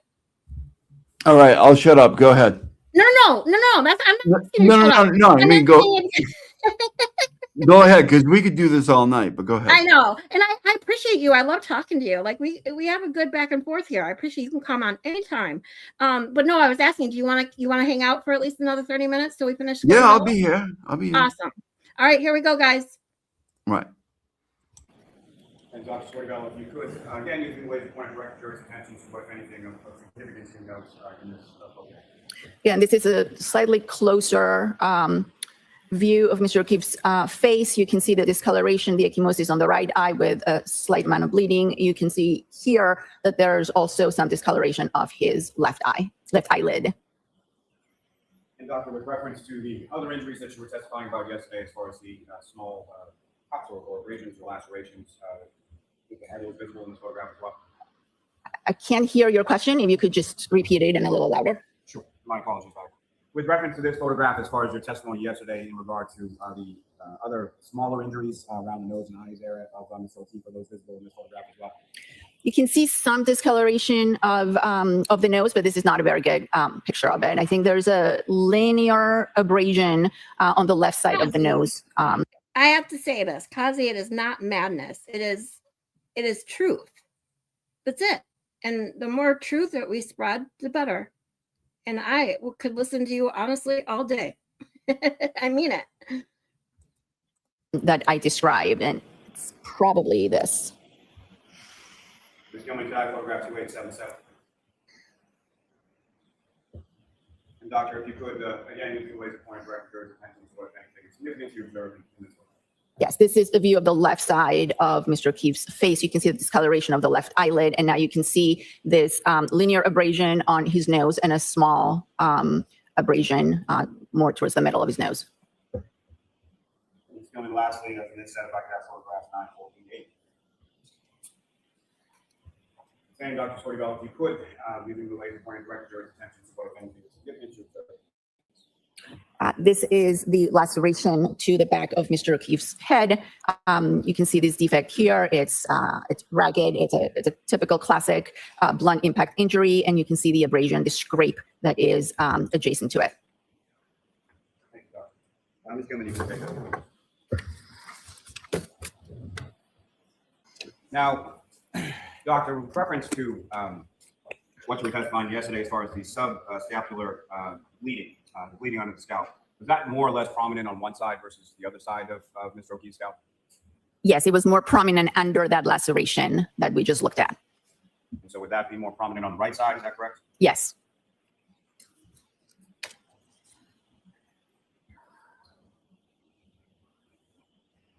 Now, you testified yesterday about a blunt objects injury in relation to the injury to the back of the head, then leading to the fractures and the bleeding in the brain, right? Correct. And then further leading to the ecchymosis, is that correct? In the eyes, yes. Now, that blunt object, what, if anything, can you say about what that blunt object could be?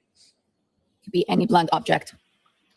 Now, from your training experience with reference to the number of autopsies and examinations that you've conducted over the years, would that blunt object's possibility include the ground, especially if it was frozen ground? Objection. Ask the question differently. The injuries that you observed to the back of Mr. O'Keefe's head, skull fracture, would that be consistent with a fall to the ground? It could be. Would that be consistent with being projected by an object, say in a pedestrian collision, and then striking your head on the ground? It's possible.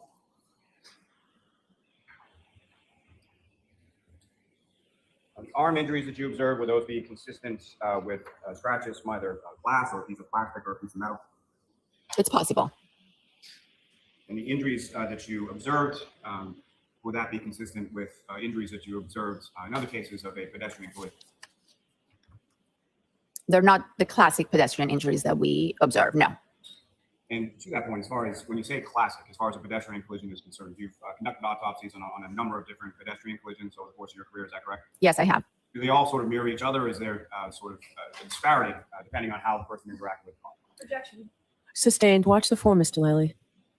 What, if anything, are every That's injuries falls from a pedestrian you know, collision falls the same? he falls back on that. No. What if Why not? anything? Every It time. depends on many factors. It depends on the position of the body, of the pedestrian or the person being struck. It depends on whether they are moving or standing still. It depends on the speed of the car. It depends on whether brakes were applied or not. There's a lot of factors that come into play. Would another factor be sort of the shape of the vehicle that strikes a pedestrian? That's also possible. Yes, that's a factor. And did you have occasion to see any photographs, or have you seen any photographs in relation to the defendant's vehicle in this case? I have seen photographs, yes. And the size or shape of that vehicle, what, if any, significance did that have to you as far as your examination? Objection. I'll allow it. When we have a potential vehicle, clearly we look at the height, because one of the things that we do in most or all pedestrian or people struck by a motor vehicle is look at the legs, because in the majority we see injuries to the legs from the bumper of the car, again depending on the kind of car, the size of the car, and the height of the bumper. So Oh, in really? Mr. O'Keefe, I did not see any injuries in the lower extremities. And looking at the car, I did note that it was a much bigger car with much higher, I would say much higher tail light bumper. It was not a sedan or a car that's low to the ground where the bumper would be at the level of, let's say, the knee or slightly above or slightly below. Yeah, Yeah, but maybe. okay, I just gotta say this. What difference does that make? He still had no bruises on his torso, hip, butt, thighs, back, nothing. So that's just a bunch of bullshit. Yesterday in your testimony, you indicated that the skull is a pretty thick bone. Is that correct? Yes. Sustained. With regards to the thickness of the skull bone, what, if any, significance, or what, if any, what, if anything, you say as far as the type or amount of force that would be caused would be necessary to cause the fracture that you're Objection. Overruled. I would consider the amount of force to be significant, again, without being able to quantify it. Now, doctor, from the internal and external examination that you conducted in regard to Mr. O'Keefe, as well as the other materials that you reviewed, were you able to come to an opinion to a reasonable degree of medical certainty as to the cause of death of John O'Keefe? Yes, the cause of death was due to blunt impact injuries of the head and hypothermia. Thank you, doctor. Your Honor, I have no further questions. All right, cross-examination.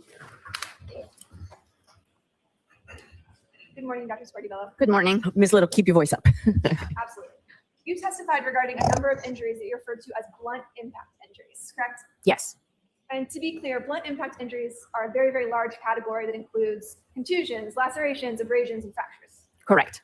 And you testified similarly that a blunt object can also refer to a large range of objects. Is that right? Correct. And I think yesterday you gave the Okay, example of a Nicola. microphone being a blunt Aw, object. Correct. It Have could a also great include sleep. something like a baseball and don't work bat, too hard tomorrow. Correct.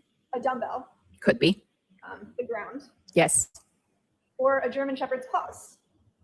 Claws. Possibly, yes. You'd agree that John O'Keefe had a number of blunt impact injuries on his face, on his head, and his right arm. Yes. Besides his right arm, which we'll discuss in a second, taking his body from the neck down, he did not have any significant injuries. From the neck down. Not significant, no. Let's take those one at a time. No injury whatsoever to his shoulders. Correct. No injuries whatsoever to his chest area, aside from sort of the CPR-related injuries that you discussed. Yes, correct. And that was in the sternum, is that right? It was in the ribs, just adjacent to the sternum. Yes. Okay. No injuries to his torso, other than that? No. No injuries to his back? No. No See, injuries that's what to I just his said. hips? Correct. No injuries to his pelvis? Correct. No injuries to his thighs? To his, Thighs? no. No injuries to his knees? Correct. No injuries to his shins? Correct. No injuries to his ankles? Correct. No injuries to his feet? Correct. From the neck down, he did not have a single broken bone, again, aside from those CPR-related injuries you discussed, correct? That's correct. Not a single fracture. Other than CPR, correct. And you spoke earlier about how the bumper was a little higher than on, say, a regular sedan, correct? Correct. And so usually in a pedestrian collision, you would see injuries to the knees, is that right? Thank you Objection. for coming, Joy. Depending on the kind of car, depending on the speed, depending on the height of the individual and the car, you might see injuries to their lower extremity. Yeah. But in this case, you didn't see any injuries to his thighs, to his pelvis, anything even at the height of the bumper, is that correct? Correct. Had a very minor abrasion to the side of his right knee. So surely you'd agree that John O'Keefe's injuries, or lack thereof, are inconsistent with having been struck by a 7,000-pound vehicle at 24 miles per hour and being projected 30 feet. Objection. Sustained. Break What? it down, ask it differently. Would you agree that John O'Keefe's injuries, or lack thereof, are inconsistent with having been struck by a vehicle at 24 miles per hour? I would say it's likely and unlikely at the same time, depending on the position of the body and the vehicle in question. Wow. Well, let me give you a hypothetical. Let's say Are the you person was serious standing right now? with their arm like this, and they were struck by the rear taillight of a vehicle at 24 miles per hour. Would you agree that his injuries are inconsistent with that scenario? Objection. Sustained. Maybe approach, Your Honor. Sure. Would you agree that John O'Keefe's injuries to his arm, that's right there, are inconsistent with having been struck by a vehicle at 24 miles per hour and then causing him to spin around and be projected 30 feet? Okay, so you need to break it down. Would you agree that John O'Keefe's injury to his arm are inconsistent with having been struck by a vehicle at 24 miles per hour? I don't know. I am not a reconstruction expert. I'm not the biomechanics expert. I never personally inspected the car, so I can't offer an opinion on that. You did examine John O'Keefe's arm, correct? Yes. What? You observed no Oh my God, I'm injuries, so, oh my Correct. God. no fractures, Correct. and no broken bones. Correct. I'd like to talk about the injuries to John O'Keefe's face. You testified that Mr. O'Keefe had a laceration on his right upper eyelid. Correct. You also described multiple. He might have got abrasions on bigger. his nose. 2. Yes. Although these injuries may not have been the ultimate cause of his death, you'd agree that less severe injuries can still be very important in interpreting the manner or the context in which that person died, correct? Correct. And in furtherance of that, you've been taught that when doing an autopsy, details matter, Correct. no matter how small. Correct. And that's one of the reasons as a medical examiner, you have to notate every single injury you find on a person. Is that Correct. right? If I could show you. May I approach, Your Honor? Yes. Do you recognize that photograph? I do. And is that a photograph that was taken in connection with your autopsy? Yes, it was taken at the time of autopsy after the face was cleaned. I move to admit. I'm sorry, after what? The face was cleaned up. Okay. I move to admit, Your Honor. Any objection, Mr. Lally? No, Your Honor. Okay. Are these the facial injuries that you were testifying to earlier? Yes. And could you kind of describe in that photograph what injuries you observed in his face? Yeah, he's come a long way. The orbital ecchymosis on both eyes, the small laceration to the right eyelid, the abrasions on the nose. And you testified that the injuries to his face were also the result of a blunt force trauma. Correct. So that's the laceration to the eye and the 2 abrasions that we see there on his nose. Correct. And you agree that those injuries don't just manifest out of nowhere, right? Absolutely. They have to originate from something. Yes. Would you agree that his injuries to his face are He consistent might with have having gained a been couple punched? pounds. That is a possibility. Punch. Your internal examination notes also cite a tongue laceration on the right front of the victim's tongue. Do you recall that? Yes. And you'd agree that a tongue laceration can be also caused by blunt force trauma. Correct. And that could also include something like a punch to the victim's face or jaw. That's a possibility. In addition to the facial injuries, you described that Mr. O'Keefe had a significant laceration on the back of his head. He had 1 laceration to the back of his head. Correct. I believe we saw a photograph of that Yes. a little bit earlier.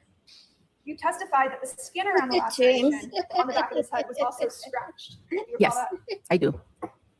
But you did not testify as to how you opined that might have happened. No. Would you agree that someone could certainly get scratched on the back of their head if they were, for instance, dragged on the ground? It's possible. You described the open wound to the back of his head as a laceration, which is sort of a blunt force injury that's not the result of sharp force trauma. Is that right? Yes. And you'd agree that Mr. O'Keefe's head injury came from some sort of blow to the back of the head, whether it be an object or the ground. Is that Yep. right? Yes. Objection. And that injury could be the result of falling backward from a standing position onto concrete. It's possible. It could also be the result of being struck with a large object such as a baseball bat or a barbell. It's possible. In other words, it was an irregular laceration that resulted from some blunt force trauma. Correct.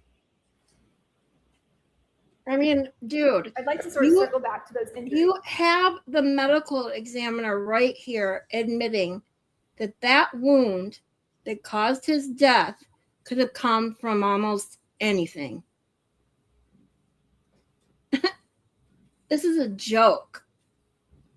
Like, it's disgusting. And I mean, I can't believe I didn't see this trial when it first happened. Like, it's crazy to me that I somehow didn't find it. But every time something is said in this trial that is blatant of reasonable doubt, is that just boggles the mind. Not only that it went to trial, but that 9 people, 9, somehow thought she was guilty. I don't Yeah, get it. amazing. Holy crap. Is to Mr. O'Keefe's arm. You testified that there were, again, no fractures, no broken bones, no significant contusions. Correct. But you did describe the wounds to Mr. O'Keefe's arm as having discrete linear abrasions, which were caused by some sort of blunt objects, correct? Yes. What does discrete mean? It means each one is an individual injury as opposed to confluent, where it would be all meshed together. Your Honor, if I could publish what's been previously marked as Exhibit 19. Okay. And these are sort of the linear wounds that you're referring to. Yes. And you testified that these also sort of appear in clusters or groups. You call them Yes. pattern abrasions. Is that right? He's Yes, I did. purring extra loud And today. you'd agree that, for example, That's road rash okay. does not result in this type of discrete linear wounds. It could, but not That exactly means like he's this. comfortable and Well, typically, happy. road rash covers sort of a large area of the skin. It would be a large abrasion. I mean, you've seen numerous cases of road rash in your Yes. career. And it doesn't look like that. Correct. Blunt force trauma can include injuries from various objects, as you testified, including an animal paw, correct? Correct. And you'd agree that these discrete linear abrasions are inconsistent with having been struck by a smooth rear tail light at 24 miles per hour. Objection. Can you answer that, doctor? I can't. By Okay. smooth, no. All right, next question. By a smooth rear tail light, you're saying that is not what you would see at 24 miles per hour, correct? Objection. Sustained. As you testified earlier, you've indicated that based on the facts that were presented to you, you don't know what caused those significant scratches on Mr. O'Keefe's right arm. I do not. May I approach, Your Honor? Sure.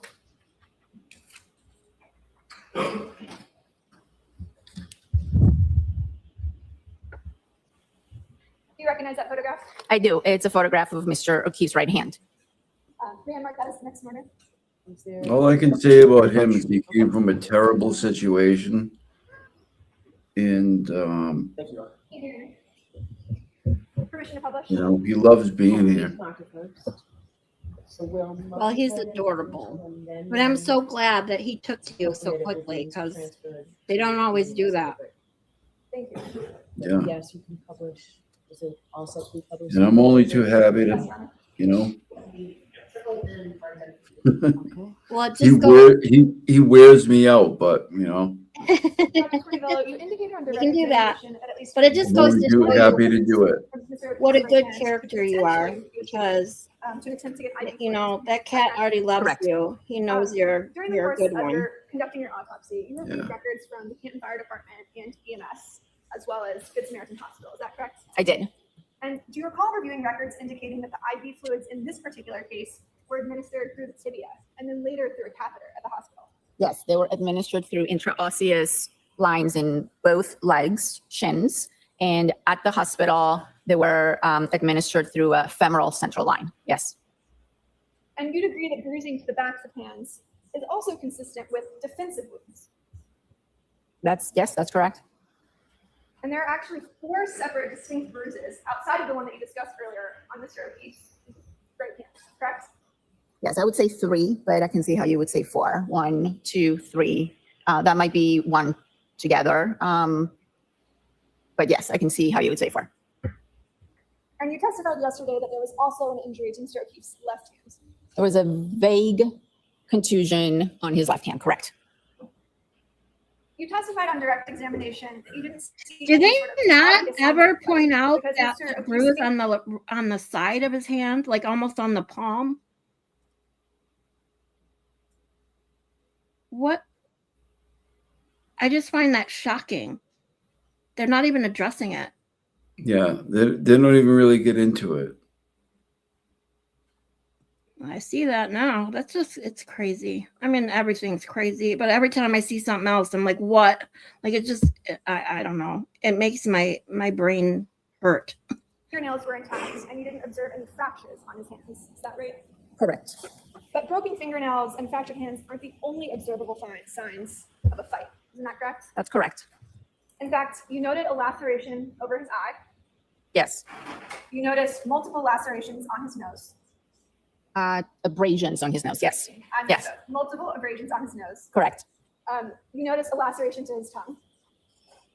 Yes. You noted the contusions on the back He of was his about to right say something Correct. else. Did you see that? the injury, the contusion to his left Watch hand, this. on the back I of his wa- right hand. Watch this. Yes.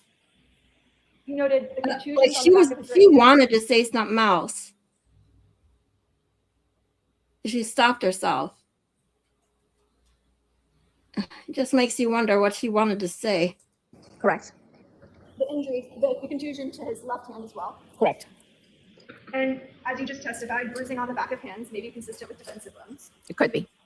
So in fact, if you have a body that presents with a laceration to one of the brows, a laceration, abrasions to the nose, an egg over an eye, contusions and abrasions on the hands, and a laceration to the tongue. These injuries are consistent with a physical altercation, correct? Objection. Sustained. Are those injuries consistent with a physical altercation? Objection. Sustained. What the hell? Your Honor, may we approach? Sure. Shifting gears for a second, you indicated on direct examination that But you Auntie used some Bob. photographs from law enforcement that showed no footprints in the snow. Do you recall that testimony? I do. Were those provided to you by Trooper Proctor? Yes. Do you have those photographs with you? No, I don't. Do you recall what was depicted in those photographs? Yes. If I remember correctly, it was the area of the fire hydrant and the area where Mr. Keefe's body was discovered. It's the front of the house, the area of the fire hydrant, and I believe the flagpole. Thank you. You testified that Mr. O'Keefe had multiple fractures to his skull, but they seem to be originating from a single point of impact on the back of his head. Is that correct? It appeared so, yes. Are you reasonably certain that all of his injuries were the result of a single impact to the back of the head? It could be a single impact. That wasn't But it the also could be question. multiple impacts, correct? It could be, yes. Because as you just testified, Mr. O'Keefe suffered multiple injuries to the front of his face as well. Correct. Jeannie Lynn, there was no, In other words, he could have suffered trauma to the face. Bev said no stating the grounds for That is objections. possible, yes. And you testified before the state grand jury that the areas of bruising to the brain were likely due to a fall. Is that correct?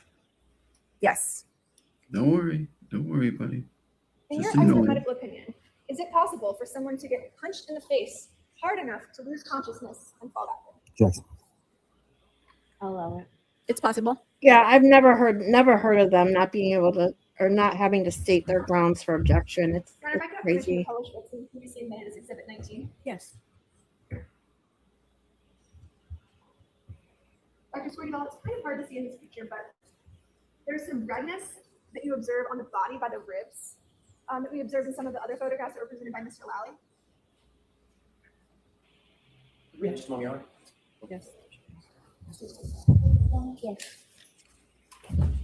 I'd like to show you what's been previously marked as People's Exhibit 648. Dr. Scordi-Bello, you were shown this photograph by Mr. Lally on direct examination. Yes. Do you see the redness sort of next to his rib cage on the bottom? Correct. Yes. What is that? That is liver.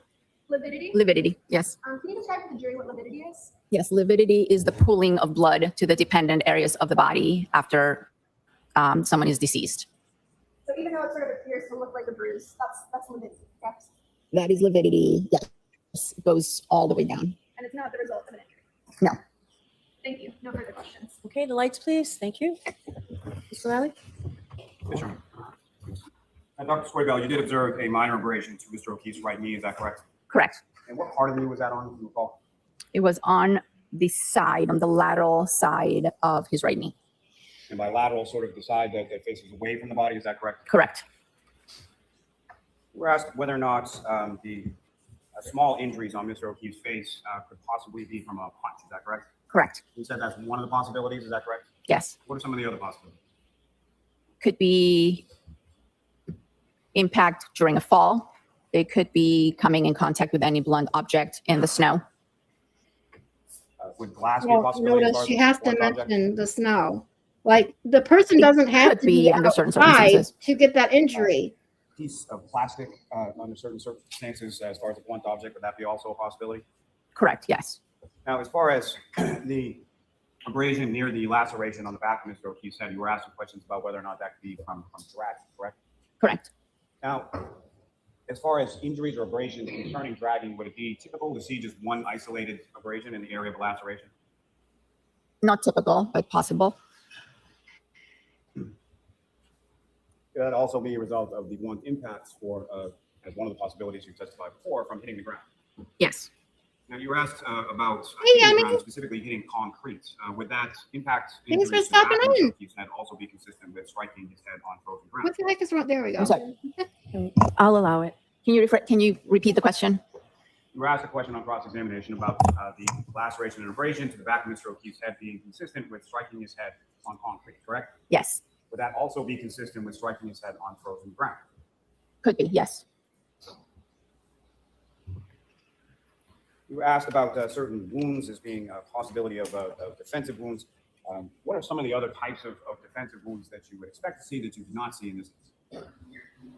I would expect to see, or I have seen, multiple bruising to the, again, posterior aspects of the forearms.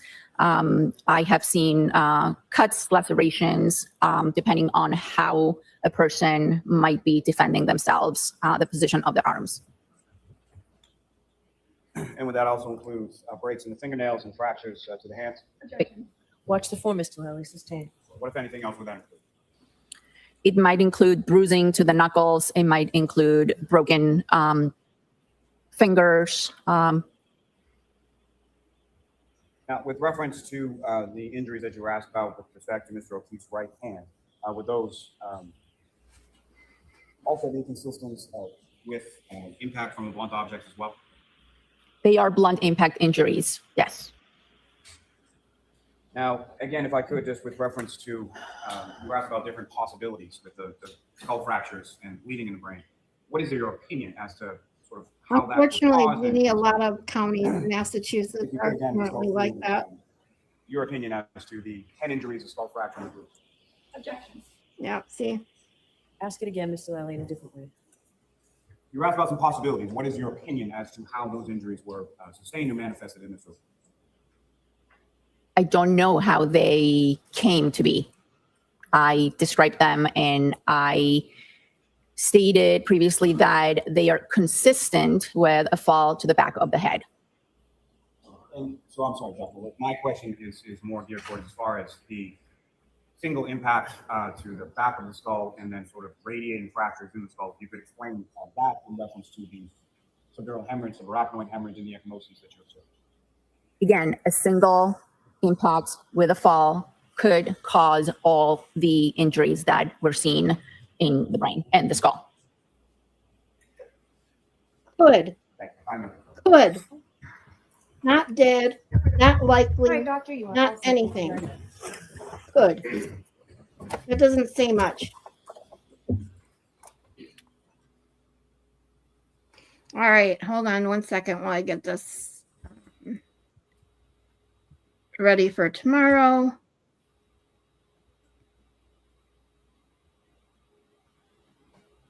Good morning, sir, and a good luck. All right.